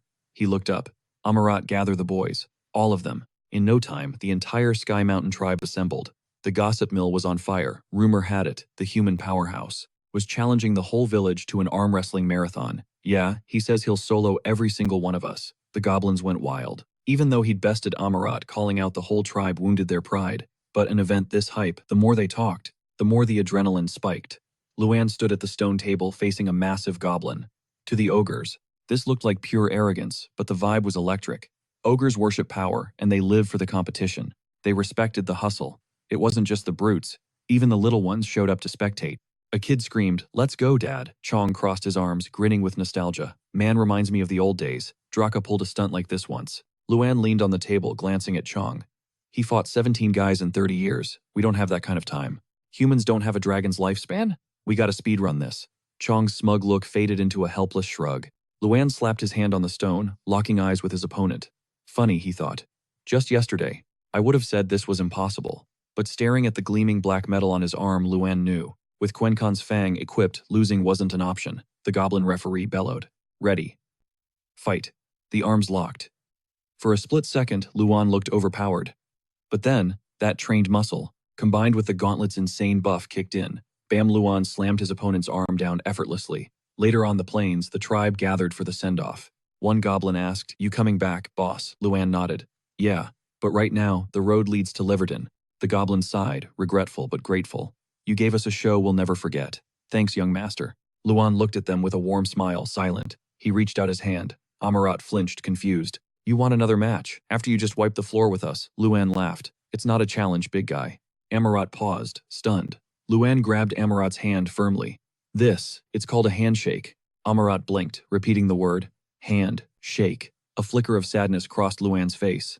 As he introduced them to a human custom, Amarat's eyes widened in realization. He listened quietly, as Luan explained how humans greet friends and say goodbye. Then Luan turned to the horizon. As the goblins cheered his name, Luan waved back, shouting, "See you later," a promise to return. Meanwhile, late afternoon at the academy, Terrence sat in his office, bored listening to updates. "Garbage news," he muttered, chin in hand, mind wandering. The report on the Screaming Squad was still incomplete. It had been way too long since that team limped back. Total radio silence on the group, tracking Luan Ardale. He remembered the Western mage Luan had absolutely demolished. He'd sent scouts to check the area, but they found zero trace of humans near Sky Mountain. "They must be dead," Terrence started to say. Suddenly, a scout burst in. "Chief, urgent update." The cloaked figure panted. "Luan Ardale. He's advanced to Leverton." Terrence froze in disbelief. His face went dark, twisting into a scowl as the gears started turning. He sat there brooding, plotting something nasty. The order to return was barked out, but it was too late. Luan had already hit the city limits. The castle stood silhouetted against a bleeding, fiery sunset. Mission failed, the voice dropped, dripping with heavy disappointment. Terran leaned back, chin in hand, looking like he was stuck between pity and pure entertainment. Listening to the excuses, it clicked. King Flame wasn't lying. That place was unconquerable for a reason. Hit the end zone, and realized I was way out of my league. Luan slumped on the boat, head hanging low in defeat. He mumbled about impenetrable barriers, claiming there was zero way to breach the perimeter. Terran stayed quiet, soaking it in before cutting him off. "You sound like a total train wreck, you know that." The words came out slow and icy. He enunciated every syllable. "Cut the act. Admit you were the chosen one at Quencon's fall." His voice hardened. "Your mission was hunting the Ogre stronghold. Feels a little too convenient, don't you think?" Luan's color drained instantly. Cold sweat slicked his skin as he fought to keep his voice steady. "So, you've been tailing me." Terran kept it cool. "Tailing, please. I'm just a concerned mentor. Worried you'd turn against the tower." Luan jumped in fast. Any mage crazy enough to cross King Flame would basically be painting a target on their back for the whole tower, right? Terran scanned him. "Enough chit-chat. Let's cut to the chase. What exactly did you see in the end zone?" His expression shifted, eyes narrowing into a beast-like glare. "The original ogres. Are they still breathing?" Luan stiffened, every muscle locking up under the pressure. He scrambled for an answer, but the scene shifted. Leaving the castle, Luan finally exhaled, letting out a massive, phew. Way too close. He replayed Terran's threat in his head. "Don't play games. I know it all. I could rip through your memories right now if I felt like it." Luan had cut him off. "But you wouldn't, right?" Terran actually blinked, caught off guard. "Excuse me." Luan flashed, a cocky smirk. "A legendary frontier wizard, stooping to cheap tricks. Not your style. Especially against a mere student." Terran's brows twitched before he snapped. You gambling on my morals now. For a student, you've got some nerve. Terran sighed, defeated. Fine, whatever. His voice dropped the edge. Since you technically flunked your first official mission, get your butt back to the academy. Lewin's expression shadowed. I literally just gambled on King Flame's ego. Thank God it paid off. He might not fry my brain, but the guy has a million other ways to wreck me. A frown creeped onto his face. If King Flame decides to go rogue later, I'm toast. The thought sent a chill down his spine. He tried to shake it off, but thinking about District X, picking him meant the secret was out. He was the heir. King Flame hadn't said it out loud, but eyes would be glued to him from now on. Rubbing his sore shoulder, Lewin picked up the pace, muttering, whatever. I just need to get the hell out of here. Like yesterday. The steam engine roared, piercing the sky with smoke. Banners with Lewin's face plastered everywhere. The crowd went wild. Wow. Lewin, congrats on crushing the festival. They tossed him like a ragdoll in celebration. Look over here. Flustered, Lewin waved them off. Cut it out, that was 2 months ago. Thud.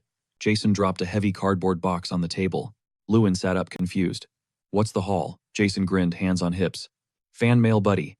It's your letters. Winning the festival came with perks and problems. He stared at the overflowing box. Whoa, are you kidding me? Jason cut in. That's just the new stuff. Jason pointed to the white cabinet. That's the backlog we saved up. Lewin's jaw hit the floor, eyes popping.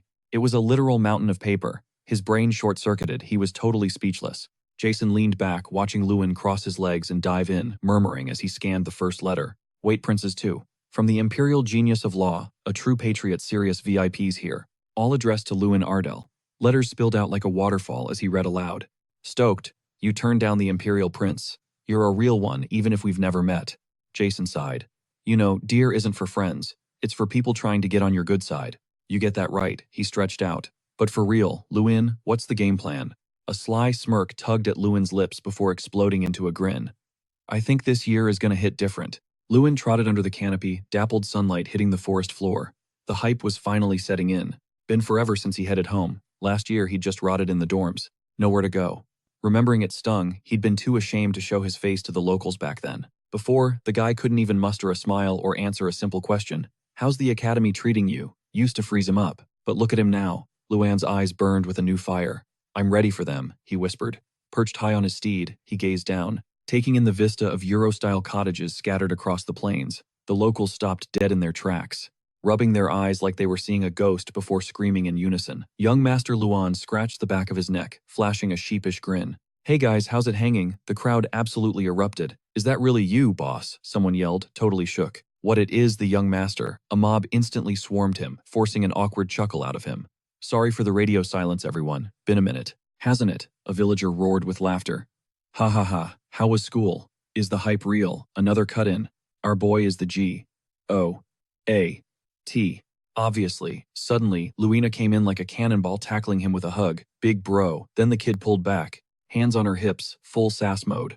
You ghosted us for years, and now you just pop up. Dad stood in the background, wearing that proud but helpless smile. Father Luan nodded. He placed a hand on Luina's head, messing up her hair. Luina, you got huge. I almost scrolled past you. Triggered, she snapped. Excuse-me, he beamed a dazzling smile. Thinking, still a cutie though. Luan turned to his dad. Pops, round up the squad. It's been way too long since we had a real talk. A bright moon sliced through the clouds, lighting up the night. Inside the parlor, the whole family circled up, hanging on Luan's every word. I spilled the tea on the last 6 years, well, the PG version. Definitely left out the player system glitch details. Luina wiped a tear. Bro, you really went through hell. The maid gasped. But you crushed it. We're so hyped for you, young master. Beggins leaned in. So, the rumors about you winning the big tournament? And the private chat with the Imperial Prince? Legit, Luan replied, coolly. Yep. He realized that. Even though that was 2 months ago, for him it was breaking news out here in the sticks. His dad waved a fancy envelope, pride dripping from his voice. Is this why the royals are sliding into our DMs? He laughed, gesturing to a mountain of mail from thirsty noble families. Luan could only smile, feeling the secondhand embarrassment. Old news to me, major flex to them, he thought. I wanted to tell you first, father. Begin's tone suddenly dropped. We have a situation you need to know about, young master. His dad snapped. Drop it. Discussion over. Beggins pressed on. He needs to be in the loop. It's for his own good. Luan felt the vibe shift, totally lost. He turned to his dad. Spill it, father. Don't let me hear the drama from some random on the street. His father rested his face in his palm, looking defeated. Fine. Glancing at the overflowing chest of fan mail, he sighed. Like I said, everyone wants a piece of you now. These nobles are offering help just to use our family as a stepping stone to get to you. Luina and the maid looked visibly shook. I blocked them all naturally. But we have one major headache. Luan leaned forward, hands on his knees, eyes sharp. Name it. Sir, Viscount Monzo, his father replied. Luan's internal alarm bell started ringing, realizing the guy was using the territory to squeeze House Ardale. Monzo runs the only trading hub near us. Our goods move through his city or they don't move at all. Basically, Ardale lives or dies on Monzo's dime. Luan looked at his dad, bewildered. Why are they tanking the prices on our goods? His dad looked away, voice hollow. Yeah, because he's holding the territory hostage. He wants to force you to become Monzo's guardian mage. Luan's father rubbed his tired face, adding that at this rate, the family finances were going to crash and burn. He hung his head. And honestly, I got zero fixes right now. Luan flashed back to the smiling farmers. I got dibs on hosting the young master and bragging about how their goat milk was top tier this season. His father and Beggins flinched when Luan spoke up. Sounds like a villain needs a reality check.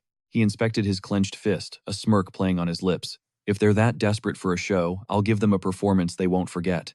Gear packed and loaded. Beggins handed over the supplies. Rations for the road. Ride safe, young master. Luan nodded. Thanks, Beggins. The steward looked at him with puppy dog eyes. I feel terrible dumping this mess on you the second you get back home. Luan patted his horse's neck. Chill. You did your job as steward. Now let me do mine. As young Lord Luan swung himself into the saddle, Beggins watched a nervous wreck. The servant struggled for words before finally shouting out to stop him. Just as Luan prepared to kick the horse into gear, Beggins pleaded, young master, please don't hate him. Luan paused, brow furrowed. Excuse me. Beggins' eyes wide with desperation spilled the truth. The Lord, your father, he gave everything. He drained his own private coffers. He paid for the damage Monzo caused out of his own pocket. Nobody in Ardale knows the truth. Luan lowered his head, the weight of the words hitting him, realizing the peace they enjoyed was bought with his father's silent sacrifice. Luan whispered, I'm a disgrace. I've been so incredibly arrogant. Beggins looked stunned, unsure how to react to his master's sudden vulnerability. Luan's mind raced to his father. He had to admit it, he'd been disappointed in the old man, wondering if his father was just a doormat, silently taking the abuse. But recalling their conversation last night, shame washed over him. He actually thought he was the only one, capable of fixing the mess his father supposedly couldn't. Luan's eyes filled with a sad helplessness. Deep down, I always knew. My father loves this land more than anyone else alive. Beggins fell silent, realizing no words could comfort the boy now. From atop his horse, Luan produced a wooden case. Take this. Give it to my father for me. Beggins extended, shaking hands to take the object. What is this, young master? His jaw practically hit the floor. As the lid creaked open, Luan spoke calmly. It's 10 solid gold bars. Inside, the gold gleamed stacked in perfect rows. Luan explained softly, prize money from the tournament. It's not much, but I want it used for the territory's essentials. Beggins stammered. But how clutching the box like a lifeline? Luan replied with a strategist's gleam in his eye. I have a theory. If we use this capital to acquire more land, House Ardale can become self-sufficient. We cut the cord. No more relying on Monzo. Beggins frowned, doing the mental math. It's a dream scenario, sir, but we're in a crisis. Nobody is going to sell land to us right now. Beggins flinched when Luan dropped the bomb. Who said anything about buying? We take it. Luan smirked confidentially. Then we clean house. He laid it out. They would reclaim the notorious Wolf Hill within their borders and seize the marshlands currently infested by the Mud People. Solid plan, right? Sitting high on his mount, Luan detailed the strategy. With this cash, we hire mercenaries. We clear the land, we train outsiders, and we turn a profit. Beggins' eyes lit up. If they could secure cheap muscle, it wasn't just a dream. It was doable. Luan turned to Beggins. I'm leaving the logistics to you and father. I'm off. Luan spurred his horse into a full gallop, leaving Beggins in the dust as he shouted, Let's roll, the destination Monzo. It was the biggest trade hub in the south, a massive territory where all the region's resources funneled through. But Lord Vilkos Monzo was bad news. Rumors said he bought his title with loan shark money and used to run the Wolf Gang. Riding hard, Luan steeled himself. I need a heart of iron for this. He pulled up before a towering white castle, crawling with sentries. Luan offered a polite bow from the saddle. I am the second son of House Ardale, Luan Ardale. Inside the gate, a lanky guard let out an exaggerated sigh, while his chubby partner scoffed, digging for gold in his nose. Luan's expression darkened at the disrespect. Ardale again. One guard groaned. Why do they keep making noise? It's pathetic. The tall one sneered. Right. Exactly. The fat guard chimed in, voice dripping with sarcasm. Just kids learning how to beg properly. The tall one cackled, clutching his stomach and pointing at Luan. Bwahaha, can you even form a sentence this time, young master? The fat guard scratched his head, wheezing with laughter. Ha ha ha, Luan squeezed his eyes shut, internalizing the rage. Is this it? Is this how they've always treated us? How many times did father endure this? A guard barked at him to get down. Get inside and beg the Lord. If it's Ardale, he'll kick you out anyway. The thin guard, seeing his buddy yawn, shouted to provoke him. Hey, maybe this time is special. Chop chop. Lewin did a quick mental check. He wasn't here as a student. He was the second son of Ardale. If he let this slide, the Ardale name would be a laughingstock forever. The fat guard, seeing Lewin posture up, yelled, "What are you gonna do about it?" The thin guard squinted. Lewin stated coldly, "Go home and train more rookies." Then, with a casual flick, he hurled the thin guard, sending him flying backward like a rag doll. Suddenly, Vilcos Monzo appeared with his entourage wearing a fake warm smile. My. Look what the cat dragged in. Lewin shot the old man a piercing glare. The hero of the grand tournament. The mage of the new era. Lewin Ardale, correct, Lewin frowned. And you're Lord Vilcos Monzo, the old man bowed, dripping with false humility. That's me, Vilcos Monzo. I'm honored a celebrity like you would visit a dump like this. I can't exactly hold my head high here. Lewin didn't even blink when he snapped back. Then keep your eyes on the floor. Lewin shot him a death glare, jaw tight. If my presence is that shameful to you, do yourself a favor and bow. Vilcos Monzo's frown deepened before he was struck dumb. Then a slow, oily smile curled his lip. He straightened his coat, fixed his posture, and chuckled. Rumors were right. You've got zero filter. Fine then, despite the shame. I'll hold my head high. Lewin shrugged it off. Cool, but you seriously need to train your security detail. Vilcos's eyes went wide. Did my boys step out of line? Lewin's gaze dripped with disdain. They treated my family like straight-up goblins. So I gave them a little performance review. He gestured behind him to the heap of unconscious guards Lewin had already dismantled. Vilcos was seething, grinding his molars while trying to keep his composure. Lewin caught the vibe and smirked. We good, my lord. Vilcos forced a grin, though his eyes were cold. By all means, treat them like dirt. Inside, he was screaming. How dare this brat touch my men? Lewin rubbed his palms together, beaming. Don't mind if I do. Before Vilcos could blink, Lewin launched a savage kick that sent the last standing guard flying like a rag doll. The guy hit the dirt hard, rolling to a stop. Lewin dusted off his hands, laughing. That wraps it up. That one needed a lesson in etiquette. Leaving the old man speechless, Lewin flashed a killer smile. I bet you were planning to leave me out here to rot. Vilcos looked ready to explode, veins popping as he swallowed his rage. Stung by the sarcasm, he gritted out, right this way, my lord. Stepping inside a gruesome trophy greeted them, a severed wolf's head mounted on the wall, jaws gaping, fangs glistening. Vilcos flashed a plastic smile. Just a little hobby of mine, collecting art. Heh heh. Lewin stared at the monstrosity, unimpressed. Art, that thing is hideous. Vilcos shrugged. To each their own right, heh heh. Lewin went quiet, judging hard, collecting nightmares and calling it beauty. This guy is twisted. The room was filled with bizarre, unsettling shapes that no sane person would buy. The more Lewin looked, the more he realized this wasn't just bad taste. It was psychological warfare designed to creep guests out. Vilcos poured a steaming cup for Lewin. Rare southern blend. Param tea. Take a sip. Lewin crossed his arms, cold as ice. Hard pass. Vilcos raised a brow. Not a tea guy, I can get you a soda. Lewin cut him off. Drop the act. You know exactly why. I'm not drinking your tea. He tipped the cup, letting the dark liquid pool onto the table while staring Vilcos dead in the eye. A silent war of wills began.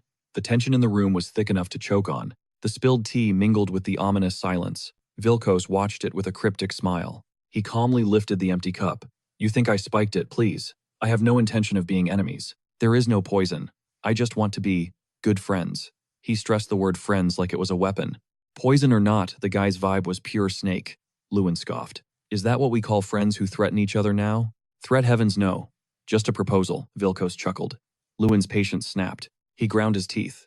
A proposal? You mean that petty scheme to bankrupt House Ardale? He shut the offer down without hesitation. They locked eyes again, electricity crackling between them. Vilcos lowered his voice to a whisper.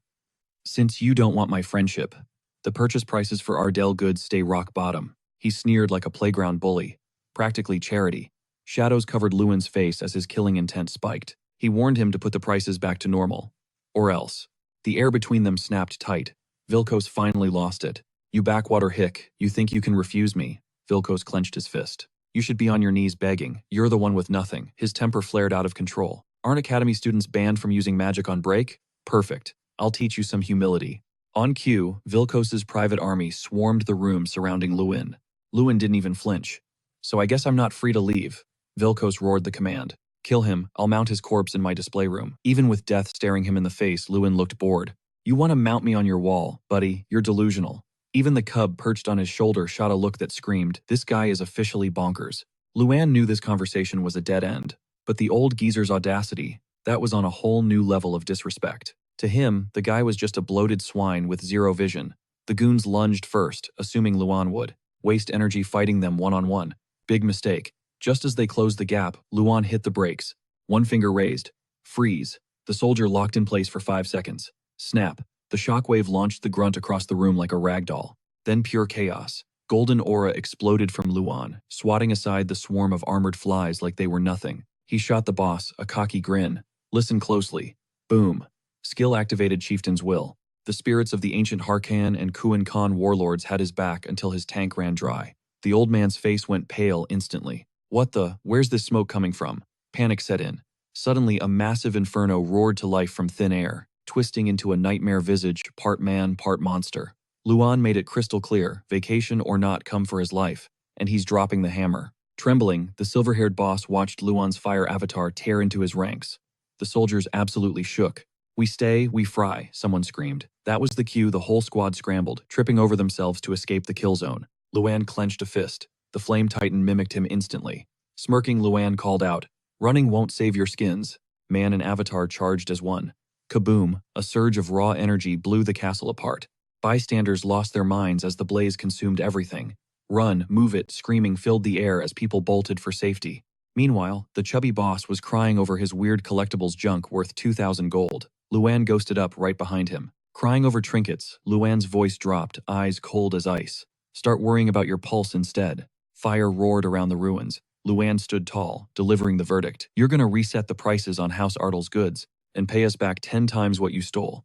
That's the deal. Can you handle that, or do I burn the rest?" The guy collapsed, knees hitting the dirt. 10 times. That's a fortune." Luan snatched him up by the collar. "Pay up. Consider it tuition. You think you can bully the weak just because you have numbers? Well, the price is getting your face rearranged. Karma's a BTCH. Scene switch, Luan riding his steed back home, dusting off his hands. Dad's gonna flip when he hears I handled the mess. Cruising down the road solo, the weight finally lifted off his shoulders. Monzo problem. Solved. Back to Ardale check. But hold up, plot twist incoming. No time for a victory lap just yet. A voice called out. Luan wiped the sweat, blinking in disbelief. That long white hair, it couldn't be. A surprise VIP waiting right on his doorstep. She beamed at him. Miss Irene, flashback rewind to 2 months ago. Fancy banquet vibes. Luan was chilling in the corner, looking totally over it. Man, I am so done with this. Novelty wore off fast. I just want my bed. Suddenly, the stunner with the white hair approached him. Dreaming of the lovely Ardale manor, Irene teased, hands on her hips. Honestly, I'm just glad this party didn't end in a brawl. I was sure someone was going to blow the place up. Luan gave a guilty grin. Haha, my bad. Had to be done though. They were trashing the students and disrespecting my home. Couldn't let that slide. She tilted her head. Is Ardale really that amazing? His face lit up. Absolutely. It's zen. Total peace for the soul. You should swing by. Really? Okay, but if I show up, don't ask why. Luan laughed. Deal. And that's how the trouble started. He never thought she'd actually pull up. Back in the present, Luan sat there looking totally awkward. She charmed the whole house instantly. His dad took one look at Irene and jumped to the wrong conclusion. Girlfriend alert. Dad was practically weeping. My boy is a man. Meanwhile, the girl next to him, Luan's sister, was radiating pure rage. Nobody knew the deal between Luan and Irene, but Sis was definitely jealous. Hey, want to explain this? Luan started sweating bullets. She went full detective mode on him. What's the deal? Is she your girlfriend? Did you propose? Where'd you meet? Spill it. She buried him in questions. Cutscene, Luan and his dad debriefing later. Luan was shocked that his bratty sister Louise offered to play tour guide. Wait, Louise actually volunteered. The second I said you should do it, she shut that down. Said she'd handle it. Luan thought about it as his dad kept talking. Cute, right? She's terrified of losing her big brother to another girl. Scene shifts, Luan and his pops chatting. Luan couldn't believe his sassy sister actually wanted to show Irene around. Louise. A tour guide, really? Yup. Moment I mentioned you doing it, she blocked it. Said it's her job. Luan soaked that in. His dad grinned. Adorable, isn't it? She's possessive. Doesn't want to share her brother. She hadn't seen him in 6 years. Yet the side-eye was real. She still wasn't buying the whole just friends vibe between Luan and Irene. Pops pressed him again, demanding to know if she truly wasn't his girl. Keep it real with me, he urged. Luan shot it down instantly. The old man's face just dropped. Total buzzkill. Father Luan couldn't figure out why the denial hit him so hard. Before the vibe got weirder, he pivoted immediately.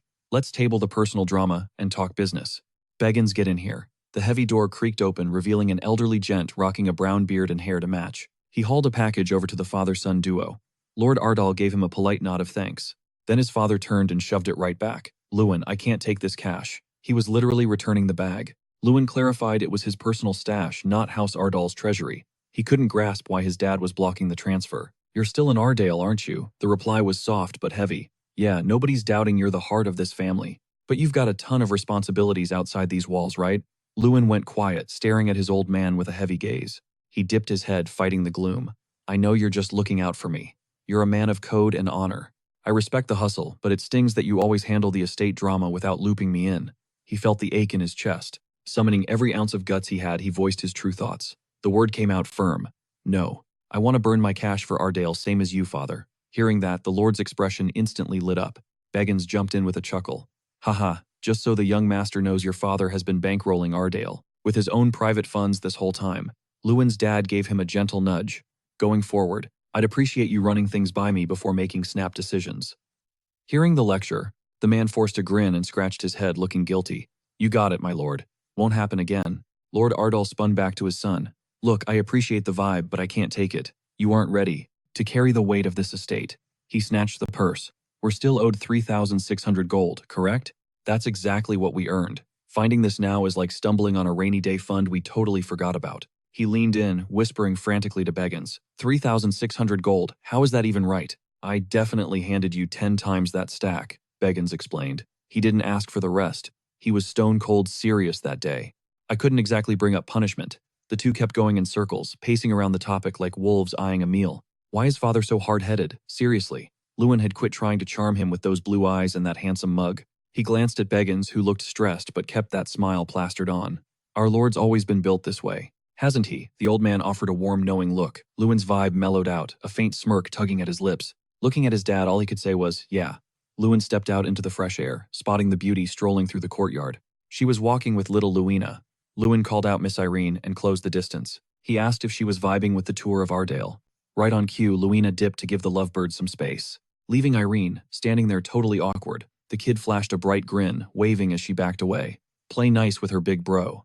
She seems like a keeper." Luine practically exploded. "Luina, what are you even talking about?" It was wild how the kid's attitude had pulled a total 180 gone. Was the sulky, stubborn brat. Totally different from when she first met Irene.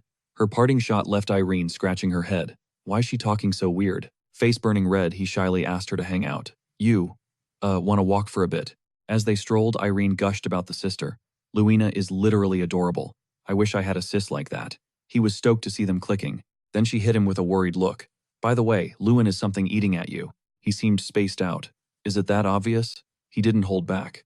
"As the family heir, I want to level up the manor, but I'm drawing a blank on ideas." He fell into a deep think hole after saying it. Between the grand meeting prize and Monzo's payout, he was sitting on over 40,000 gold. His dad said the cash was his to burn.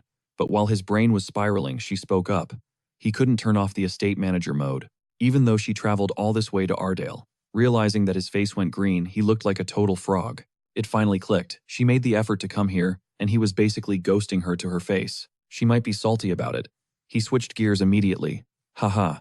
Lady Irene, how was the trek to Ardale? Our place is way out in the sticks. Must have been a hassle." She cracked one eye open, flashing a smug grin. "Ain't that deep.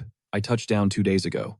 He scrambled to apologize, guilt practically radiating off him. She jabbed a thumb toward the jagged peaks behind her. "Cut through the mountains. Saves a ton of time." Boom. The gears in his brain instantly locked into place. Her casual comment was the key he'd been hunting for. The answer was staring him in the face. The southern mountains. Sure, they take up most of the Ardale estate, but the terrain is a nightmare for farming. It's basically a monster-infested wasteland. But wait, Lake 8 is right nearby. That puts this hellscape on prime real estate. Suddenly, a light bulb went off. What if we blasted a trade route straight through those peaks? Lewin's mind raced. Leveraging connections like Monzo. We could build a powerhouse manor. We'd control the only southern artery feeding into the Reenact Empire. Talk about leverage. How did I miss this? It's a total game changer for the family. Beside him, the stunning, white-haired girl watched him geek out. The realization hit him so hard he could barely stand still. He spun around, grabbed her hands, and hyped her up for the inspiration. She turned 50 shades of red instantly. Before she could recover, he bolted. "Catch you later," he hollered over his shoulder, sprinting away on pure adrenaline. She stood there, frozen, watching him go. A warm smile crept onto her face. This guy is something else. Maybe Cupid hit her with a crit shot. She stood there like a romance anime protagonist ditched by the lead but totally swooning anyway. Impossible, Lord Ardale's voice slammed against the walls of the Great Hall. Lewin blinked, blindsided. Excuse me, I already pitched it. Every single guild at Lake 8 shut us down. Lewin frowned. Seriously, all of them, why? The Lord sighed, dropping the hard truth. Look at the numbers. To them, investing in House Ardale is throwing money into a pit. Began stepped up, backing the boss. Young master, he's right. The Lord sees the potential, but the landscape has shifted. We're making progress, sure, but it's slow grinding. Lewin wasn't having it. One no wasn't going to stop a plan that could save everyone. He flashed a cocky grin. They said no to you, but maybe they'll listen to a proposal from a champion. Silence filled the room. Lord Ardale let out a heavy sigh, defeated by logic. Well, you did handle that mess in Monzo. Who am I to stand in your way? Knock yourself out. Lewin nodded, grateful for the green light. Lewin barely made it out the door when a voice stopped him cold. Heading to Lake 8, Irene strolled up like she'd been waiting. Planning to smuggle an illegal immigrant on your boat. Lewin stared at her blankly. Huh, what are you talking, Ab? Then it clicked. Hold up, did you jump the Arden border without papers? Irene smirked, totally unbothered. Yep. Lewin practically shrieked, that makes you a fugitive. You crossed the wild solo. Do you have a death wish? That's insane. She crossed her arms, unimpressed. Please, that's nothing compared to your rap sheet. Lewin braced himself. My, what? She closed her eyes and started ticking off his crimes against sanity. Breaking into dorms, diving into danger with zero plan, pulling off insane stunts in the tournament, and sweeping the whole competition. If I want to keep up with a maniac like you, hopping a border is child's play. I told you I wouldn't fall behind. Lewin's shoulders dropped. He grinned as the wind caught their hair. Fair enough. But I'm aiming for the top. Irene didn't hesitate. Then I'm coming with. I'm already an outlaw, right? Might as well commit. Side by side, they started the trek up the mountain eyes set on Lake 8. The mission scout a path through the southern range. But the terrain was brutal, even with a compass they were stumbling blindly. Getting nowhere fast, they switched tactics, divination magic. Target, the hidden village of Insania. Suddenly, Lewin froze. Wait.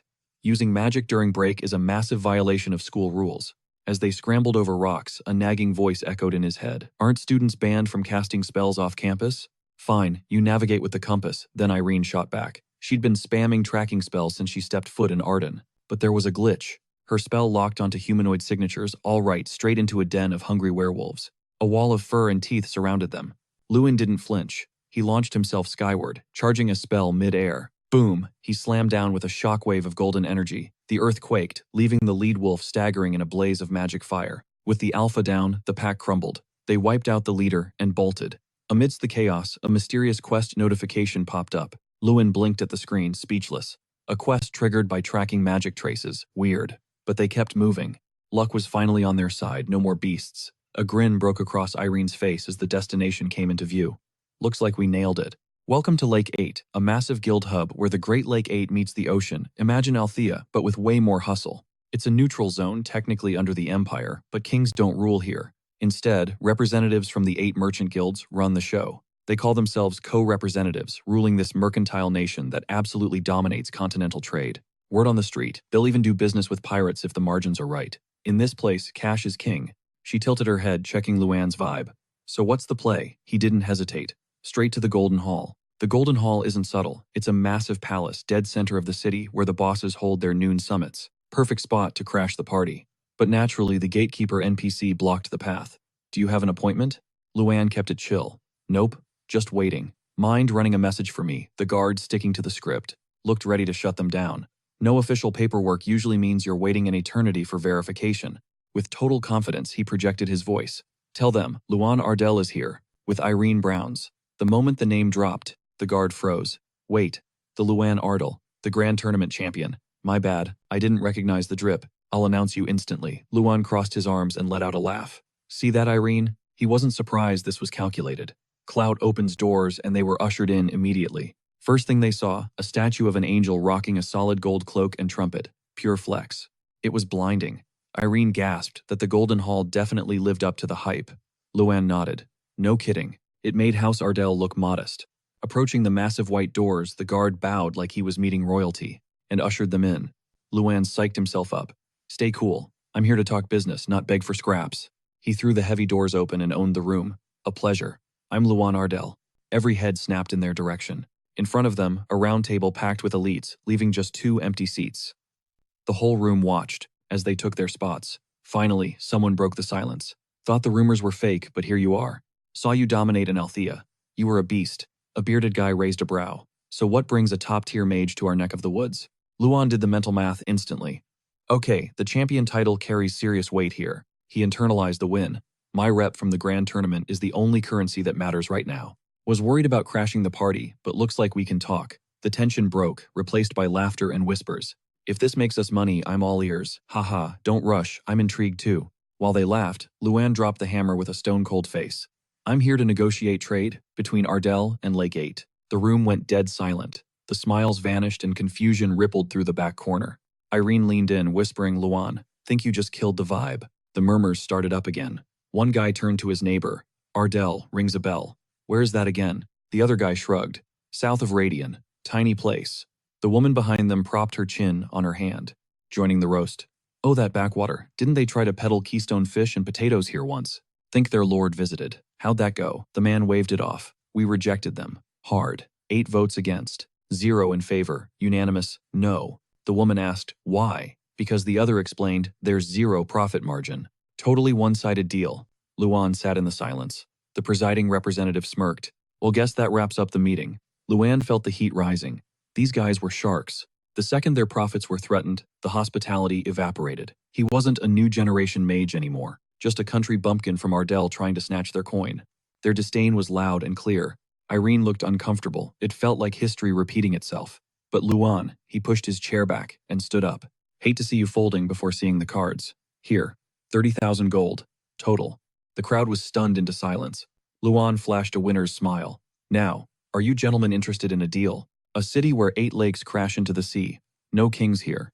Just 8 bosses running the nation as co-representatives. I'm here to build a trade bridge between this gold mine and Ardale. I crossed the northern range to get here, faced hell on the way.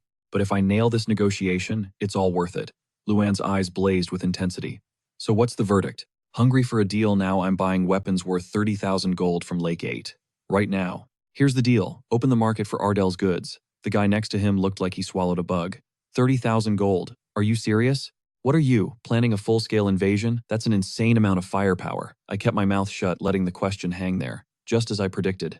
They were absolutely shook. 30,000 gold isn't pocket change that keeps a rural territory like ours running for 3 whole years. That's enough coin to fund a mid-sized city for 12 months straight. Dropping that kind of fortune on steel might seem reckless, but the Monzo disaster taught me a brutal lesson. Real power is a magnet for cash, and that dominance is the only thing that guarantees peace. If I have to arm myself to the teeth to level up, then I'm laying my foundation right here. I've done my homework. I know all 8 reps run their own specific hustle. So who's the arms dealer? I expected a veteran, but they shoved forward a silent kid who looked totally out of place.